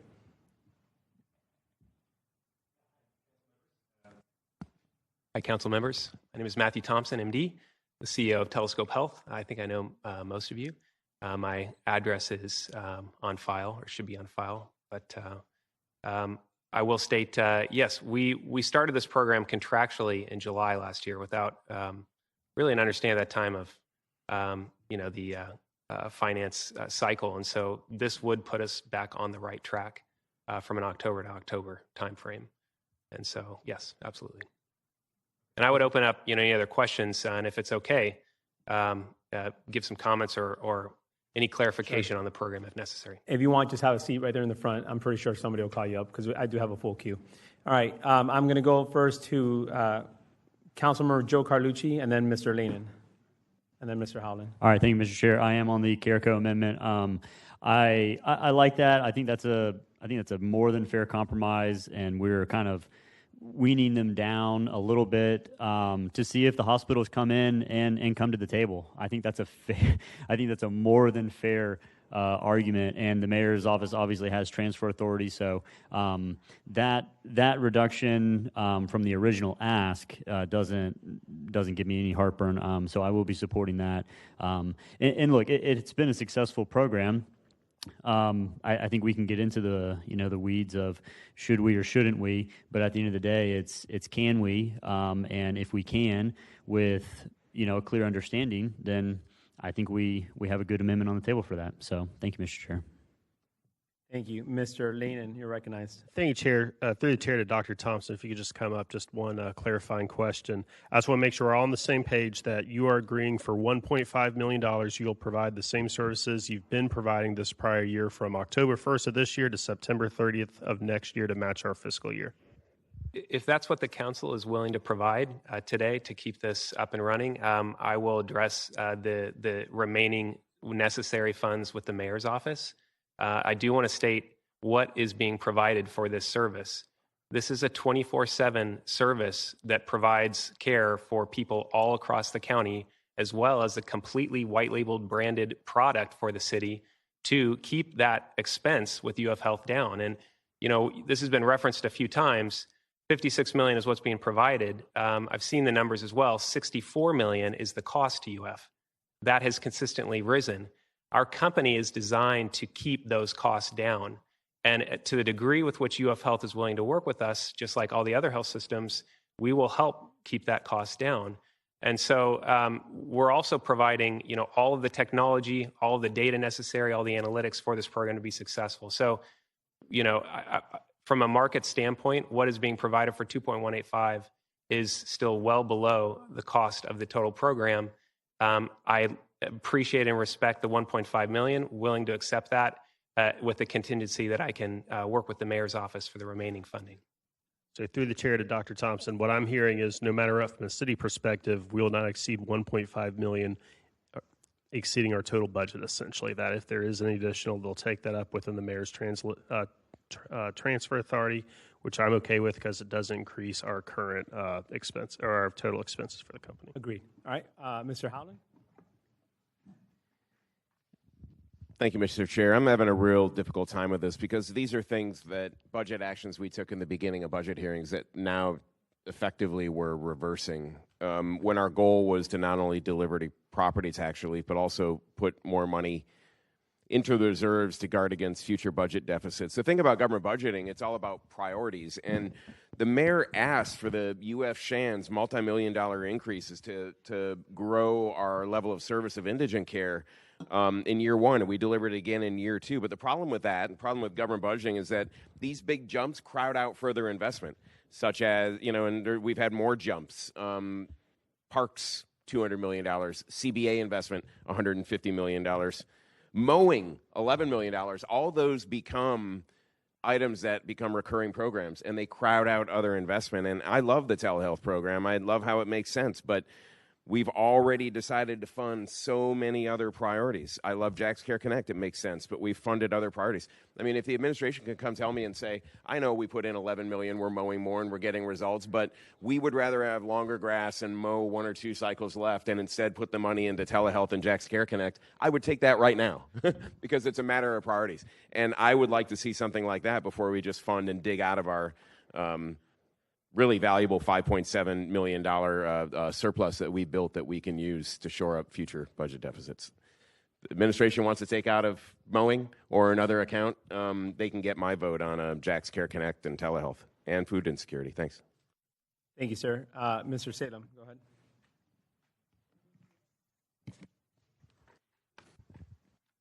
I won't be supporting this for a couple things. The mayor has, and I think telehealth claims a $4 to $5 million cost savings. Is that correct? No, and actually I'll go over the data with you. So to date, we have had over 6,200 calls to this program. When people call and use this program, we don't assume that every one of those people are avoiding the ER. Dr. Thompson, you're using up my time. I'm sorry. Or if he asks you a question. Repeat the question, please. Well, that's okay. Okay. It's over $10.3 million. Okay. Whatever the cost savings are, that cost savings is not touching our budget. It is not touching our budget. We are still providing $56 million to UF Health. Sir, I've got the floor, okay? It's not touching our budget. So, I mean, that's just critical to me. And I've talked to the CEOs. They do not want to pay for this service. They are getting it for free. If we are diverting a bunch of admissions to Baptists, that's great, but they're not willing to pay for it. And neither is UF Health. Why are the hospitals not interested if this thing is so effective?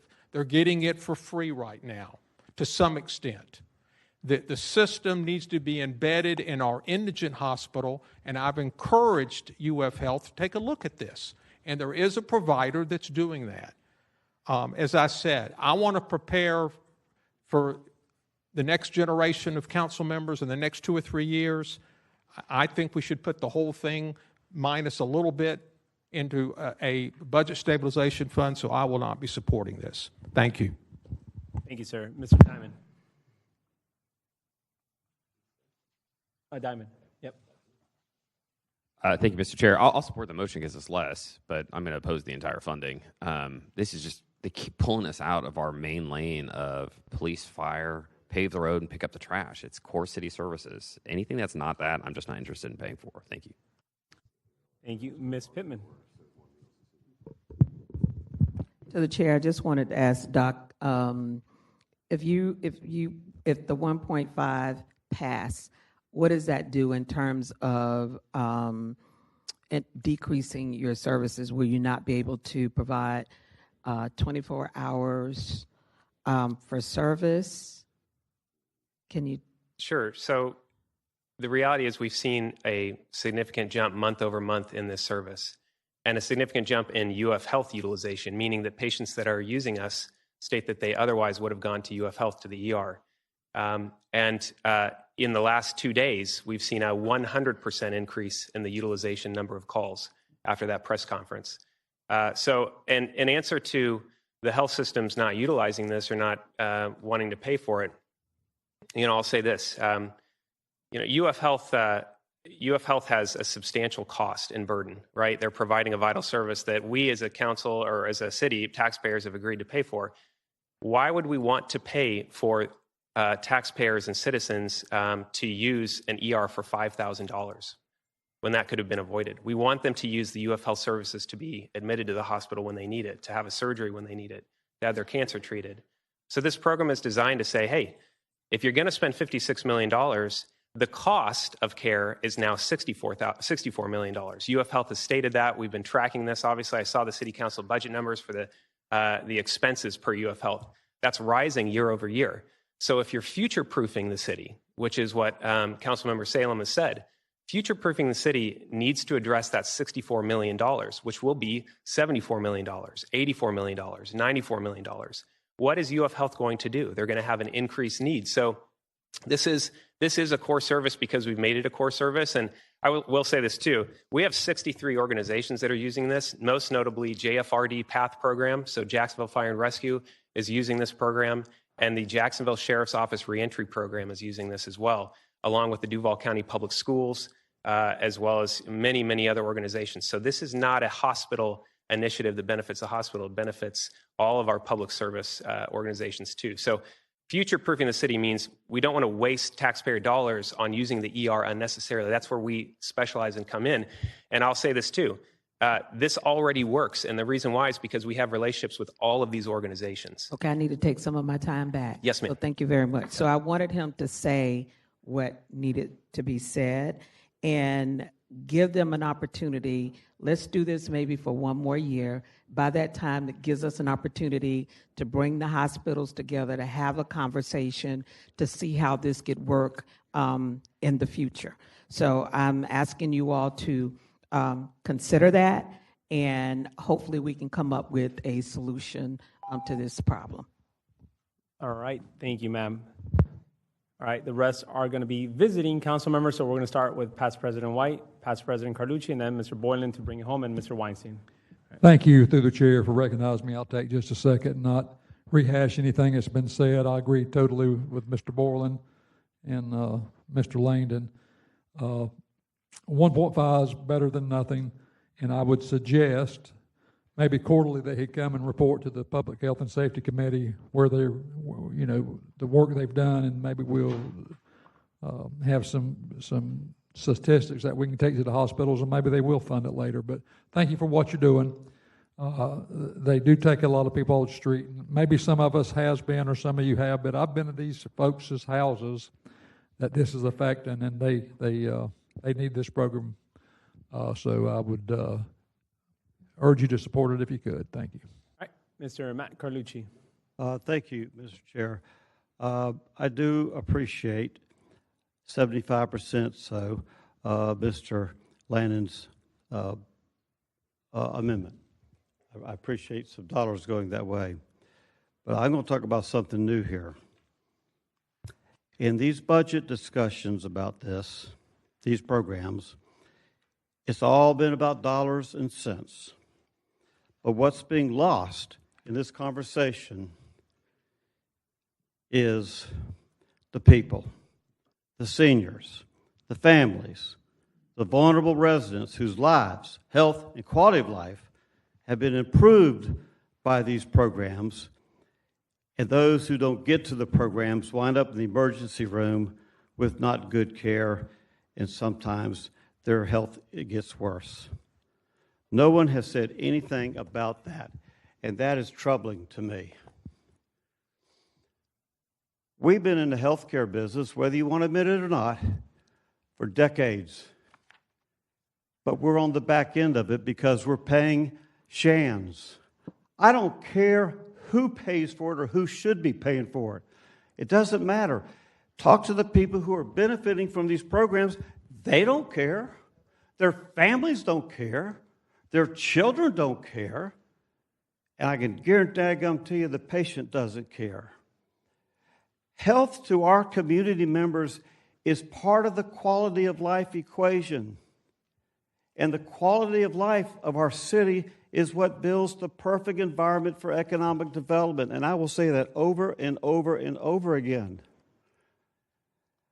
I want to support this, but I hope that we can also include the other program. And Mr. Boylan will talk about that. But I will say one last thing real quick. 1,300 people were diverted from the emergency room, and that saved over $6 million that the city didn't have to pay. Now, where it went, I don't know, but it didn't go to our pocketbook. Thank you. Thank you, sir. All right, Mr. Boylan, and then Mr. Weinstein. Thank you, Mr. Chair. I appreciate that. And I'm speaking just now to the telehealth component of this thing. Just for the benefit of Council President Carrico, at our Wednesday night meeting, we had the Chief Medical Officer of Ascension there who spoke in support of this program. And also Dr. Castrion, who is the president of the Duval County Medical Society, representing 1,400 doctors. And both of those spoke eloquently not only about the fact of diverting emergency room services, but the work of both telehealth as well as Jack's Care Connect and getting people into primary care physicians' offices, preventive care, early diagnosis. As I mentioned before, the impact on families, financial impact on families. And last but not least, I did want to mention, as I said in my notes, I'd like the idea of the $56 million going to UF Health is appropriate, certainly, but we want to see that money be used for care and not for the most expensive form of healthcare services, which is ER services. So I will support and I appreciate your support for the amended amount to at least keep this on the table and vibrant so that we don't see an $80 million ask next year from UF Health. Thank you. Last speaker on the queue will be Michael Weinstein, sorry. Go ahead. Thank you, Mr. Chair. I want to go back to Councilman Howland when he did mention the budget and mowing and telehealth and what have you. The budget that was recommended by the mayor took care of both completely until the committee recommended the millage reduction. So we started off completely taking care of both. Okay. No other speakers on the queue. Here's where I'm at. We currently are at 5.171439, all right? If we take the action to put telehealth at 1.5, we're going to be remaining with 3.671.439, so $3.6 million. We still have to go over Jack's Care Connect, food insecurity, and we're going to go then back to number 9, which is downtown park maintenance. We have a lot of big ticket items to address, a lot of important priorities. And then on top of that, the most important part that we're forgetting is next year. We have to also protect and secure next year. So when we make these motions, you guys have to keep all that in consideration because there's a lot of big acts right now. So anyways, there is a motion and a second on the floor for 1.5. Mr. Lanen, that was your motion, correct? 1.5 for telehealth Jacks. And there was an amendment. Yeah, it was 1.5 was the amendment, correct? Yes, correct, Mr. Chair. So the amendment to the amendment was to reduce the original amount of 2.185 to 1.5 million. Okay, so we're going to take action on that now. Anybody have anything else to say? Otherwise, we're bringing it home. Ready? All right. You guys are something else. All right. All in favor indicate by saying aye. Aye. All opposed, say nay. Nay. All in favor of this amendment 1.5 indicate by saying aye. Aye. Raise your hand if you want. Raise your hand. All right. All opposed, raise your hand. All right. That is a motion, and it passes. 1.5 telehealth.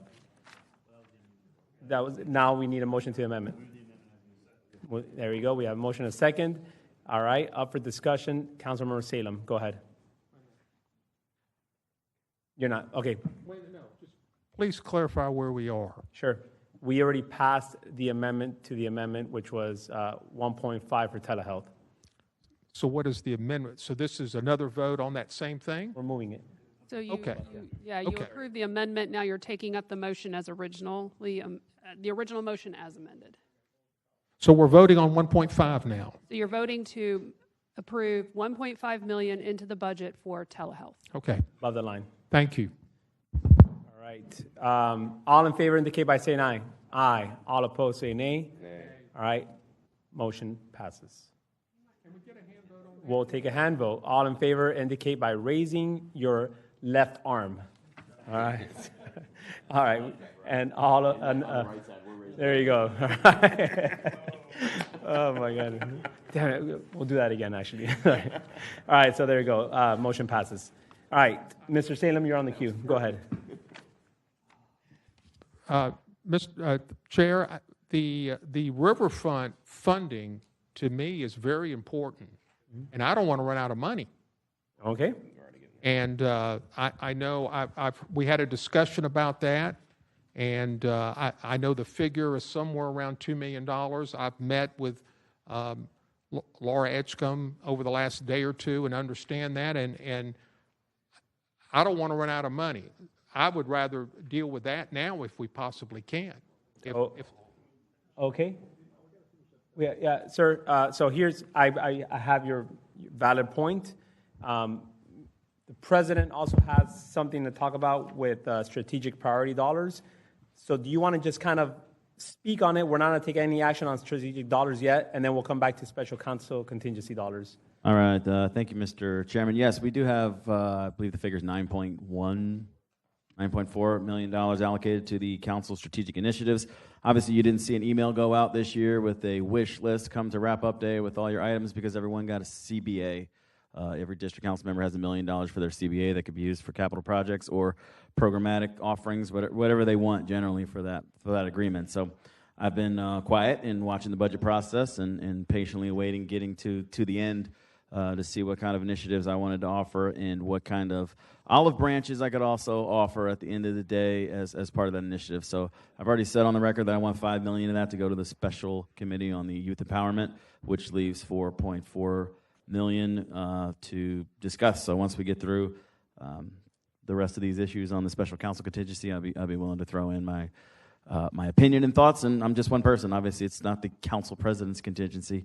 It's just the strategic initiative. So there's a couple projects from last year that were member funded that I'd like to reincorporate, and they add up less than $300,000 for those three, and then one new item for another organization dealing with homelessness, and then that's all I have for that. So there'll be another $3.5 million in that as well.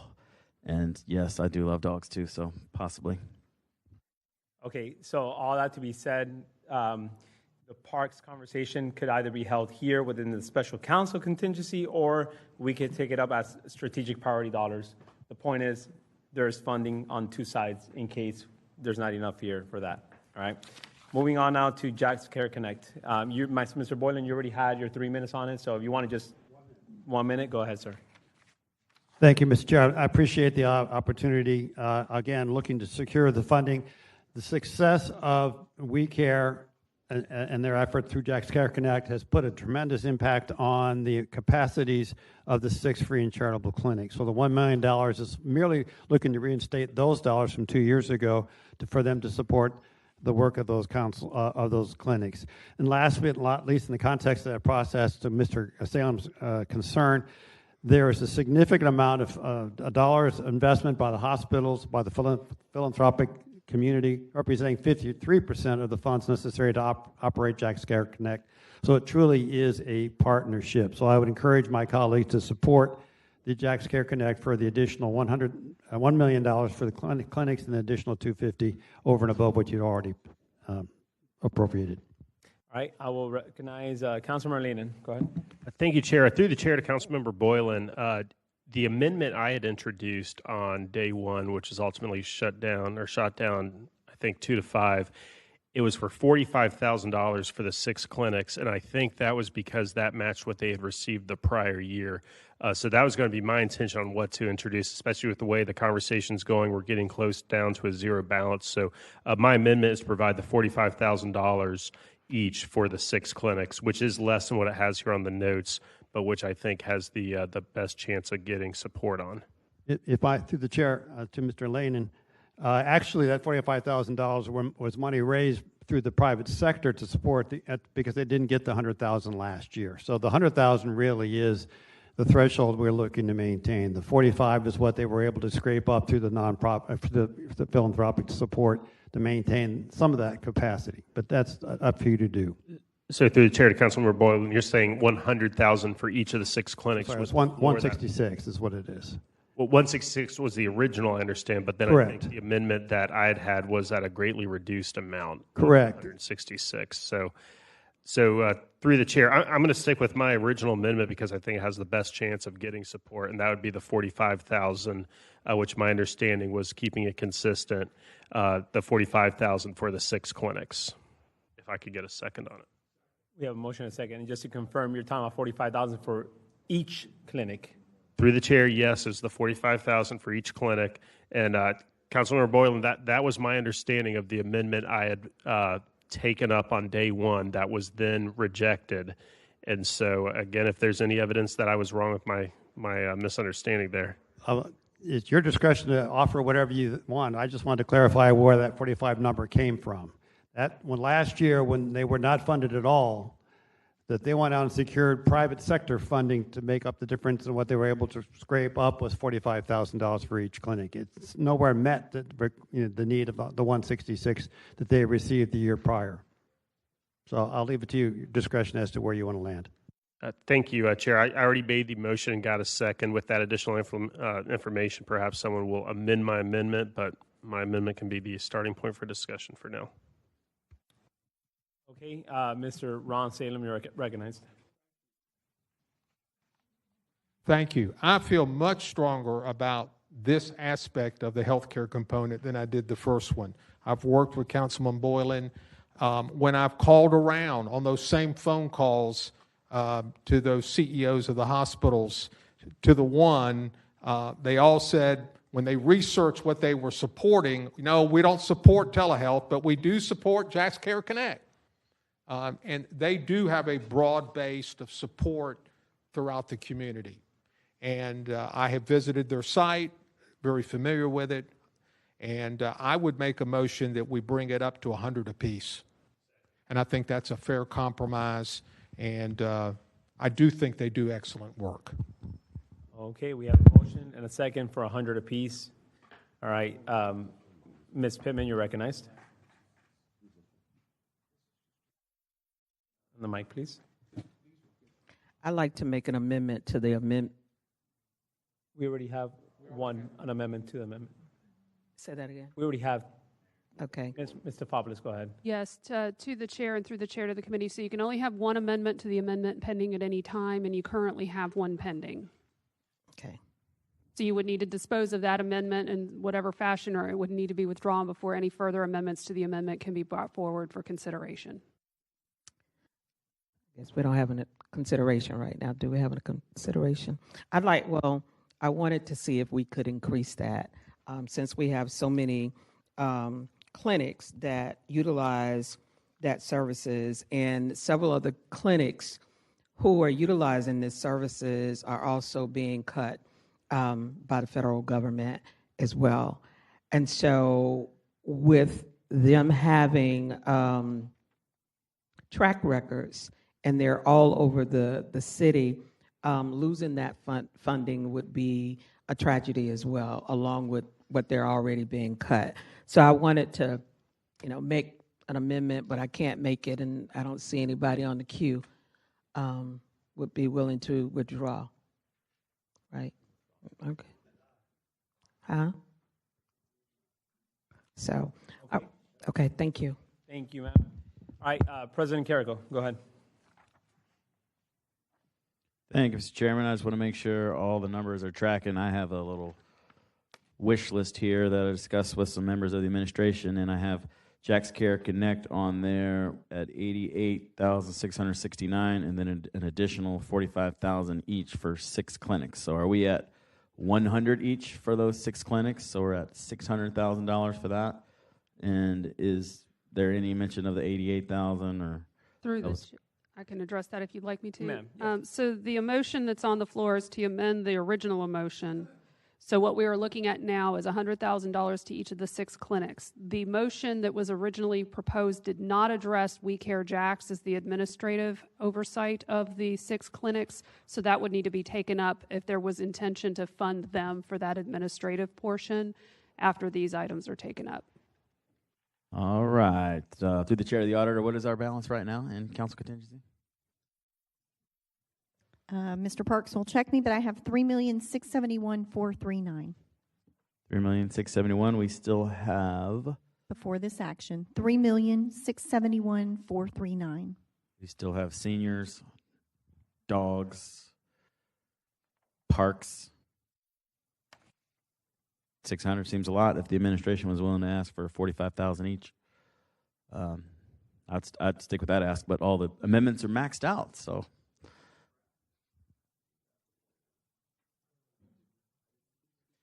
Well, how about this?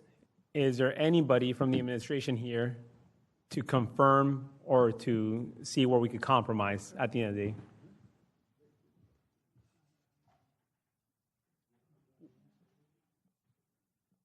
Mr. Lehman, you're recognized. Yeah, thank you, Chair. The reason I made $45,000 per clinic was that's what I believe it was Dr. Joshi had said at the podium that was consistent with prior year. I haven't had any conversations since that day, but I mean, he said it in the sunshine up here that 45,000 kept them consistent with prior year. I didn't double check his math, but that's why I entered with my amendment as 45,000, the same one I did the first time. So that's what sounds like our council president had, is what the ask was per clinic. The Salem amendment to my amendment increases it, which I'd also support, but it sounds like 45,000 was the true desire for each clinic. I definitely will support your action, not Mr. Salem's actions. Mr. Joe Carlucci, you're recognized. Okay, thank you, Mr. Chair. Yeah, just through the chair to Councilmember Landon, that's what I heard as well, and I think 45,000 is a safe spot to land, because once that bar is here, it ain't coming back down to here. So I think if they're doing good things and they're doing good work at that 45, and that's what they're saying at the podium, then that's the number. So I'll be supporting that amendment. Thank you. Okay. All right. Mr. Howland, you're recognized. Yeah, thank you, Mr. Chair. Keep in mind, we're considering each one of these things in individual silos. It's important to put them in the whole for a perspective. And I want to, before we even vote on whatever we're looking at right now, Jack's Care Connect, we're already contributing more to healthcare than this city has ever contributed before.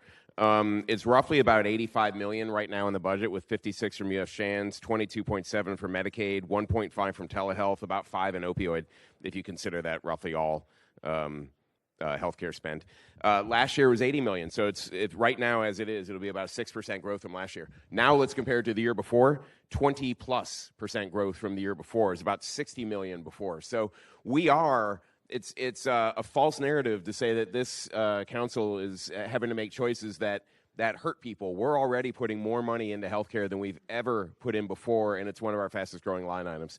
Just to set that stage, that you can't consider these things independently. Thanks. Thank you, Mr. Salem. Go ahead. Based on the comments of the president, I will withdraw my 100,000 to leave the 45,000, since it appears the administration is okay with that, per your comments. All right, Mr. Matt Carlucci, go ahead.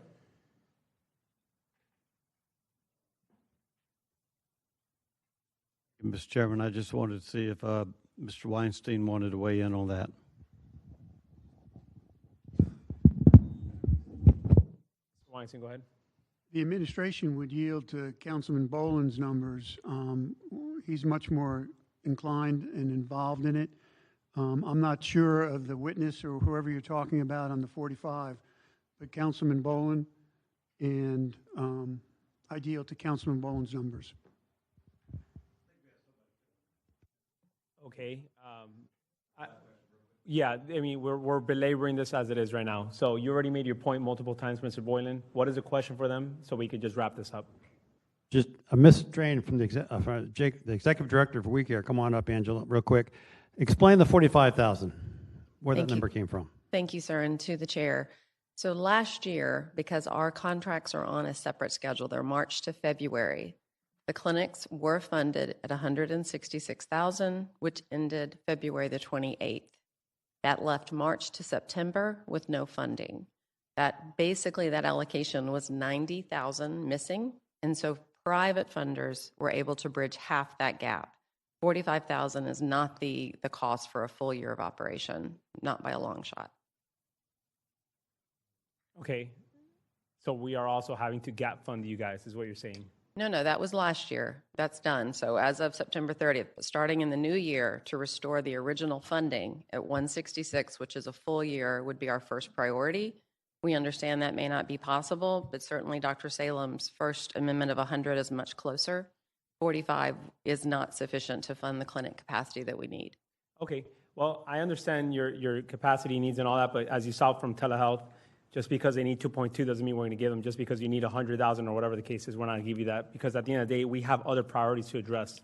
Understood, sir. The fact that we're even considering this is still a win for you guys as well, right? Understood. So the narrative that is not enough what we're doing, that shouldn't come out of the microphone right now. Sorry, just saying that was based on the original program from the CQLI. Okay. Not trying to say that we're not appreciative of everything you're willing to help us with. Thank you for that. All right, Mr. Carrico, you're recognized.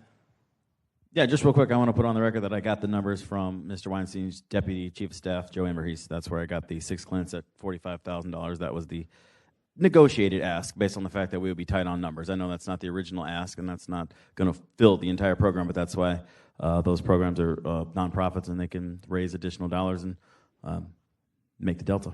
Okay, all right, I feel good about that one. So where are we at, Ms. Stefopoulos? To the chair, so there was an amendment to the amendment on the floor for 100,000, but that was withdrawn, and I did not hear any objection from the committee for the withdrawal of that. So you are back to the original motion, which is to appropriate $45,000 for each of the 6 clinics for the Jack's Care Connect program. We have a motion and a second, 45,000. So you're looking at $270,000 being appropriated altogether. Is that accurate? Okay.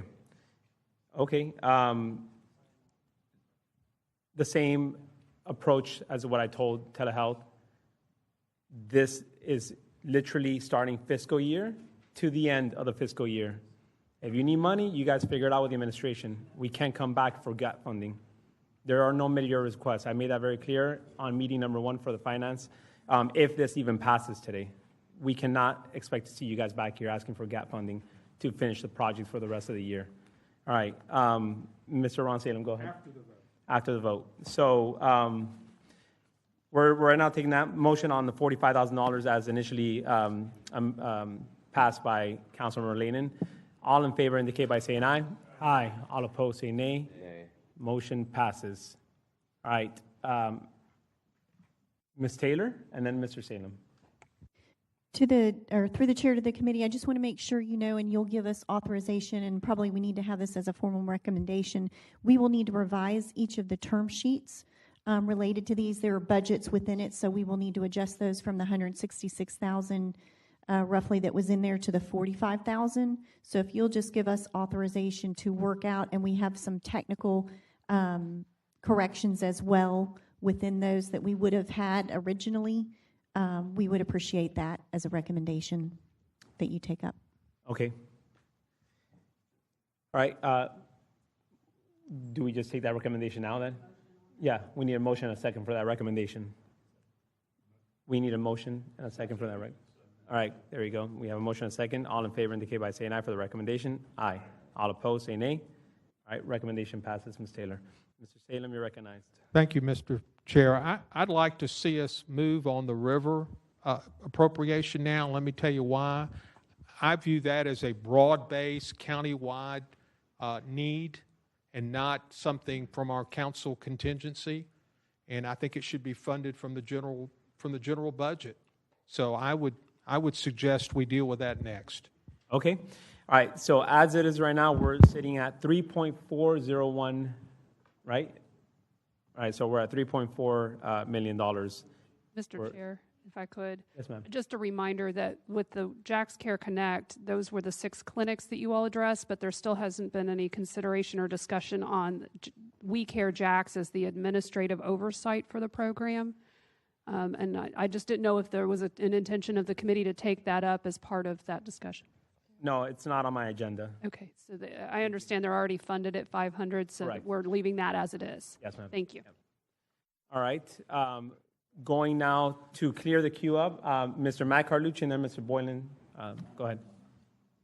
You're out? Okay, Mr. Matt Carlucci, go ahead. Okay, thank you, Mr. Chair. And in all due respect to what Councilman Salem said, I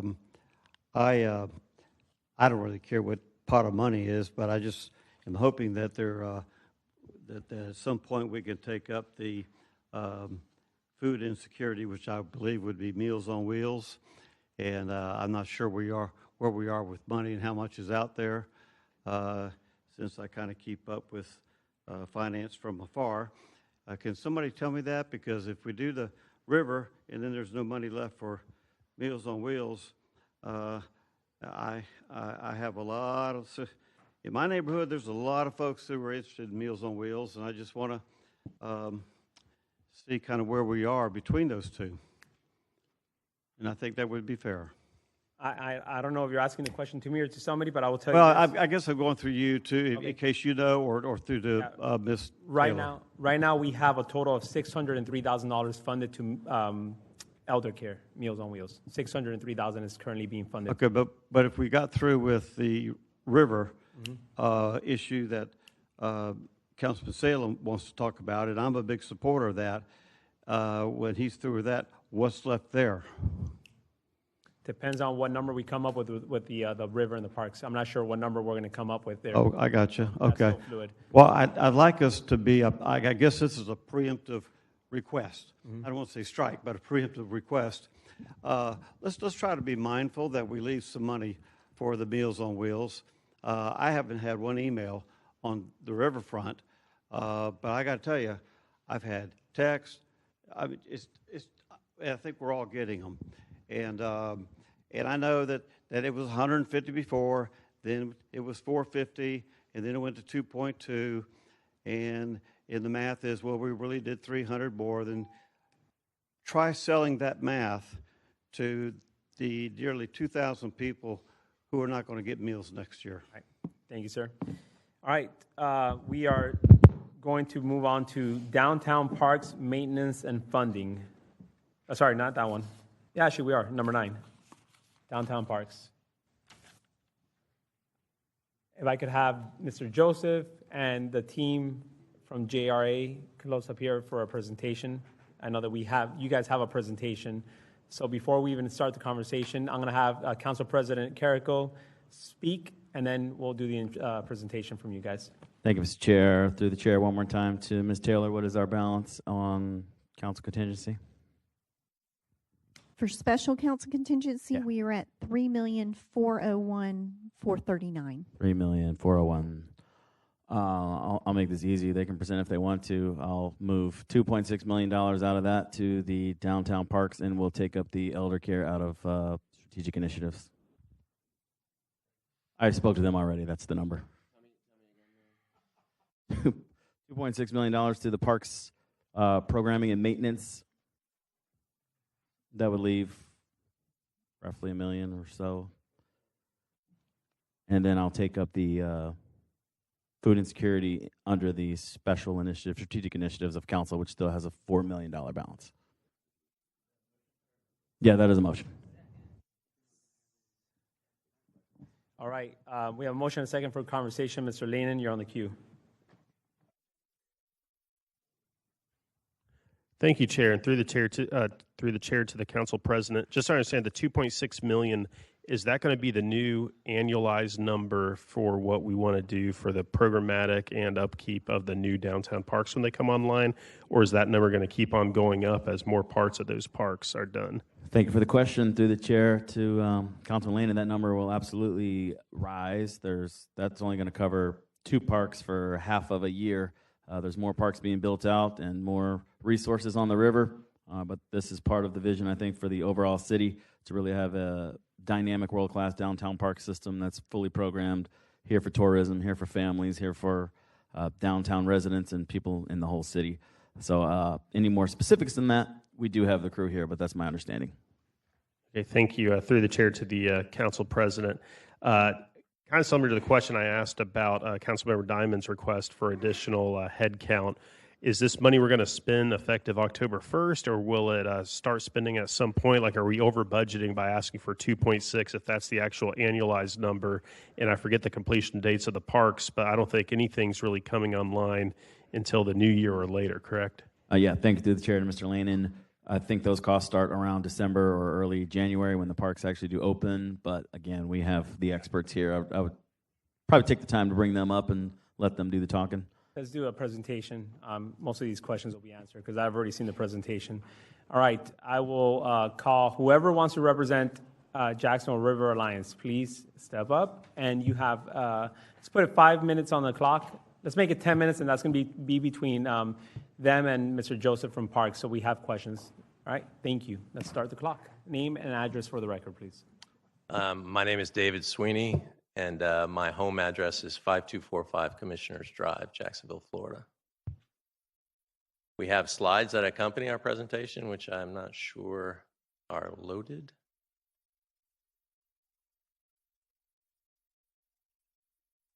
Well, good afternoon, and thank you, President Carrico and Chairman Arias and members of the City Council.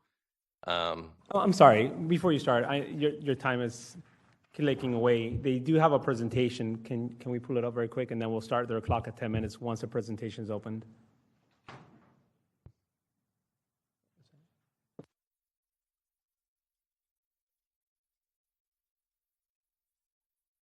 Okay, do you guys have the packet with you by any chance? If not, then what we'll do is we're going to take a quick 5-minute pause in case you guys want this presentation, or do we have that? I believe we do have some handouts. There you go. All right, perfect. We're going to pass these out, and then we'll start the clock once we're ready to have the presentation.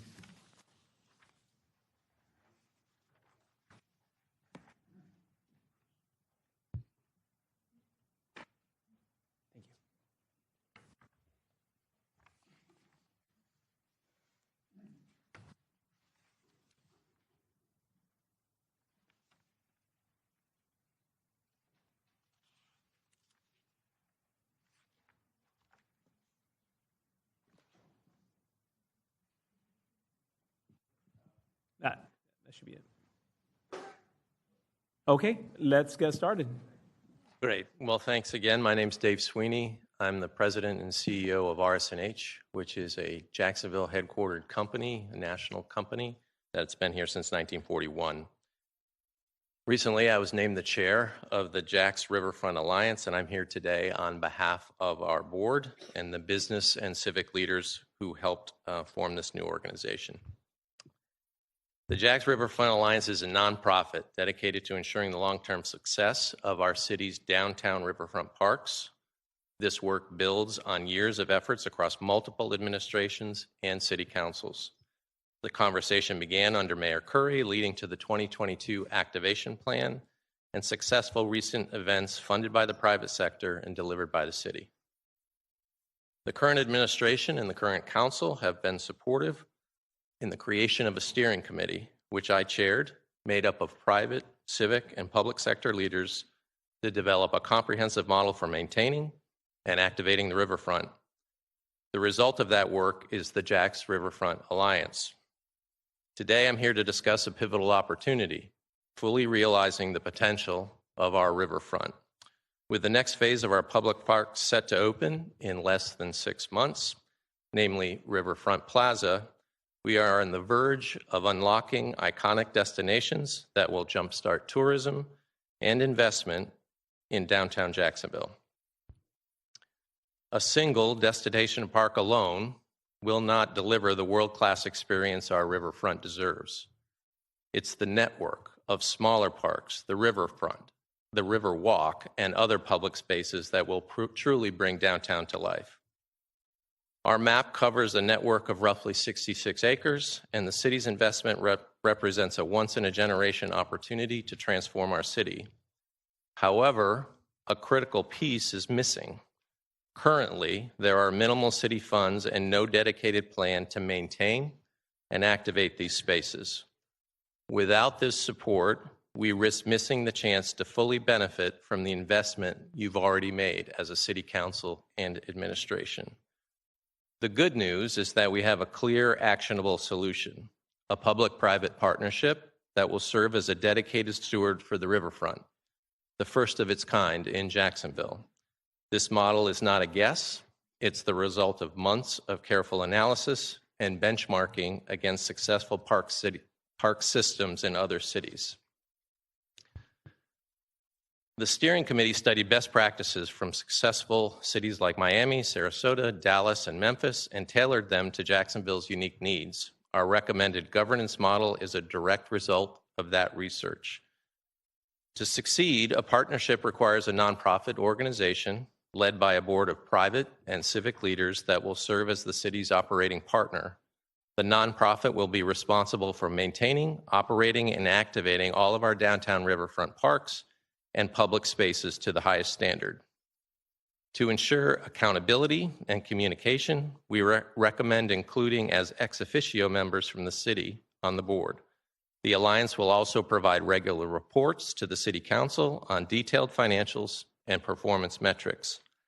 Ultimately, this partnership is designed to deliver measurable results through a collaborative and accountable structure, helping us to build a world-class riverfront for Jacksonville's residents and visitors alike.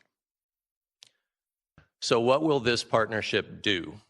We are working with a specialized attorney to create a single agreement that defines the responsibilities of both the city and the Alliance.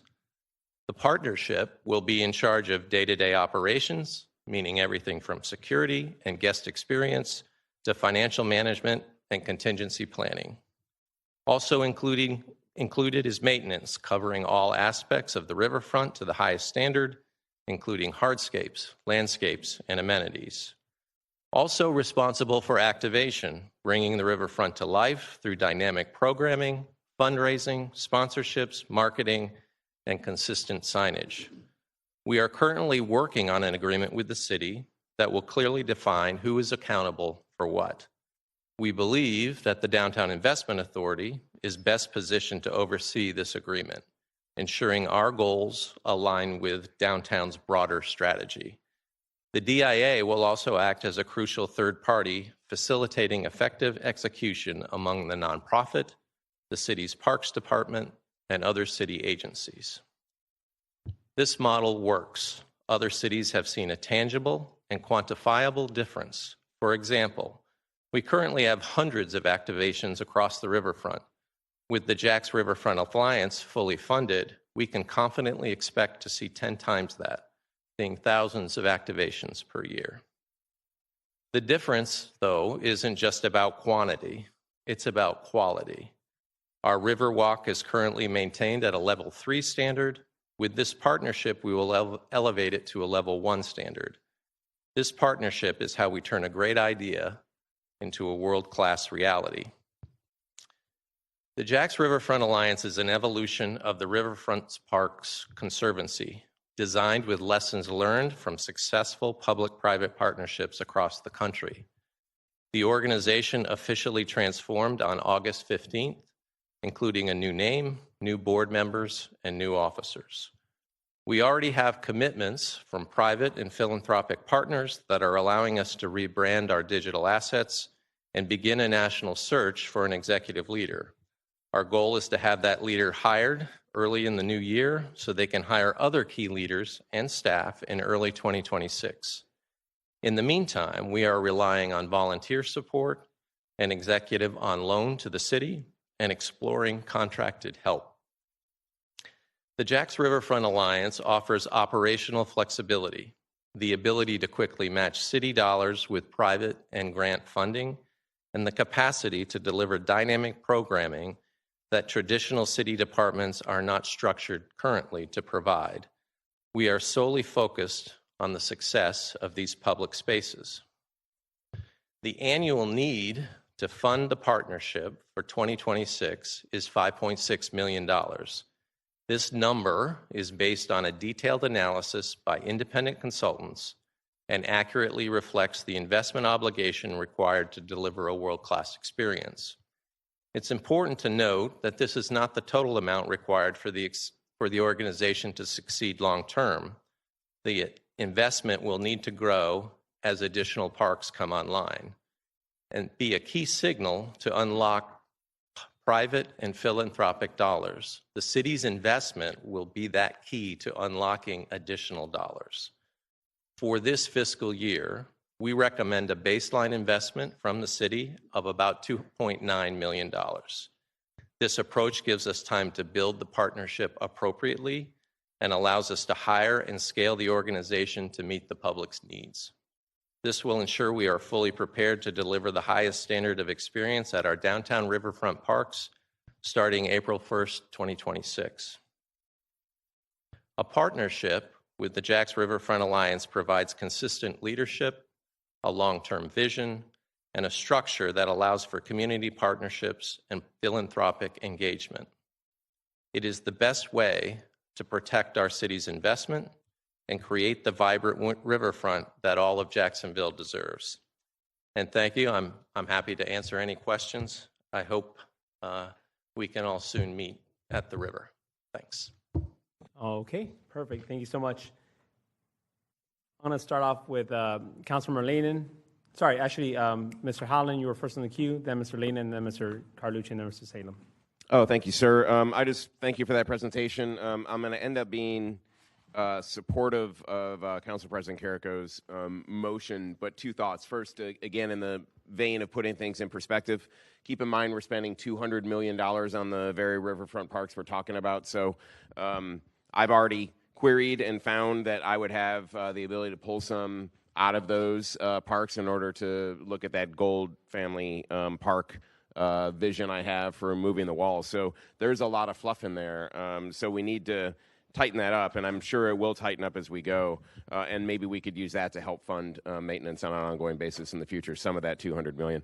But I also want to add one other thing since I have a little bit of time. I mentioned I'm going to support the Council President's motion here, but I want us to kind of please understand, based on how quickly we've reversed a lot of the cuts that we've made in the first 2 weeks today, that some of the programs we're funding with these cuts will become recurring programs. And we've seen how hard it is to make cuts and sustain them.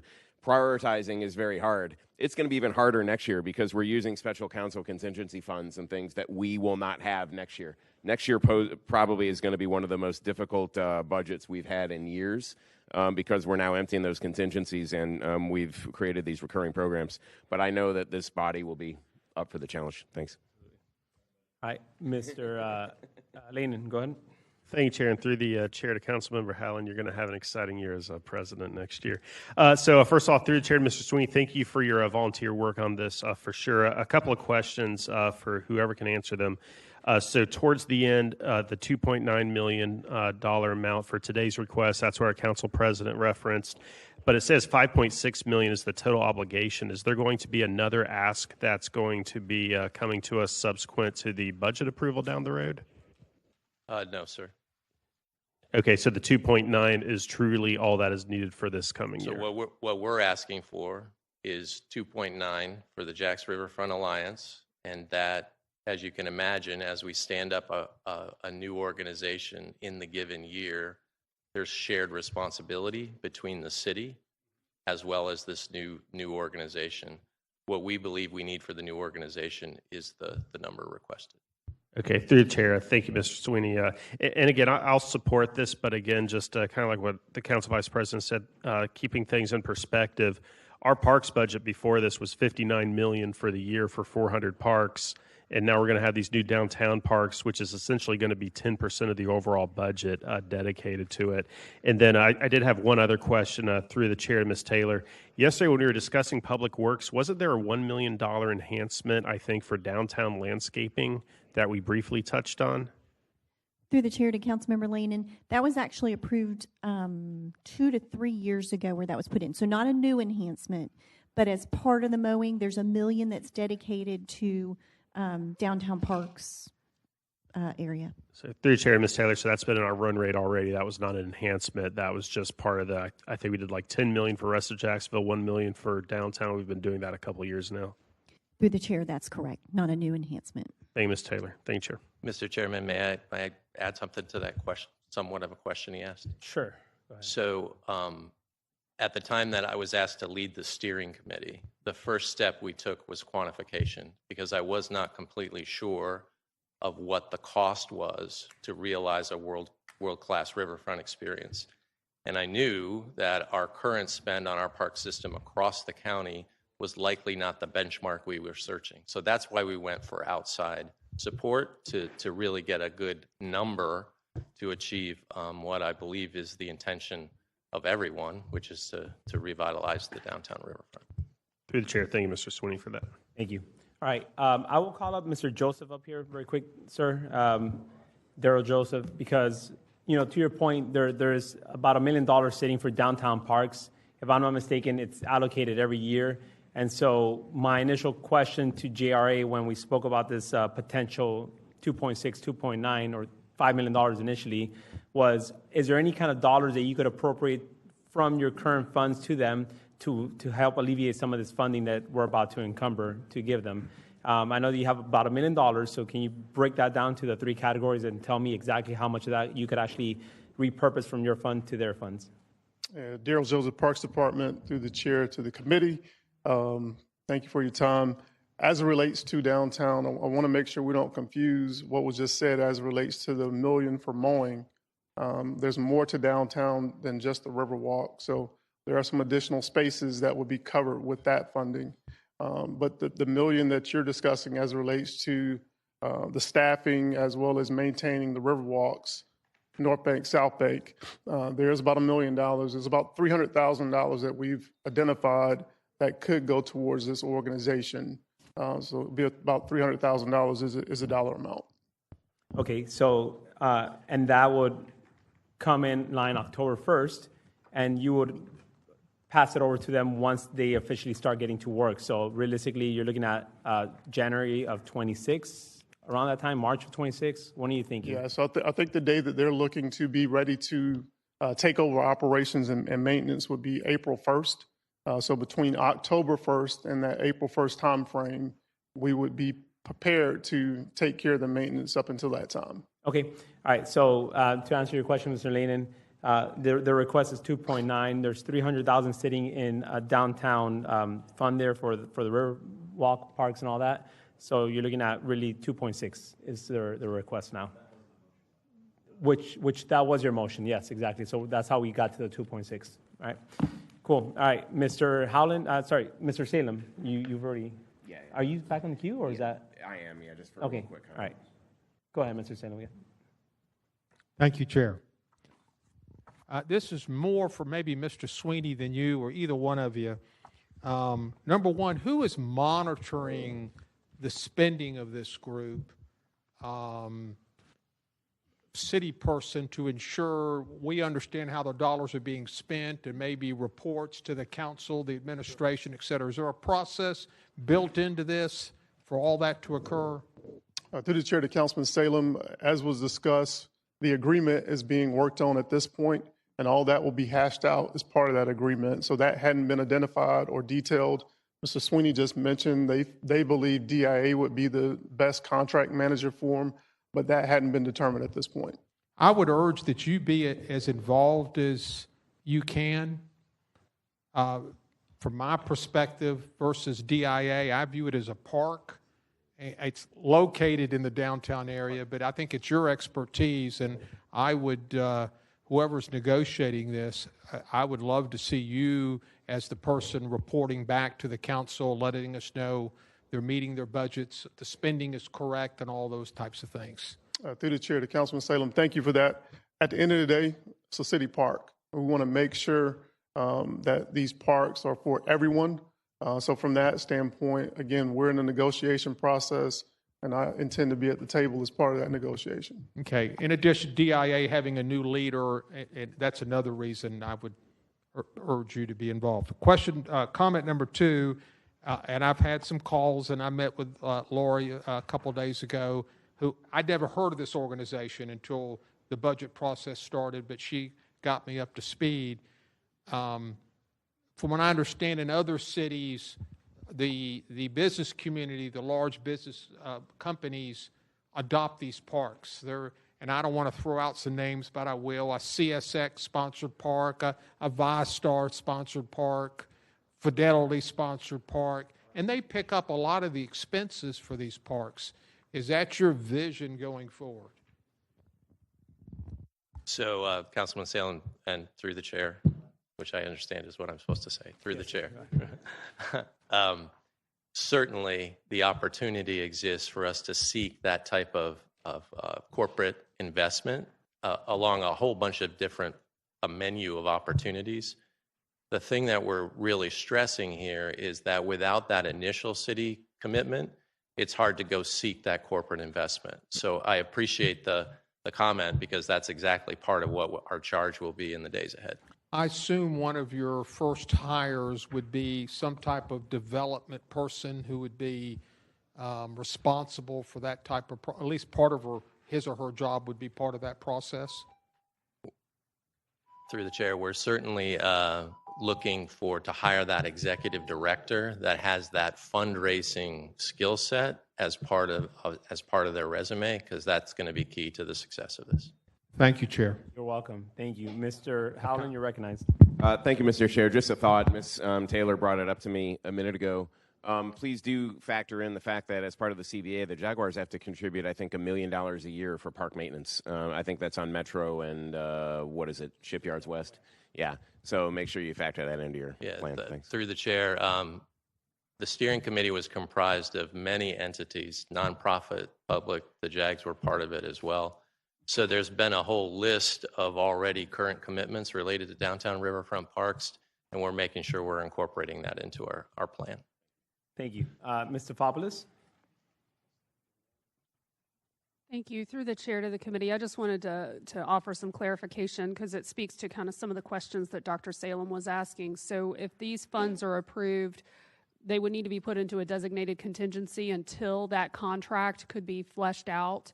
And then it would come back to the city council to bring it above the line once all of those parameters and the business terms are established through that contract.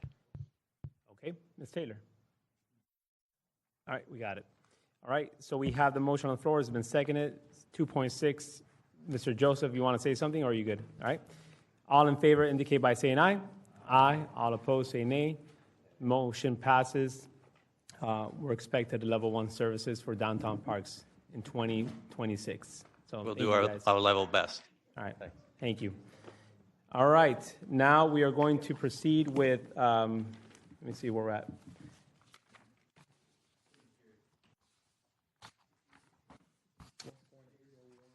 We have a couple things left over. So we have $800,000 remaining roughly in this fund right here. So, we're left with between two: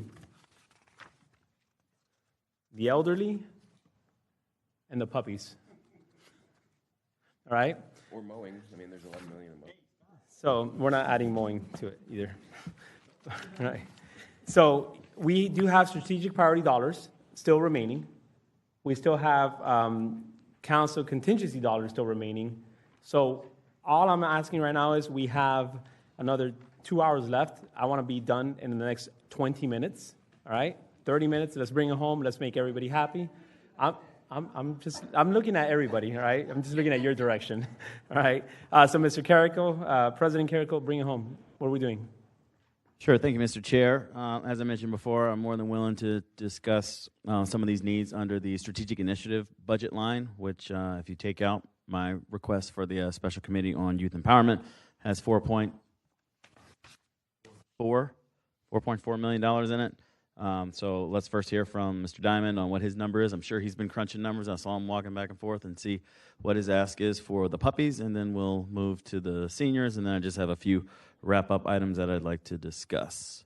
So I'll just ask through the chair to Mr. Diamond if you have a number and a thought or a motion even on the puppies. Got it. Through the chair to the council president, whose great wisdom and wonderful leadership brings us to this moment. Thank you. 514,260. That gets us 9 employees, 9 FTEs at $20.50. No cars, nothing else. That includes employee estimated health insurance and per employee total comp of $57,140. So my motion would be 514,260 above the line for ACPS. We have a motion and a second for 514,260. 60. Okay. This is how we work together, teamwork. Let me get my calculator real quick. I need to do something. Sorry. Close enough. All right. We have a motion and a second. All in favor of that coming from the council contingency pot? Or strategic initiatives? Is that where it's coming from? I don't care where it comes from. Just Well, we need to let them know. That's why. So we need to decide on that. Where is it coming from? We need to figure out. So Yes, sir. So you have $9,416,621 in your strategic priority line. That's just a below the line item right now that the council president has indicated $5 million coming out for the Youth Empowerment Committee, leaving $4.4 million. Now we just need to get direction from you all if you want the $514,260 to come out of that strategic priority amount that has $4.4 million, or if you would prefer for it to come out of the special council contingency, which has a balance of $801,439. Mr. Chair, if I would, I'm perfectly happy with chipping away at the strategic initiatives. I think it's important that we put some dollars back in the reserves too. We can't do that from there, so we have $800,000 left. So let's chip away at the strategic initiatives. That's my motion. Sorry, just to make sure, you said to put some dollars back in reserves. You're talking about putting more dollars back into reserves, correct? Yeah, operating reserves, yeah. Operating, correct. All right, cool. All right, so the motion on the floor is right now to fund $514,260 from the strategic priorities dollars bucket, which has around $4.4 million remaining. So all in favor indicate by saying aye. Aye. All opposed say nay. Nay. All right, so motion passes. Thank you. All right. Nick increased it $1 million last year. $1 million last year. So just to clarify, we have in strategic priorities right now $3.885 million remaining. Ms. Taylor, is that correct? If we take out the $5 million from the council president's priorities as well. To the chair, if I can get clarification too, is the council president just wanting to leave behind the $5 million that he knows will be for that in the strategic priorities, or is he wanting to move it to a? Kevin, she's talking to you. Focus on the committee members right now, sir. I'm sorry, I don't think you recognized Dr. Johnson yet, so I was acknowledging his presence. I'd like to recognize Dr. Johnson. Thank you for joining. I'm sorry, there was a question? Yes, sir. Through the chair to the council president, we are just trying to get clarification if you want the $5 million to just stay behind in that pot and not be designated, or if you would like to move it to another designated contingency that is specifically for the Youth Empowerment Committee. My desire would be to have that $5 million earmarked, knowing that that committee has those dollars to work with before they start bringing in community members and bringing ideas and start trying to figure out pathways to help young people. Yes, sir. So we would just need a motion to do that, to move it to another contingency bucket. Appropriate time to do that? All right, I move to allocate $5 million from the strategic initiatives line to the new line, which is the Special Committee on Youth Empowerment. I like it. Second. All right, we have a motion and a second on the floor. All in favor indicate by saying aye. Aye. All opposed say nay. All right, so we have a new Special Youth Initiative, Contingency, Empowerment, whatever else you want to add to it, line. Okay. All right, so we're good on that. Can I keep going? Yep, go ahead. All right, I'm trying to land this plane for you, Mr. Chair. All right, next, food insecurity, Meals on Wheels. Meals on Wheels. Everyone's excited about Meals on Wheels. I have with me the ask from the mayor's office, 1.701836. Ms. Taylor already said that we've already allocated 603. So if someone can give me the balance of that, that's my motion. We don't have to yell at each other and discuss this, how we got here. We'll restore that program to the negotiated ask of the mayor's office that I received from the deputy chief of staff this morning. And I'll let the auditors check the math. And I believe it's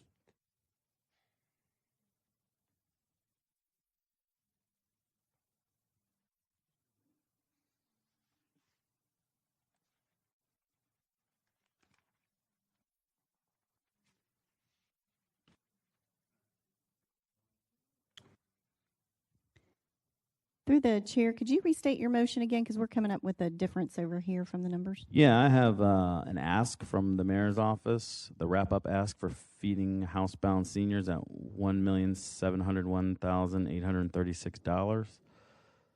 So earlier today, you mentioned that we have already appropriated $603,000 toward this program. So I wanted to fund the difference. Still reduced from the original ask of whatever it was, 2.1.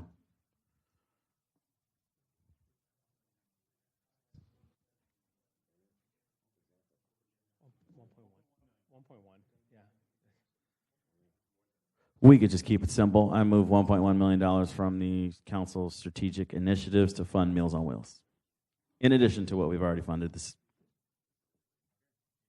I like it. We have a motion and a second on the floor. We will recognize Mr. Ron Salem. Thank you, Chair. I'm trying to understand, there was a waiting list as a part of all this. Where does this leave us on a waiting list? I'm trying to understand. I understand we want to help, but there's going to be people that are not going to get this service, and how are we prioritizing that? Can the auditors tell me that? Or Mr. Weinstein, you can help me there through the chair? Yes, Mr. Weinstein, go ahead. Through the chair, my understanding was the 2.1 million that was originally suggested brought the waiting list down into the 900s. The waiting list is almost 3,000, but the 2.1 would bring it down to about 900. Okay. I want to help. We tripled it before. It's still at 900. And I'm sure there are kids in this community going to bed hungry at night as well. I'm just struggling where what we do, how much we do in this respect. And I would also remind the committee that the at-large people did not get a CBA $1 million. I'm willing to sacrifice my $1 million for the reserves, because I think we need to prepare for future budgets. Thank you. Thank you, sir. All right. Just for clarification, Ms. Taylor, Mr. Parks, we currently still should have $801,000 in the council contingency account, just sitting there. That's sitting there right now. All right. We have now roughly 3.8 in the strategic priorities account, correct? 3,902,361 before this action. Okay, cool. So Mr. Carrico's action is going to bring it down to 2.8 roughly, all right, for the strategic priorities, all right? So that is a motion on the floor right now to use 1.1 for our seniors to ensure that they have hot meals at home, the homebound seniors. We'll bring it down to 2.8. We still have 800,000 in special council contingency, and that's probably the motion that you can make to move the 800,000 to the reserves from the special council contingency. That'll probably be your motion, sir. So moved. Well, we can't do that yet until we finish this one. But just wanted to let you know that we still have money there on the table for that. All right, so Mr. Holland, you're recognized. Yeah, thank you, Mr. Chair. I just want to now give more perspective because in, I think, our first meeting in the budget hearings, we took out the elderly food line of $2.2 million. And then the president did a motion to triple the Meals on Wheels from 159 to 468. So we actually tripled Meals on Wheels over what this council has consistently provided over the last at least 5 or 6 budget years.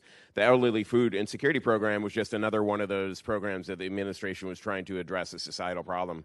And so it's kind of, I think, one of those transitional programs. When we cut back the mayor's office by a couple positions, we transferred another $135 million into Meals on Wheels, and we did that saying we'd rather more seniors get meals than members of the administration get significant raises. So we haircut that, increasing it yet again to a record amount that Meals on Wheels has ever had. When we got hit by the media and members of the administration and social media, the chair made clear how much meals we serve on a regular basis through our 16-odd senior centers, showing a schedule here of over 11,000 meals served in the past year. Per month. Oh, gosh, per month. Yes. Thank you. Thank you, sir. So I just want to make sure that we're consistent here. And, you know, we need to recognize that, again, this is the largest operational budget, the largest capital budget, the most generous budget that this city has ever seen that we're presenting here, even before we take this additional senior food. And more importantly, recognize that it went from a transitional program, now we're going to fully fund it. We're creating a new recurring program. We've done so over so many different lines. We've done it now in indigent care. We're about to do it in telehealth. We're about to do it in food. We just did it with higher amount on animal protective services. We're creating lots of new recurring programs, and we just need to be mindful of that. Thank you. Thank you, sir. All right, Mr. Layden.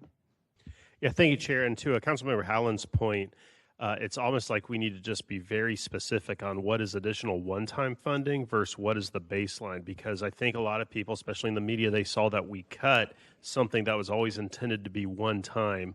And to Councilmember Howland's point, we've now increased the baseline of this going forward, plus we're adding more one-time spend. So we just need to make sure when we're talking about this that we're very careful. This is the baseline spend, which we've tripled. I think maybe even now it's 4 times, plus we're adding in incremental money as well because we have it. But it's not necessarily going to be a sustainable program going into future years that we're always going to be able to maintain this level of spend on this and other programs that start off as transition committee programs.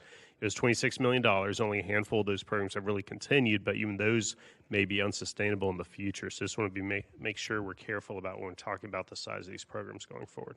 Agreed, sir. And that's also why the media is here, paying attention, taking close notes, because they got to make sure they convey the story correctly, which I know Jake does. So thank you for that. All right.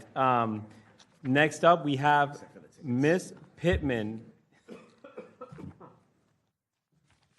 Chair, you called me last, huh? No, actually, there's Salem is still in the queue. Okay. Mr. Matt Carlucci's in the queue.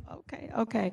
I just wanted to say, just for clarification, this money is for the homebound meals. I don't want us to get it confused with the senior sites and all of that. First of all, thank you for making that recommendation, but I want to be able to have meals for the seniors, and it still doesn't put us where we need to be for the seniors. Is that right? I talked to Ms. Barton. Is she here? Anybody from her site? I do know Mr. Inderhees is here. Mr. Inderhees, why don't you come up and Mr. elaborate Inderhees or on that part? Mr. Weinstein, either one that can Mr. talk Inderhees, about. come up here. Ask on the record if it's on the record, yes. a new recurring program. First of all, your name and address, and secondly, I know that the council president has had conversation with yourself and the administration. I think the number that we're at is a number that is agreeable with you and council president. I know Ms. Pittman is trying to bring home some more dollars, but I know that the mayor agreed to this number. Can you state that for the record? Good afternoon, Joe Inderhees, Deputy Chief of Staff, Mayor's Office. Thanks for the opportunity. As with anything, the mayor proposed a budget that included a line item of $2.1 million for this program in order to be able to continue to address the need, recognizing what the committee's goals were and understanding that there needed to be some shared responsibility in reaching a shared endpoint. This is a good compromise, a good solution. And I appreciated the conversation that I had with the council president, conversation that I had with the finance chair, and we're going to be able to get more people, more food. But and I will just say that what Councilman Salem said is true. There is still greater need. And so as we move forward, we just have to recognize that and continue to work to help those who need it the most. Thank you, sir. Meeting down the middle. So thank you. And I just want to say, I want to make sure we have meals for the seniors since we already have meals for the dogs and the animals. Thank you. All right, thank you. I want to bring this home, but more people are getting the queue. So I'm going to go back to the initial queue that I said. So it was Mr. Salem, Mr. Howland, Matt Carlucci, and Dr. Johnson as well, too. And we're going to do 2 minutes on the clock for everybody moving forward. Thank you. Thank you, Chair. Mr. Lannon, if you don't think this becomes the baseline, I don't think you understand how this government works. This now is the baseline going forward. There will be increases based on this, I would be willing to bet you, in future budgets. The money we just dropped in is not a one-time, and they're going back to the 450 we did. So I have the same concern that Mr. Howland said. We've got 4 programs that we have provided. Telehealth, $2 million. That 1.5 we approved, I'll guarantee you there'll be 500,000 a transfer into that in a matter of time through her mayor's transfer authority. They'll get their $2 million. I know they will. So I fear for next year's budget. I really do, based on the projections that we're looking at. But I've said it, and I'll be here to help, clearly, as much as I can. Thank you. Thank you, sir. Mr. Howland, you're recognized, sir. Thank you, Mr. Chair. Yeah, I was hoping that when we had our $6 million special counsel contingency balance, that would only grow, not be dissipated. How much, for Ms. Taylor, how much is left in that special contingency? I think you said $800K. Yes, sir. 801,439 through the chair. Yeah, and then after this movement, if we do put the amount that the motion includes from the budget stabilization fund, how much is going to be left in that one? Through the chair to Councilmember Howland, if you do if you move it, I think the motion you had talked about previously was to move all of it. Yeah, but right now, the Council President has a motion for the elder care food. How much is that in the current motion? Yeah. That is, through the chair, it's 1.1 million, so it would leave 280,361 in the strategic initiatives. That's 2.802? Yes, sir, in that bucket. I would be supportive of this motion if that 2.802, along with 800K in the strategic, can then go into the reserves as a total of about 3.6. It's measly, but it's something into the future for recognition of revenue last year. Special contingency stabilization can't be touched, but it's part of the budget for next year.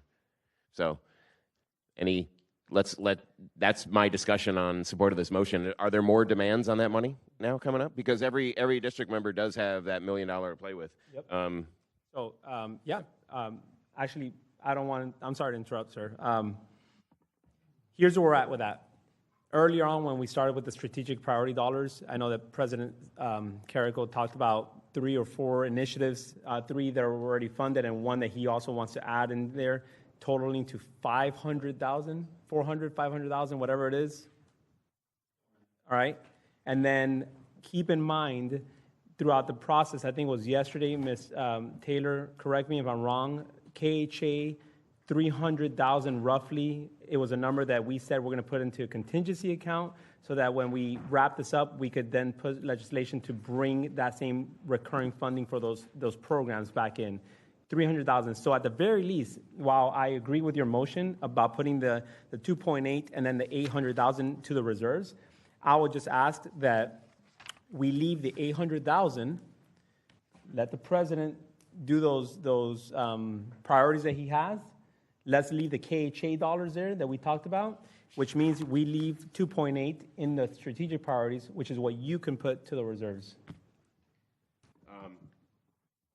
Yeah, I was unaware that there were additional things coming up here. Well, the KHA one was the one that we spoke about yesterday. Yeah, okay. It was around, like 295, I think it was. I'll just stand by and let the bloodletting continue. Thanks. Yeah, that's pretty much the last course of action we need to take today. I'm saying for funding-wise. Yeah, for funding. Yeah, we still have more to do today. But there we are. So the queue, we still have some speakers. I'm going to go back to Council President Carrico. Go ahead.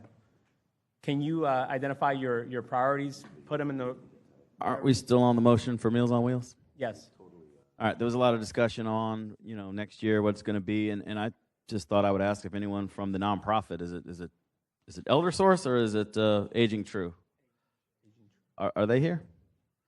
Because that's the missing piece here. This is a nonprofit. They raise their own money. They have their own budget. They have their own board.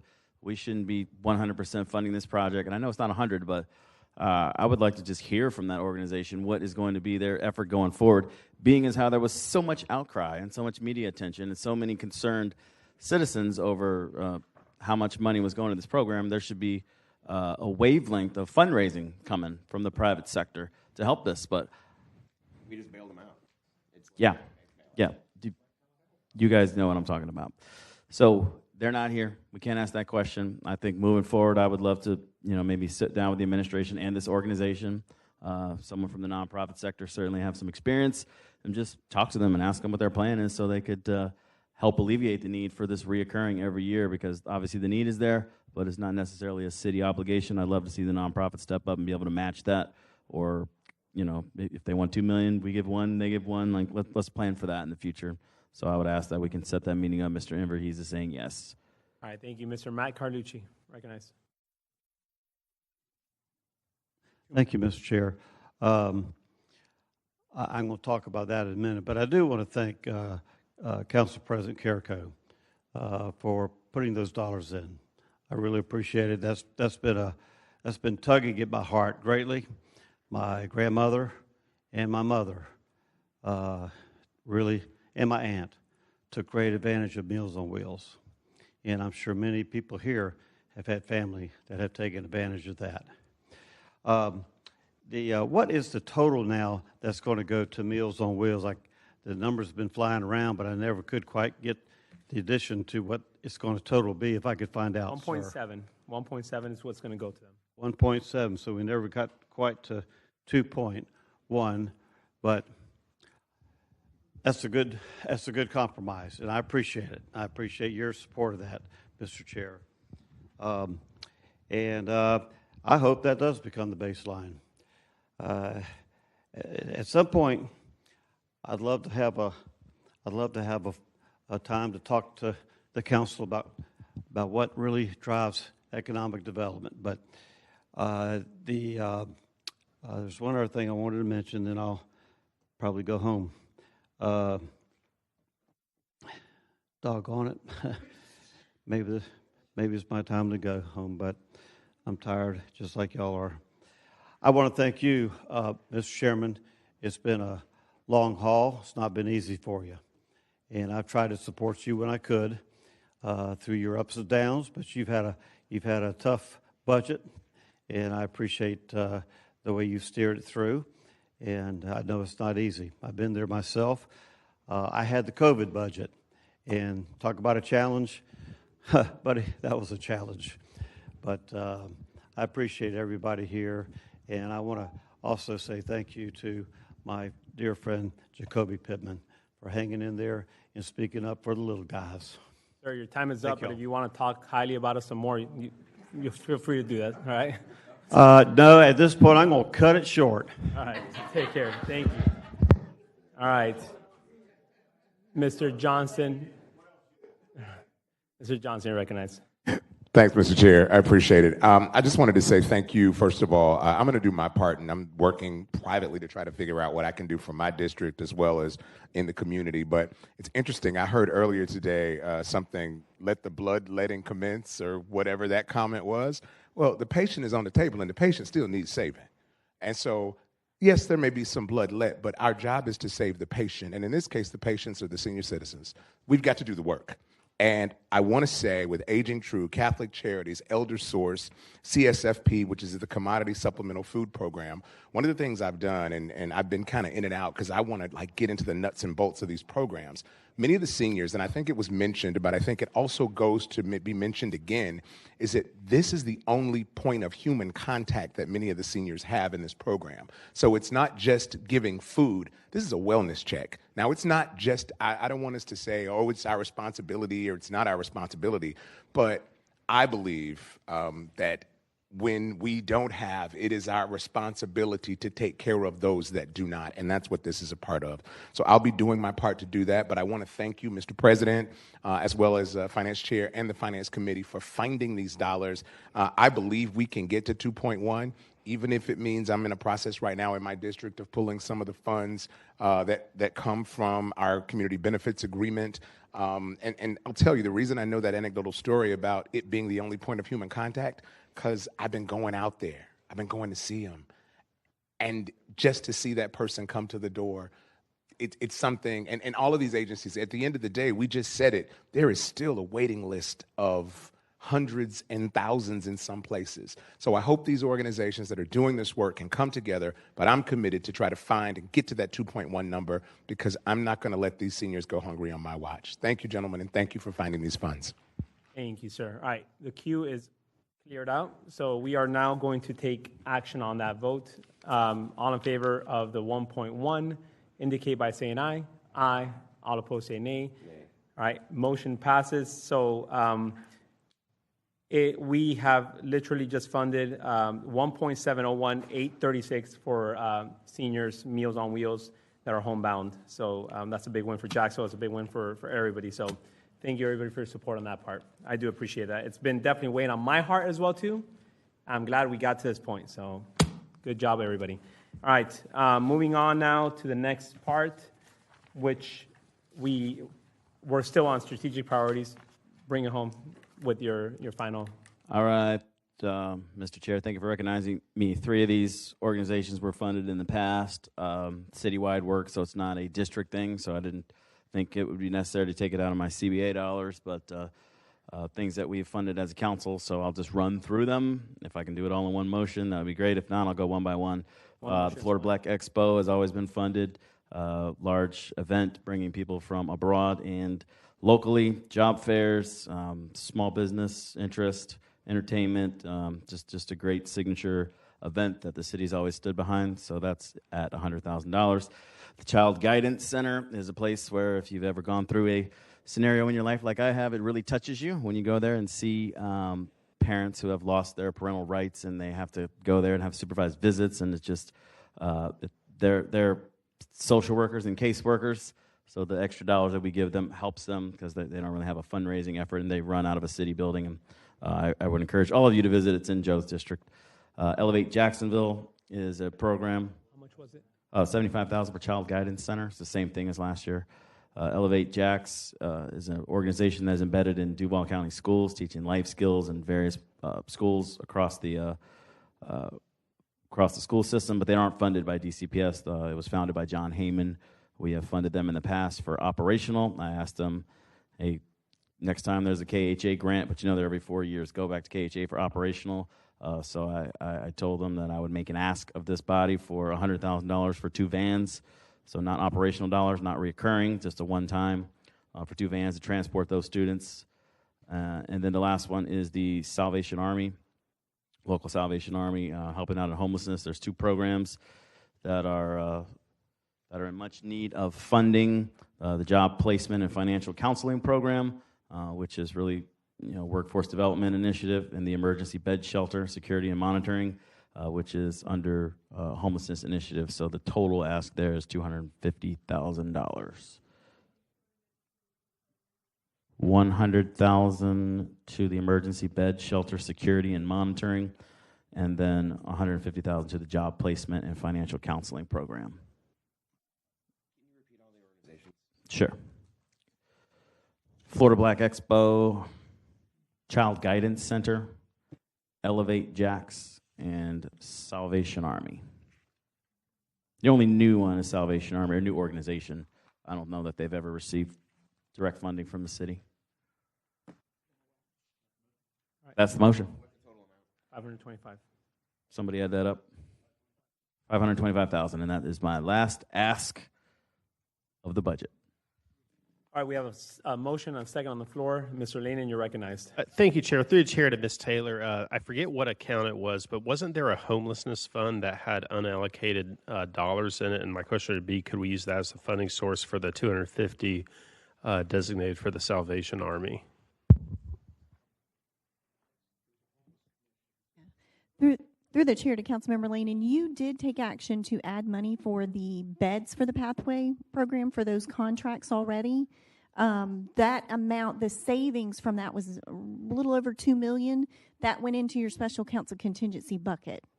So it was already part of the savings. But you did fund that continuation of the contract with the Trinity City Rescue Mission and I believe Salvation Army for that emergency shelter Pathways program. Through the chair, thank you, Ms. Taylor. So all the savings had already been booked into our special counsel contingency, which is where it'd be coming out of now, or I guess it's coming out of the special strategic initiatives. Okay, thank you. Okay, thank you. Mr. Salem, go ahead. My question is on the same line, Mr. Lanon's. We are funding Salvation Army already for homeless shelter beds as a part of the PATH program. How do those funds for Salvation Army play into that? Because I'm concerned that Trinity's not getting anything extra, or Salvation Army, Trinity. What's the third one? Third one, but it's those two that we have added beds to just through the PATH program.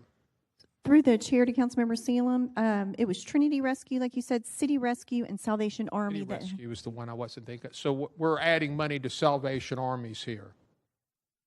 That would potentially be my understanding, but I don't know specifics on if it's covering something different. No, but my question is there are two other providers there that we're supporting through the PATH program. Trinity, Salvation, and City Rescue Mission are the three. We're getting extra dollars to the Salvation Army here. I have a concern that the other two are going to look at us and say, why did you support them and not us? But anyway. Okay. Mr. Holland, you're recognized. All right, I'm supporting this one, actually. But that's entirely consistent with everything I've said over the past 4 years on council, because affordable housing has been a priority of all of ours for a while. Homelessness has been a priority for all of ours for a while. Kids after-school programs and children's services has been a stated priority of our council president, and I'll always support the priorities of our council president. It entirely is different than Meals on Wheels, which was just something we've only considered in the last year because we were politically abused to do so. So I am going to vote yes on this one. Thanks. Thank you. Mr. Popoulos? Thank you. Through the chair, just a few items for clarification. So I heard Council President went through the 4 items. I didn't hear a second if that was intended to be a motion, so I just wanted to make sure to clarify that for you, Mr. Chair. A couple of other things. With respect to the emergency bed shelter security and monitoring, is the intention that that's a new program or something to be supported, or is that an addition that we're making to the existing contract with Salvation Army for the emergency beds? I don't know if the commander or Ms. Langley wants to come up and answer that question. And then, we'll have the Salvation number come up. And then one other, just to clarify, so to the extent that there's a second and this is a motion that's taken up, whether together or separately by the committee, then these are all funds that would have to go into designated contingencies to allow us to create the appropriate term sheets and budgets with each of the entities. I know you all know that. I just like to reiterate it when these items come up. Fully aware. Luckily, some of them you just have to change the date. They'll be exactly the same. All right. Do we still need Salvation Army to come up and confirm that? Salvation Army? Do you want to restate the question, Ms. Stavopoulos, for the gentleman? Yes, happy to. Through the chair, the question is with respect to the $100,000 for the emergency bed security and monitoring, is that a new item to be or program to be funded, or is that being added to the existing contract with Salvation Army for the emergency shelter beds? Keith Biggers, 800 West Monroe Street. Yes, that would be added to the current contract. We have a match of $100,000 to help us with the added security that we had to add for the program that we did not really budget when we began the process last year.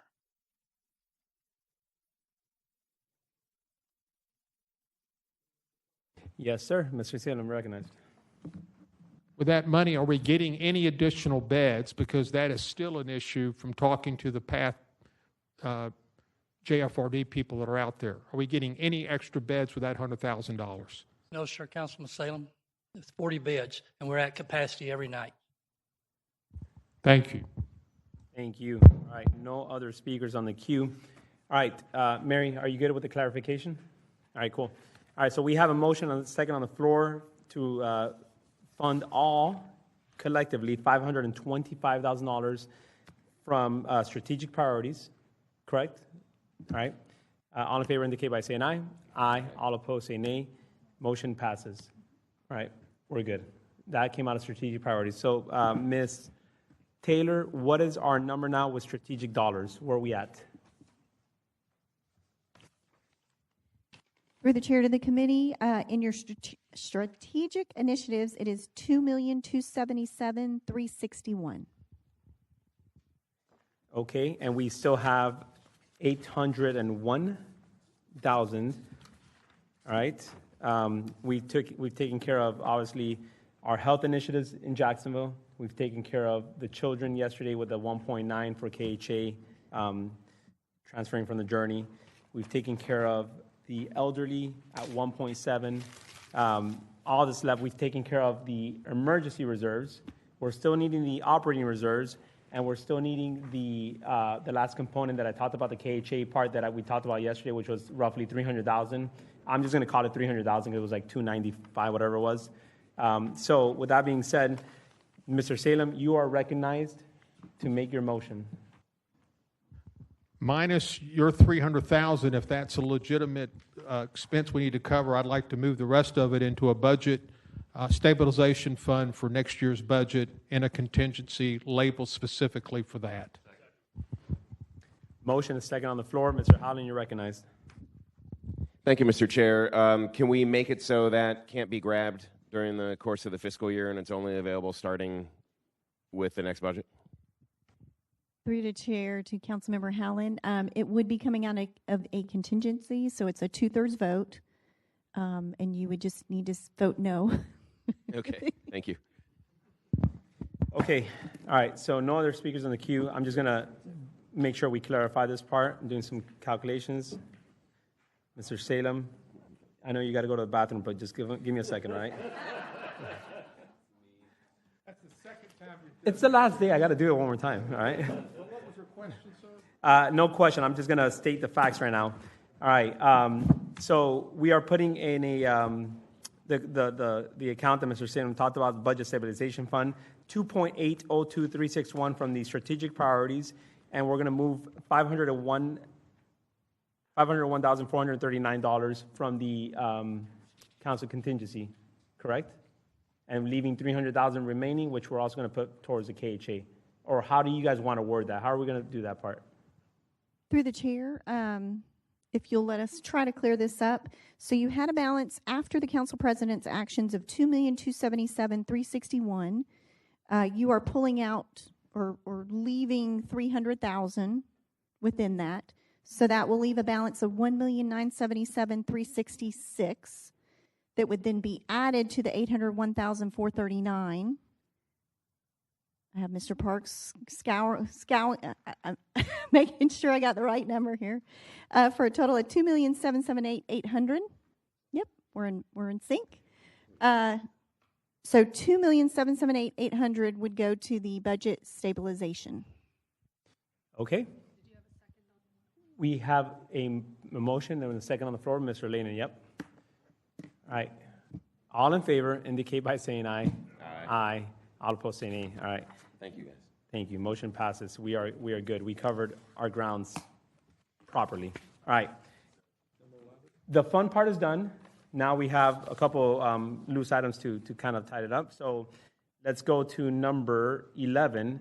And I am going to pass the gavel over to Council Vice President Howland. I need to do something outside. Thank you. Oh, I already put all my stuff away, so I don't even know where we are on the agenda. Ms. Taylor, will you please lead us? There's Special Commission on Doge. Yes, sir. And I'll, of course, turn it over to Councilmember Salem. We have an item in your packet. It's page 19. This calculates based on our best knowledge, and of course, want to bring up there could always be differences in interpretations of what is a controllable cost, but it's based on our modeling that in the past years ago we worked somewhat with the budget office. So trying to, we're not hitting items like debt or pension, the defined benefit pension requirements or things like that, trying to get it where it's truly the controllable. We have, as of actions as of yesterday, $293 million that we consider to be controllable within the general fund. We are just talking general fund, and that does not include the items at the bottom of the chart. So it excludes JSO, fire rescue, supervisor of elections, courts, clerk of the court, public defenders, and state attorneys. So your constitutional and public safety are pulled out of the mix. We have for discussion as well, so that takes into account all your mayoral departments and city council as well. It also, there's an item of KHA that we had discussed with Councilmember Salem, because that's funded by the general fund. They are included in this mix. Their lapse at 2% would be $1.1 million. So certainly for your discussion of where you want to land on this, but general fund overall, it would be a lapse that is put within each department. So in essence, it's a reduction that they have to stay within that budget. And I'll let Councilmember Salem expand on the process of, if they want to come back and ask for it and justify why they need those dollars, they certainly can. But it would be $5.8 million that in essence would be a lapse that reduces overall in the general fund the capacity to spend. And then $1.1 million for KHA if you decide to include them on top of that. Thank you. Yeah, this is a concept that goes back approximately 17 or 18 years when Brian Parks was with the office. It was used in the various departments can come back to the DOJ committee to reinstate those dollars. If the DOJ committee approves, we'll introduce one cycle emergency legislation to reinstate those dollars. I would ask that KHA be removed from that, the children's programs. So it would be excluding JFRD, police, and all the other ones she mentioned. And I think it's a way of trying to constrain the budget as we move forward. And you have to introduce a motion, Dr. Salem? Yes, so I'll make a motion. We exclude KHA, and it's roughly a $6 million lapse. Looks like 5.868505. That's correct. All right, we have a second motion. But that's based on yesterday. Yeah, keep that in mind. Oh, okay, naturally. Understood. Thank you. We have a motion and a second. We got Mr. Lanin on the queue. Thank you, Vice Chair, and through the Vice Chair to Ms. Taylor, just so I understand mechanically how this will work. So I believe y'all operate on mostly a quarterly close and forecast process. If I'm a department leader and I go through, I close quarter one, I'm looking, hey, year end, I think I'm going to be at 100% of my budget. Is that when they would put in saying that they have to essentially file legislation to request to come in above their 2% lapse, and then it has to go through council for us to either approve or disapprove at that point? Through the chair to Councilmember Lane, and it really could come in at any point because you may have a department that's on here that says, I may have to cut personnel, or I'm now going to have to keep vacancies that impacts the services that I can provide to the citizens. So it could be sooner that they come back. You may have more immediate requests. Okay, through the chair, thank you for that, for Ms. Taylor. And then through the chair to Councilmember Salem, you said the DOJ committee wouldn't come through the finance committee for approval since we're a permanent committee? Dr. Salem? No, it's set up to come through DOJ. We would vote on it and then introduce legislation. How about if DOJ is discontinued, the responsibility will fall to Finance Committee? I don't see DOJ being discontinued, but that would be the logical next step if DOJ was not available or something. Sure, I agree with that. Okay. And we don't have to amend it unless you want to. But I'm trying to keep it out of finance, frankly. I think finance has enough to do. I have plans for DOJ for the first couple of meetings, and then I see this becoming a regular issue that comes up in DOJ. Through the chair to Councilmember Salem, that was my concern, that it was being kept out of finance, but I'll go with this for now. It's still going to come through full council no matter what, though, as a one-cycle emergency is my understanding. So all 19 of us will see whatever is going there, so I'm fine with it. all right, no other speakers, and I understand, and the council president could probably confirm, or Mary could, that even if the council president and Ron and Dr. Salem did decide to discontinue the DOJ committee, the responsibilities of whatever DOJ committee is accumulated over time would get distributed in that directive from the council president, I'd imagine. Well, through to the council vice president, so to the extent that any special committee is no longer active, then the council serves in the capacity of making its own recommendations, taking up the items as they see fit, rather than a select group of the membership taking a specific focus on the items. So same with youth empowerment. If there's recommendations made and then there's no longer a need for the special committee, that means the council as a whole takes up those initiatives and determines how to move things forward. Yeah, it's just that we're setting up a process here that involves a special committee, not a standing committee. So I just wanted to ensure that there's a way it gets, yeah. Okay. Seeing no other speakers in queue, we have a motion and a second on the table. We'll take this vote verbally. All those in favor of the motion indicate by saying aye. Aye. All against say no. Motion passes. Good job, Dr. Salem and Doge Committee. Believe we move next to Council Auditor's cleanup items, unless Dr. Salem has anything else on the Doge piece. No? All right, Ms. Taylor. Yes, sir. I have a last cleanup item, and then I do have one item regarding the millage that I'd like to bring up after that, whenever time permits from you all. The last item, number 12, is purely cleanup. We have listed here the continuation grants. We just need to get some scriveners. There are 2 positions. This is the no-match city grants. You've seen them throughout every handout, just to get 2 positions that were inadvertently left off, funded purely by the grant. So they are not part of your employee cap that you take up. They are part of the really citywide cap that you don't see the full picture of in grants, but it's reflecting those 2 positions, reflect an end date on the mobile air monitoring grant as 9/30/29, and then also fix an ordinance number on the schedule, so they are purely technical in nature.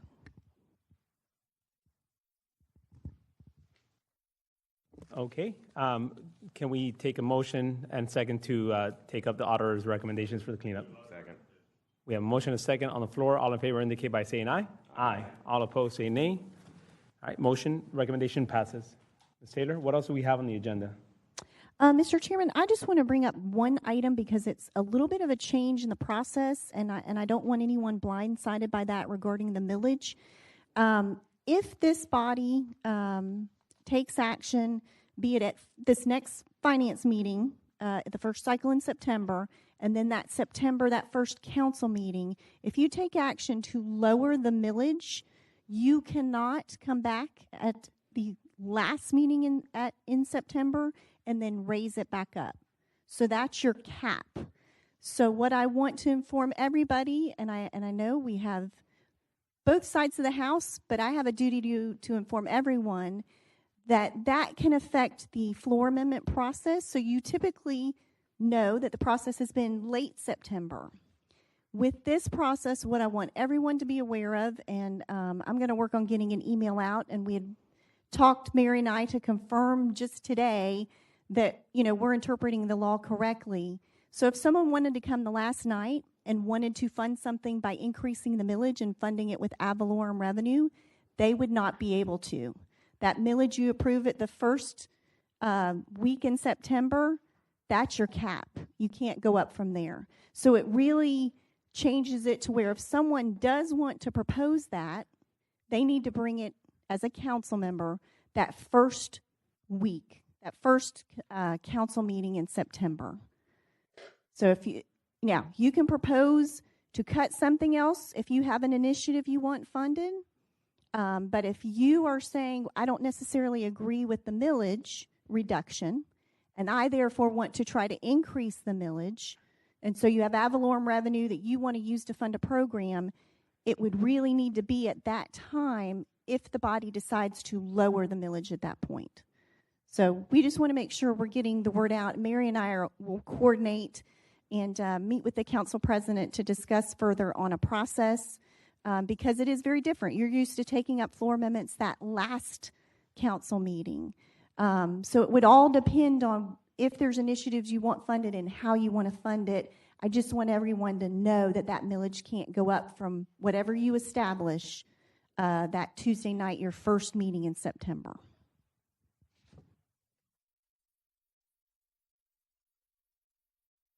All right. Mr. Johnson, you're recognized. Thank you, Mr. Chair. Pursuant to that information that we just got through the chair to Ms. Taylor or Mr. Fopoulos, I'm not sure which one, is it possible that, let's say, because I hear what you're saying, it's kind of like you said yesterday on another situation, which I won't use that word, but if you take it away, you won't have the opportunity to have it again, at least in this space for this issue. Is there a way, and this is just a hypothetical, for us to, let's say we don't lower that number, could those funds go into not be included in this budget, go into a fund that, as Dr. Salem said earlier, could be a debt reduction fund that cannot be touched without the 2/3 vote or something? Is that a possibility? Through the chair, I think where you're going is if the council decided at that first council meeting to say, we're not going to lower the millage, we're going to wait. So the impact of that is basically you're adding revenue of $13.5 million. And so you would need to park that revenue somewhere. You could park it in a designated contingency. It could go to lowering the debt if that's the Correct. pleasure Yes, of the sir. council. After that, if you went to the last meeting in September, then you could lower the millage if it was the will of the council to lower that millage, take action with that. So it would almost be you'd be holding off doing the millage lowering in that first meeting. We can raise it. Excuse me. We can if you can raise it, but you can't lower it.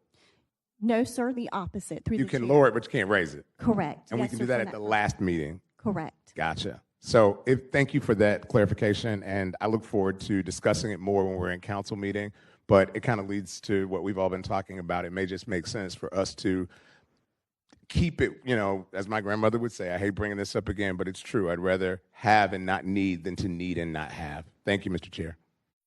Okay, thank you. That will take care of all the action items on the agenda, correct?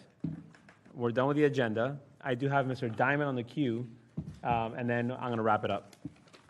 Thank you, Mr. Chair. If I could have Mr. Teal just explain the research he found, it'll be fast. Sure. And I'll make these as fast as I can. Mr. Teal here? Yeah, he's in the green room. All right. But essentially, I'm going to move 3 amendments. The first is to essentially just give left-right limits on the budget to say that we're not going to spend any money on diversity, equity, and inclusion as defined in my amendment. The second is the same bill that we passed a couple months ago on spending money on illegal aliens. And the third is on abortion services. And it was originally represented to us that the Office of General Counsel may have had some issues with us doing this. The research is really clear. It's absolutely appropriate for us to do this in the budget. And Mr. Fackler never sent the memo that was promised. Right? We said, all right, 2 days before today, send a memo on why we can't do this, and it never came. But through the chair to Mr. Teal, can you explain what our left-right limits are as far as doing a blanket prohibition in the budget process? Sure. Through the chair to the committee, Jason Teal, legislative attorney, legislative counsel, I guess, in this role. So really, you guys are all familiar with our charter, which establishes the fact that the city council is supposed to be charged with doing everything that's legislative, and the mayor is charged with doing everything that's executive. And so there's actually some pretty clear guidance that came out from the general counsel's office back in 1971, which was just a few years after consolidation occurred. And so at that time, there were attorney opinions that were issued from the general counsel's office to kind of establish the various roles. And the one that I'm referring to here is the one that actually specifies the roles of the city council and the mayor in terms of the budget process. And so it's very relevant to the question at hand, which is whether or not the council can establish policy through the passage of the budget. And so, as I mentioned, our charter says that the council is charged with performing all legislative acts, 2 of which are indisputably passing a budget and establishing policy. And so, to make the argument that you can't do that would be to ignore the fact that the council routinely makes policy decisions in deciding what programs the taxpayer dollars will be allowed to be spent on. You make those decisions throughout this entire process. But one would have to ignore the legal precedent from the Jacksonville's General Counsel's office in 1971, as I mentioned. And in that one, it clearly establishes that the purpose, and I'll read some quotes from it, the purpose of the annual budget is to limit the power of the city with reference to expending public funds. To limit the power of the city in terms of expending public funds. The council is charged with fixing the goals for the city and to establish an overall fiscal policy consistent with the governing law. The principle of separation of powers and functions as expressed in the charter must be applied to all provisions of the charter, including those pertaining to the budget. it goes on to say that at the same time, the one or more items or parts or items disapproved or reduced in the budget. It goes into the mayor's authority as far as the veto power. So if you guys, in terms, have questions about that, I'll be happy to follow up on that. But it says the mayor is prohibited from submitting a budget in such a way as to impair or destroy the council's power to alter a budget on a line-by-line basis or on a total basis in establishing the limit that will be placed upon the raising and expending of public funds for the purposes set forth in the budget. The council, as the governing body of the city and is the authority which adopts the annual budget, determines the method by which the budgetary process will be implemented from year to year within the charter guidelines. It goes on to say that the charter authorizes the council to alter the mayor's proposed budget on a total basis if the council so elects. Those decisions are matters of pure policy, which are not the function or responsibility of the Office of General Counsel to decide, but is instead the decision of the City Council. Now, after the budget is adopted, it is then the duty and responsibility of the mayor through the Finance Department to establish adequate controls to ensure that all funds are expended for the purposes for which they're appropriated. So the mayor is charged with implementing a process to comply with those policy directives or those conditions that the council has placed on the budget. Now, one may be tempted to look at, and again, I'm speculating as to what the general counsel's concern might have been in this because we didn't get the memo on it, but they can look, for example, at the federal law, which limits Congress's ability to make policy decisions through appropriations. But in that instance, Congress actually has a congressional rule that limits their ability to do that. The City Council is not encumbered with any council rule or any other restrictions in the charter or the ordinance code as far as limiting policy or establishing policy. We're going to have to put this on the clock and bring it home. Now, I've got one last, and then I'm done. And so there was a recent case that came out, federal case that came out that actually talked about separation of powers on the federal level. And in that instance, the ability to appropriate money is paramount. So it's sacrosanct. So the council, this is your control. This is your ability to control the appropriation of money. There's no restrictions or limitations. Guidance from the general counsel's office has already said you can establish policy through this process. And if there's any other questions, I'll be happy to answer them. Let me just summarize, and I'll move my my amendment. So we can do this, and it's entirely appropriate. And it's the mayor's job to then effectuate the change, the amendment. And so the first one is to move the Diamond Amendment language on DEI. Everybody's had this for a couple of weeks. The only addition I had to this was from the council president's request was to exclude KHA. So we would exclude KHA from this. And I just want to read, because last time I brought this up, I was called a racist. It's completely ridiculous. It's literally the opposite. It says we will not spend money to do anything which promotes differential or preferential treatment for people's immutable characteristics, right? We will not do that. That's all it says. We're not going to spend money on treating people differently because of the color of their skin, because of their race, because of their gender, or who they go home to, or who they love, or how they allegedly express their gender. So that's my motion. If I can get a second, we can vote or discuss it. We have a motion and a second for discussion. All right. I do have two speakers in the queue, starting with Mr. Fopoulos.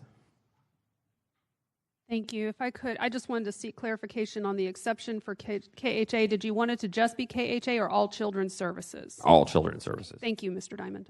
Thank you. Mr. Lehman. Thank you, Chair. Through the Chair, I think to Ms. Taylor, maybe Councilmember Diamond as well. I mean, there's a lot of words and no dollar signs. I don't think this changes anything we've done in days 1 through 6, correct? In other words, we're not going to have to go back and change anything as a result of this language added to the budget ordinance. That's a question for the auditors or Mr. Fopoulos. Through the chair to Councilmember Lanin, I mean, it would be the mayor determining that, so not our office, and I don't think it changes anything in the budget, but I could not say with 100% that something may not fall within this category. So through the Chair to Ms. Taylor, then it puts the it basically puts the onus of exploring this to make sure everything in the budget ordinance that's finally passed, it's the mayor's budget office that would then have the responsibility to go through and look at this and confirm following it. Through the chair, the mayor as a whole, the mayor's administration and the budget office together. Okay, thank you, Ms. Taylor. Mr. Rockman Johnson, you're recognized. Mr. Johnson, you're recognized. Thank you so much, Mr. Chair. I appreciate it. I guess mine is more less than procedure. I do have a question, though. Could someone from legal counsel, Mary or Mr. Fopoulos or Mr. Teal, I'm not sure who, or maybe there's another attorney that may want to opine on this.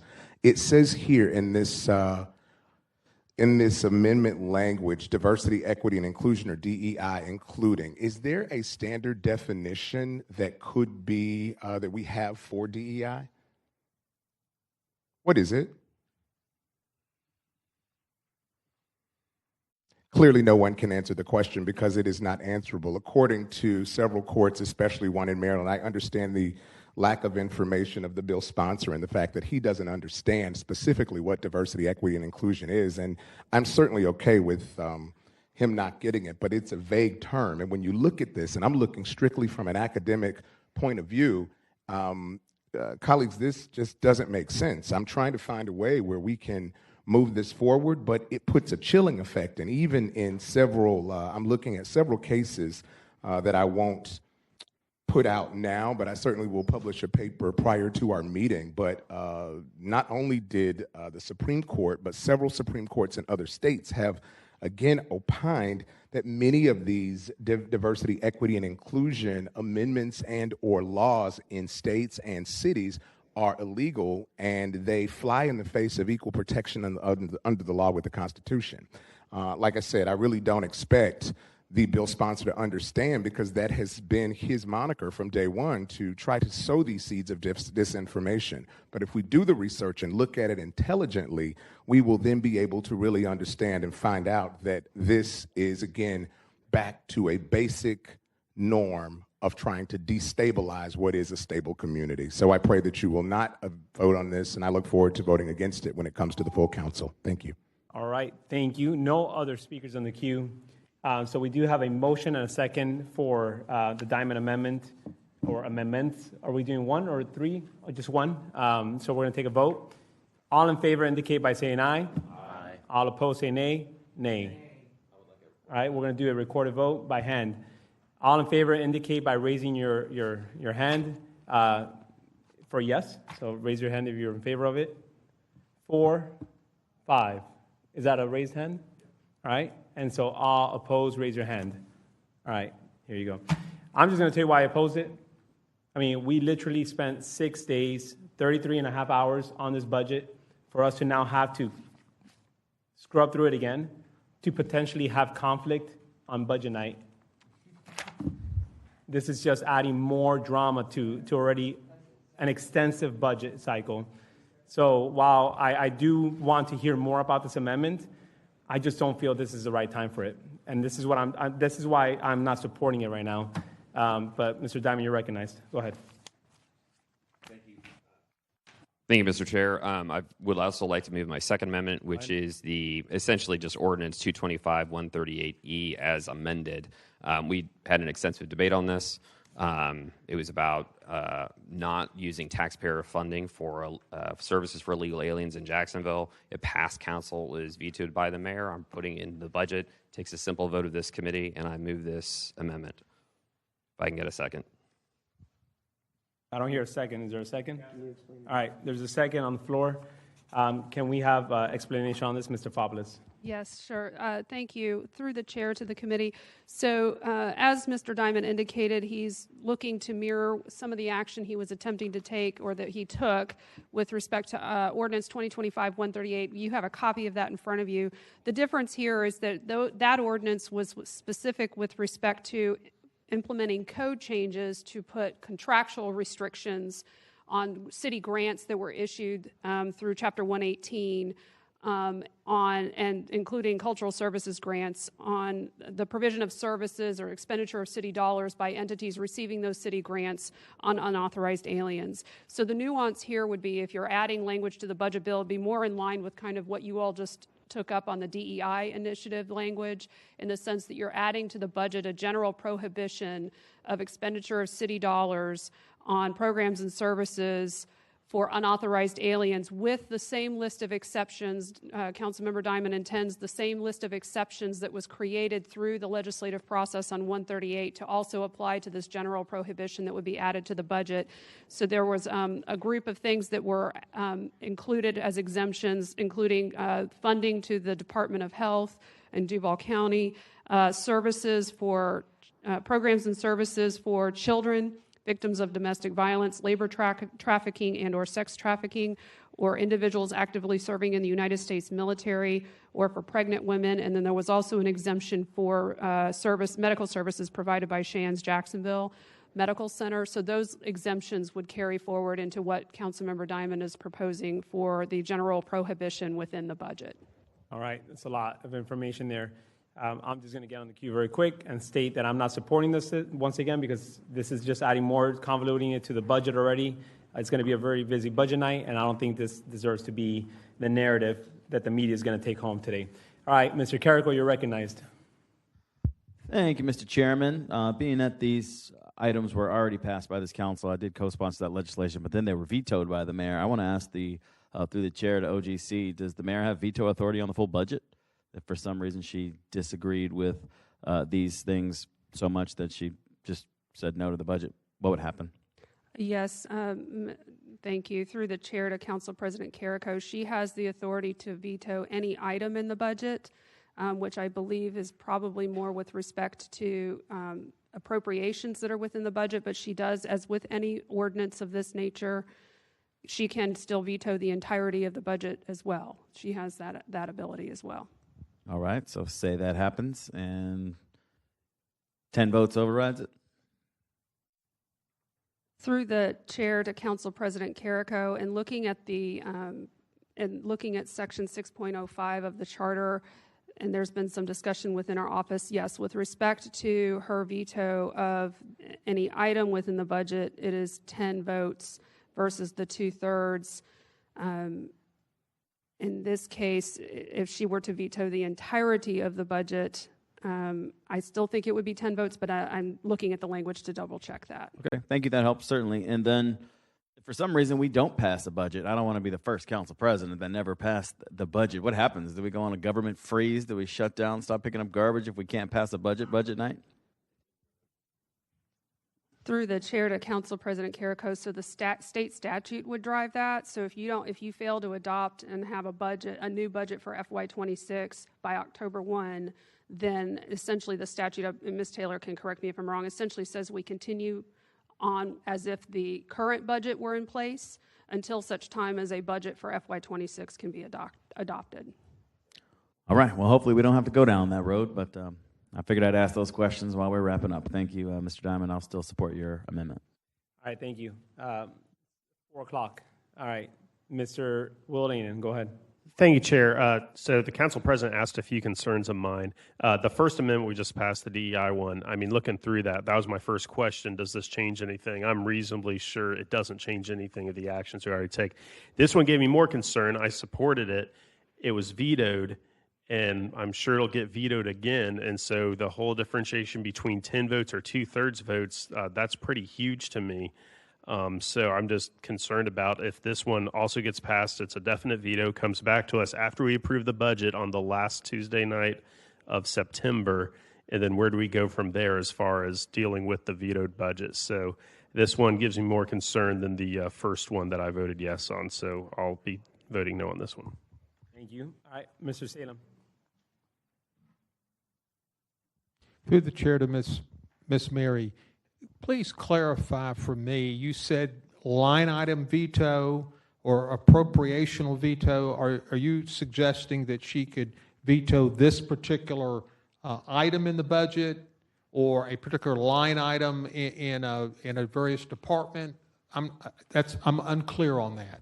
Through the chair to Councilmember Salem. So under Section 6.05 of the Charter, it provides that the mayor can veto any item in the consolidated budget appropriation, in which case it would, if there was an intent to veto that and it comes back to council to overturn or sustain, it would only need 10 votes to overturn it. But any item is the language that's in the charter. And so in my looking at the charter, and I believe where General Counsel Fackler would fall is any item is an appropriation. So if she overturns an appropriation within the budget that would, and vetoes it on that one item, it comes back to council and it takes 10 votes to override. With respect to overturn, like if she were to veto the entirety of the budget, then in that case, it may be that it would trigger a 13-vote requirement because it's not a specific item, and that's what would trigger 10. Define an appropriation for me. A line item within the budget. Any line item within the budget. Yes. She can disapprove or any sum of money that's in the budget. She can go in and say, I disapprove of that and I veto that item. And that's 10 votes. That's 10 votes. Thank you. Thank you, Mr. Lane, and you're recognized. Thank you, Chair. I just need a clarification on, did you say that she could potentially veto the budget as a whole and then it could potentially require 2/3 votes? Through the chair to Councilmember Lane, and there is nothing in the charter that precludes her ability to veto the entirety of the budget bill. And she can also veto items. So if she vetoes a particular item, the charter is clear, it triggers a 10-vote requirement to overturn that veto. But what I'm suggesting is, and I would have to speak to General Counsel Fackler because I haven't talked to him about this particular nuance, if she were to veto the entirety of the budget bill, if it came back to address the veto, that would trigger a 13-vote requirement because it's not a specific item. And through the chair to Ms. Stefopoulos, I know you're going to get more information, reach out to us, because I guess my next question following that, if we didn't have 13 votes, would the budget go into effect as originally proposed to us? Would that be what would happen? No. So under the statute, if you don't have a council-approved budget on October 1st, you carry forward with the current fiscal year's budget until a budget can be adopted by the city council for the new fiscal year. Okay. Through Chairman, thanks, Mr. Stefopoulos. Okay, Mr. Diamond? Yeah, I just want to get Mr. Teal's opinion on that, as I understand it. Is he here? Yeah. Oh, there he is. Sorry. We've discussed this previously. So through the chair to Mr. Teal, what is your opinion as our legislative counsel? If the mayor vetoes the entire, well, two questions. One, can the mayor veto this amendment? I think the answer is no, but I'd like to hear it from you. And then the second is, in your opinion, if the mayor vetoes the entire budget, is it 10 or 13? To the chair, to the committee. So it's clear that the council gets to decide how it wants to approve the budget. It can approve it as a line item, or it can approve it as a total budget. The council decides whether it wants to use one or the other or a combination of the two. So if the council is approving something like putting a condition on the entire budget, let's clarify here too that this condition, I don't think through, I guess the council or the committee to Councilmember Diamond, the intent here is not that this prohibition would be on the entire budget. It's not on JSO, it's not on JEA, it's not on JTA. So there are segments of the budget that would not be impacted by this amendment. So, but those segments of the budget that are permeated, if you will, with this amendment to say that you can't use any of the money of any of the lump sums that are appropriated for those departments for this purpose, I would say that there is an argument that could be made that says that those are the items in the budget. And that then would then result in a 10-vote overturn of the mayor's veto, because the mayor's not vetoing the entire budget. She's only vetoing that portion of the budget impacted by this particular amendment. Okay. Mr. Johnson? Thank you, Mr. Chair. This is a very interesting thing to see, just like a case study, because it's never happened before. Question through the chair to Ms. Stefopoulos. I think this is a legal question, or Mr. Teal, but Ms. Stefopoulos, I think you may have the answer. Will the amendments that have been offered, if accepted, obviously one has been accepted, there are others, I'm told there's another one after this one, according to Mr. Diamond, are they going to be, when we vote on the provisional budget, I think that's what we're calling it, are the individual amendments going to be able to, are they going to be voted on individually, or are we going to vote it on as one provisional budget for the council. Could you help me understand that? Sure. Through the chair to Councilmember Johnson. So what happens is all of the changes that are being recommended through these budget hearings by the Finance Committee are culminated into a Finance Committee substitute to 2025-504, which they will take up as a committee for formal action and approval and to report it out to the council during their meeting on September 3rd. So what would happen is whatever that finance substitute is would travel to City Council on September 9th for consideration. If these amendments, if they're approved here and they remain in the substitute, if it comes out of the committee action on the 3rd, they'll come with the budget, the substitute to council on September 9th for council to take up for tentative approval on September 9th. Understood. Thank you. Thank you, Mr. Chair. And one final thing. This is what implicit bias looks like. Thank you. All right, Mr. Weinstein. Thank you, Mr. Chair. Basically, it's obvious that the sponsor's trying to hide these particular amendments within the budget because she's trying to get to the 10 rather than the 13 on the veto. I just don't understand why you guys want to continue to have controversy and why you want to continue to divide. I just don't understand it. All right, thank you. We are going to now take a vote on this. You already stated what the motion was, Mr. Topoulos. So all in favor indicate by saying aye. Aye. All opposed say nay. Nay. All right. And for recording, raise your hand if you support it. All right, and raise your hand if you don't. Once again, my logic behind all this, it just doesn't belong in the budget, period. That's all I had to say for that. All right, Mr. Diamond. Last one, and we're out of here. Every year, I ask council auditors just to do an informal check to see if we've used any money in the prior year for abortion services as defined by Florida statute. Every year, they come back and they say no. I would like to do what's essentially a Hyde Amendment. That's what they do in the federal government, to say that you can't use it. And I'll be really candid why. I just don't trust that it might not happen. And it's the number one issue I worry about with the budget, and that's why I brought up this motion. That's why I ask every year. And so my motion is to prohibit the use of any taxpayer dollars, so any money in the budget, to provide abortion services as defined by Florida statute 390.011, which is Florida statute audit. It's a very generic definition. No one would argue with the definition. That's my motion. And just as further discussion on this point, I don't think we are. I want to be 100% clear and transparent. And as I understand it, because we asked our HR services, do any of our healthcare plans cover it? And they said no. So this should be relatively non-controversial. If we're not doing it and we're not going to do it, this should be no big deal. It should just give people who don't want to use taxpayer funding for abortion a little bit easier sleep at night. Thanks. Thank you, Mr. Salem. Thank you, Chair. Just clarify for me, if we're providing funding to an entity out there, whatever it is,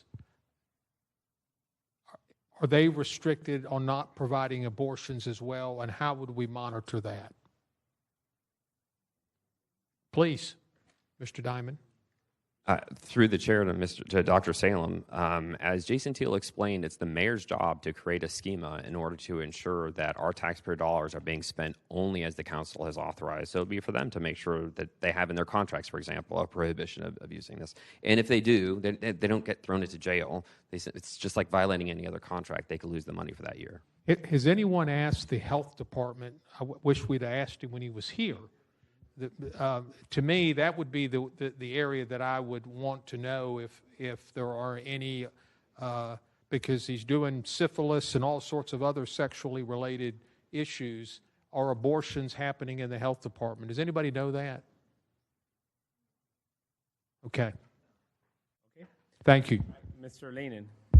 Thank you, Chair. Kind of still in my other question, I immediately went to Shands. I don't know if there's emergency situations to where our money would fund that, and I don't know if there's anyone here that could answer that either. Through the chair to Councilmember Lane, and the only thing we do know is in our current Shands contract is it prohibits the city's charity care being covering elective abortions. And through the chair to Councilmember Diamond, I mean, I briefly looked up the Hyde Amendment. It says with exceptions for cases of rape, incest, or save the life of the mother, and that a lot of states have it. Do you know if the states adopted this?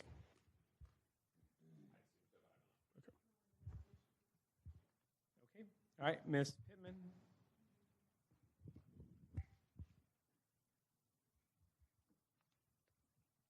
I want to make sure I say this right so it won't come off the way I'm really feeling right now. But Councilman Diamond, we're not in D.C.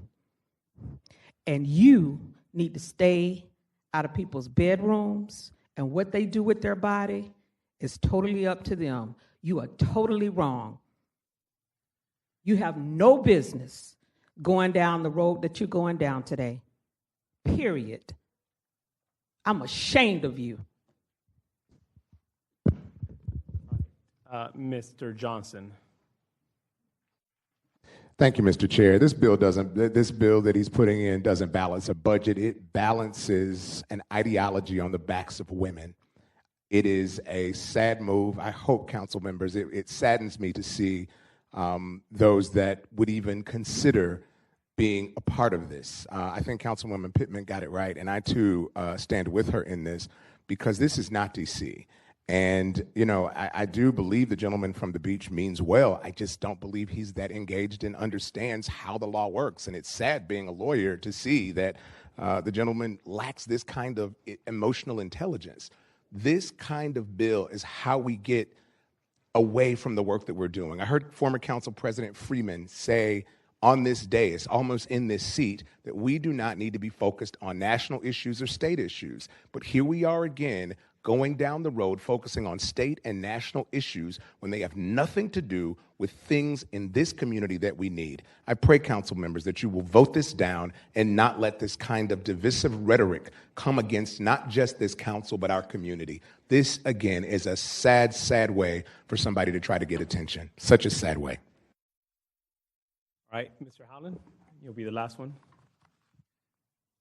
Yeah, thank you, Mr. Chair. I heard Mr. Lanin mention that the Hyde Amendment includes exceptions for rape, incest, or to save the life of the mother.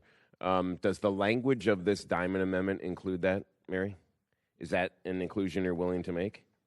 Through the chair to Council Vice President Howland, the definition from the state statute doesn't include any exceptions. So to the extent that you would want to mirror those exceptions, you would need to amend to make that change to add the exceptions. But I never heard a second on the initial motion. So, was it a motion from Mr. Lanin?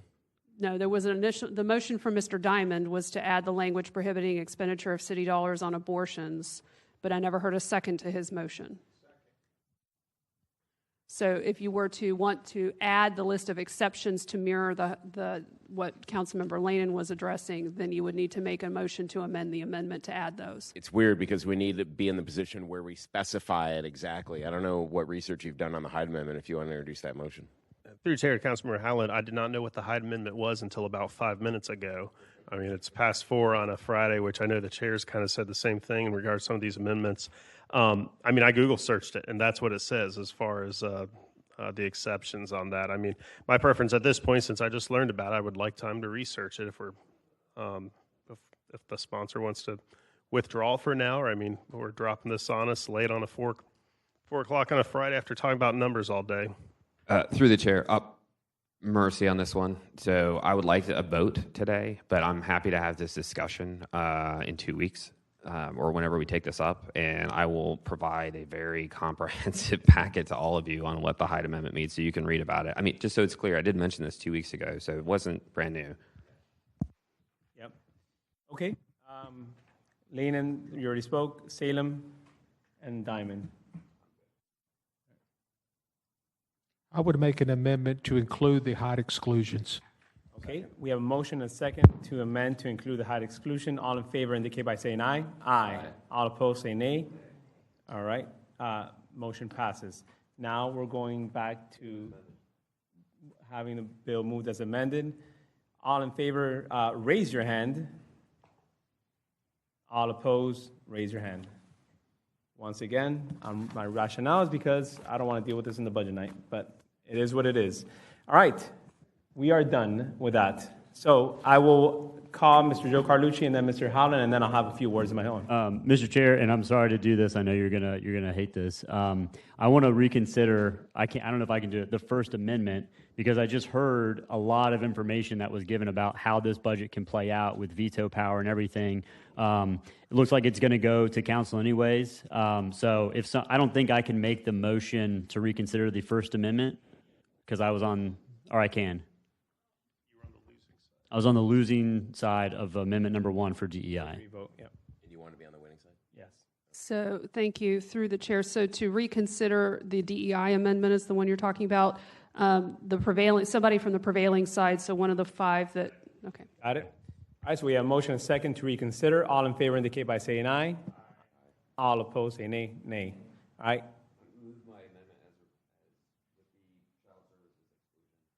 Okay. All right. We got a motion. We got a second. We got a second. Indicate by saying aye. Aye. Sorry. Indicate by saying aye. Aye. All opposed say nay. Nay. All right. And the motion passes. Cool. All right.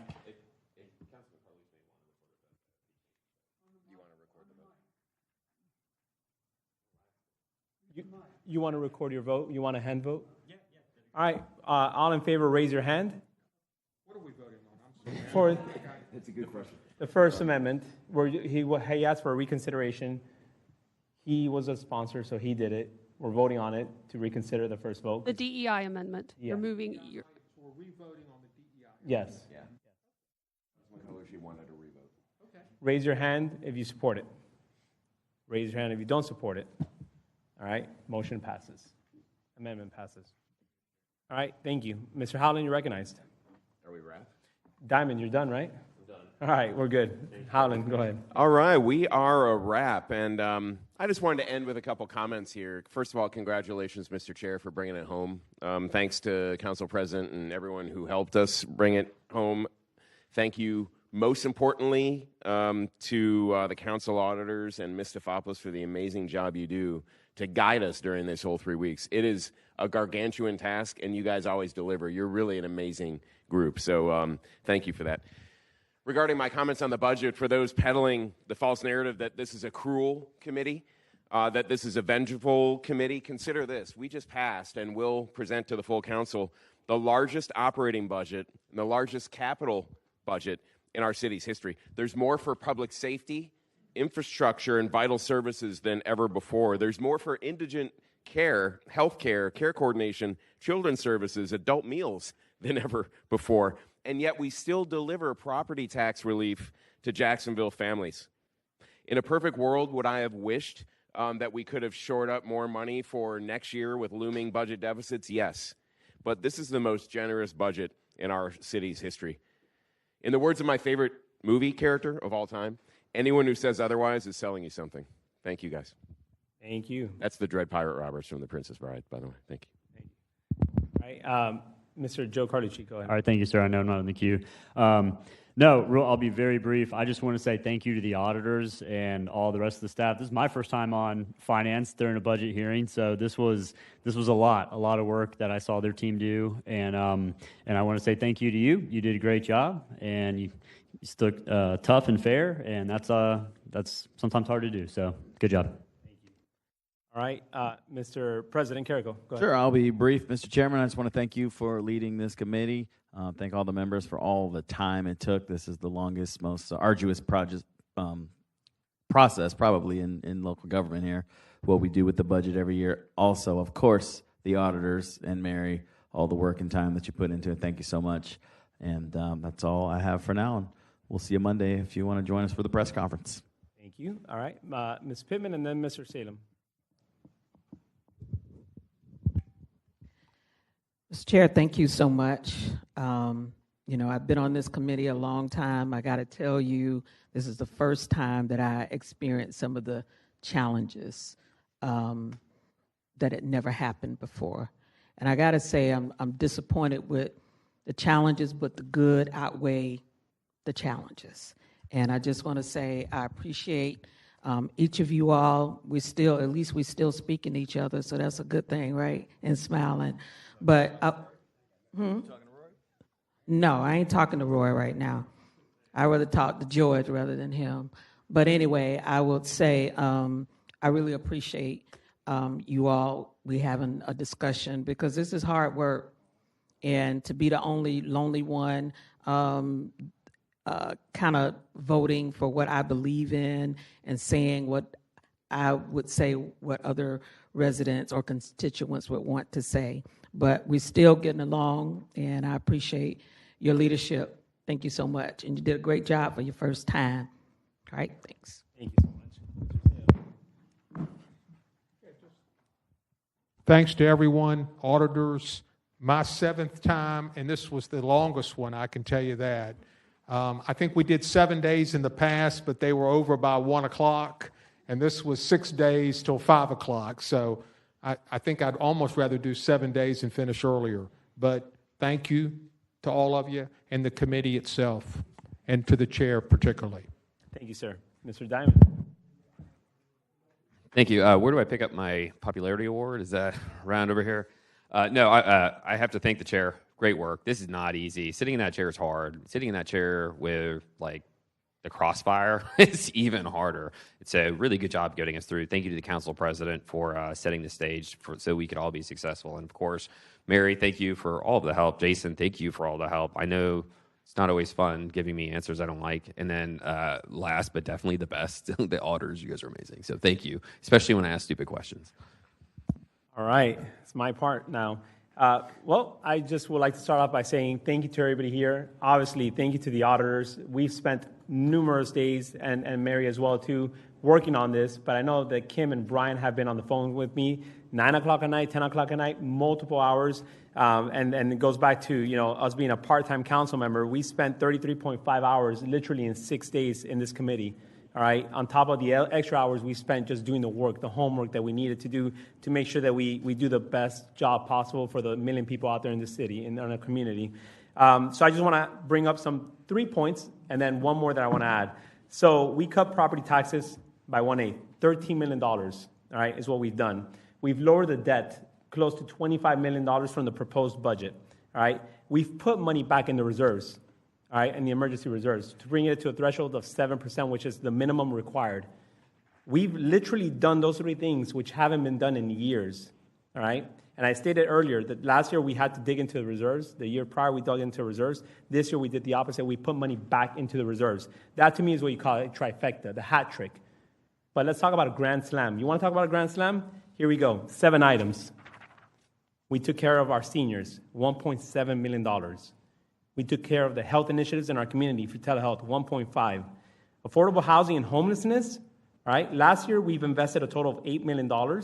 This year, we matched it again at $8 million for affordable housing and homelessness initiatives. Children's services, what we did this year, we actually increased it by $2 million, all right? Think about it, $59 million going towards children's services to KHA.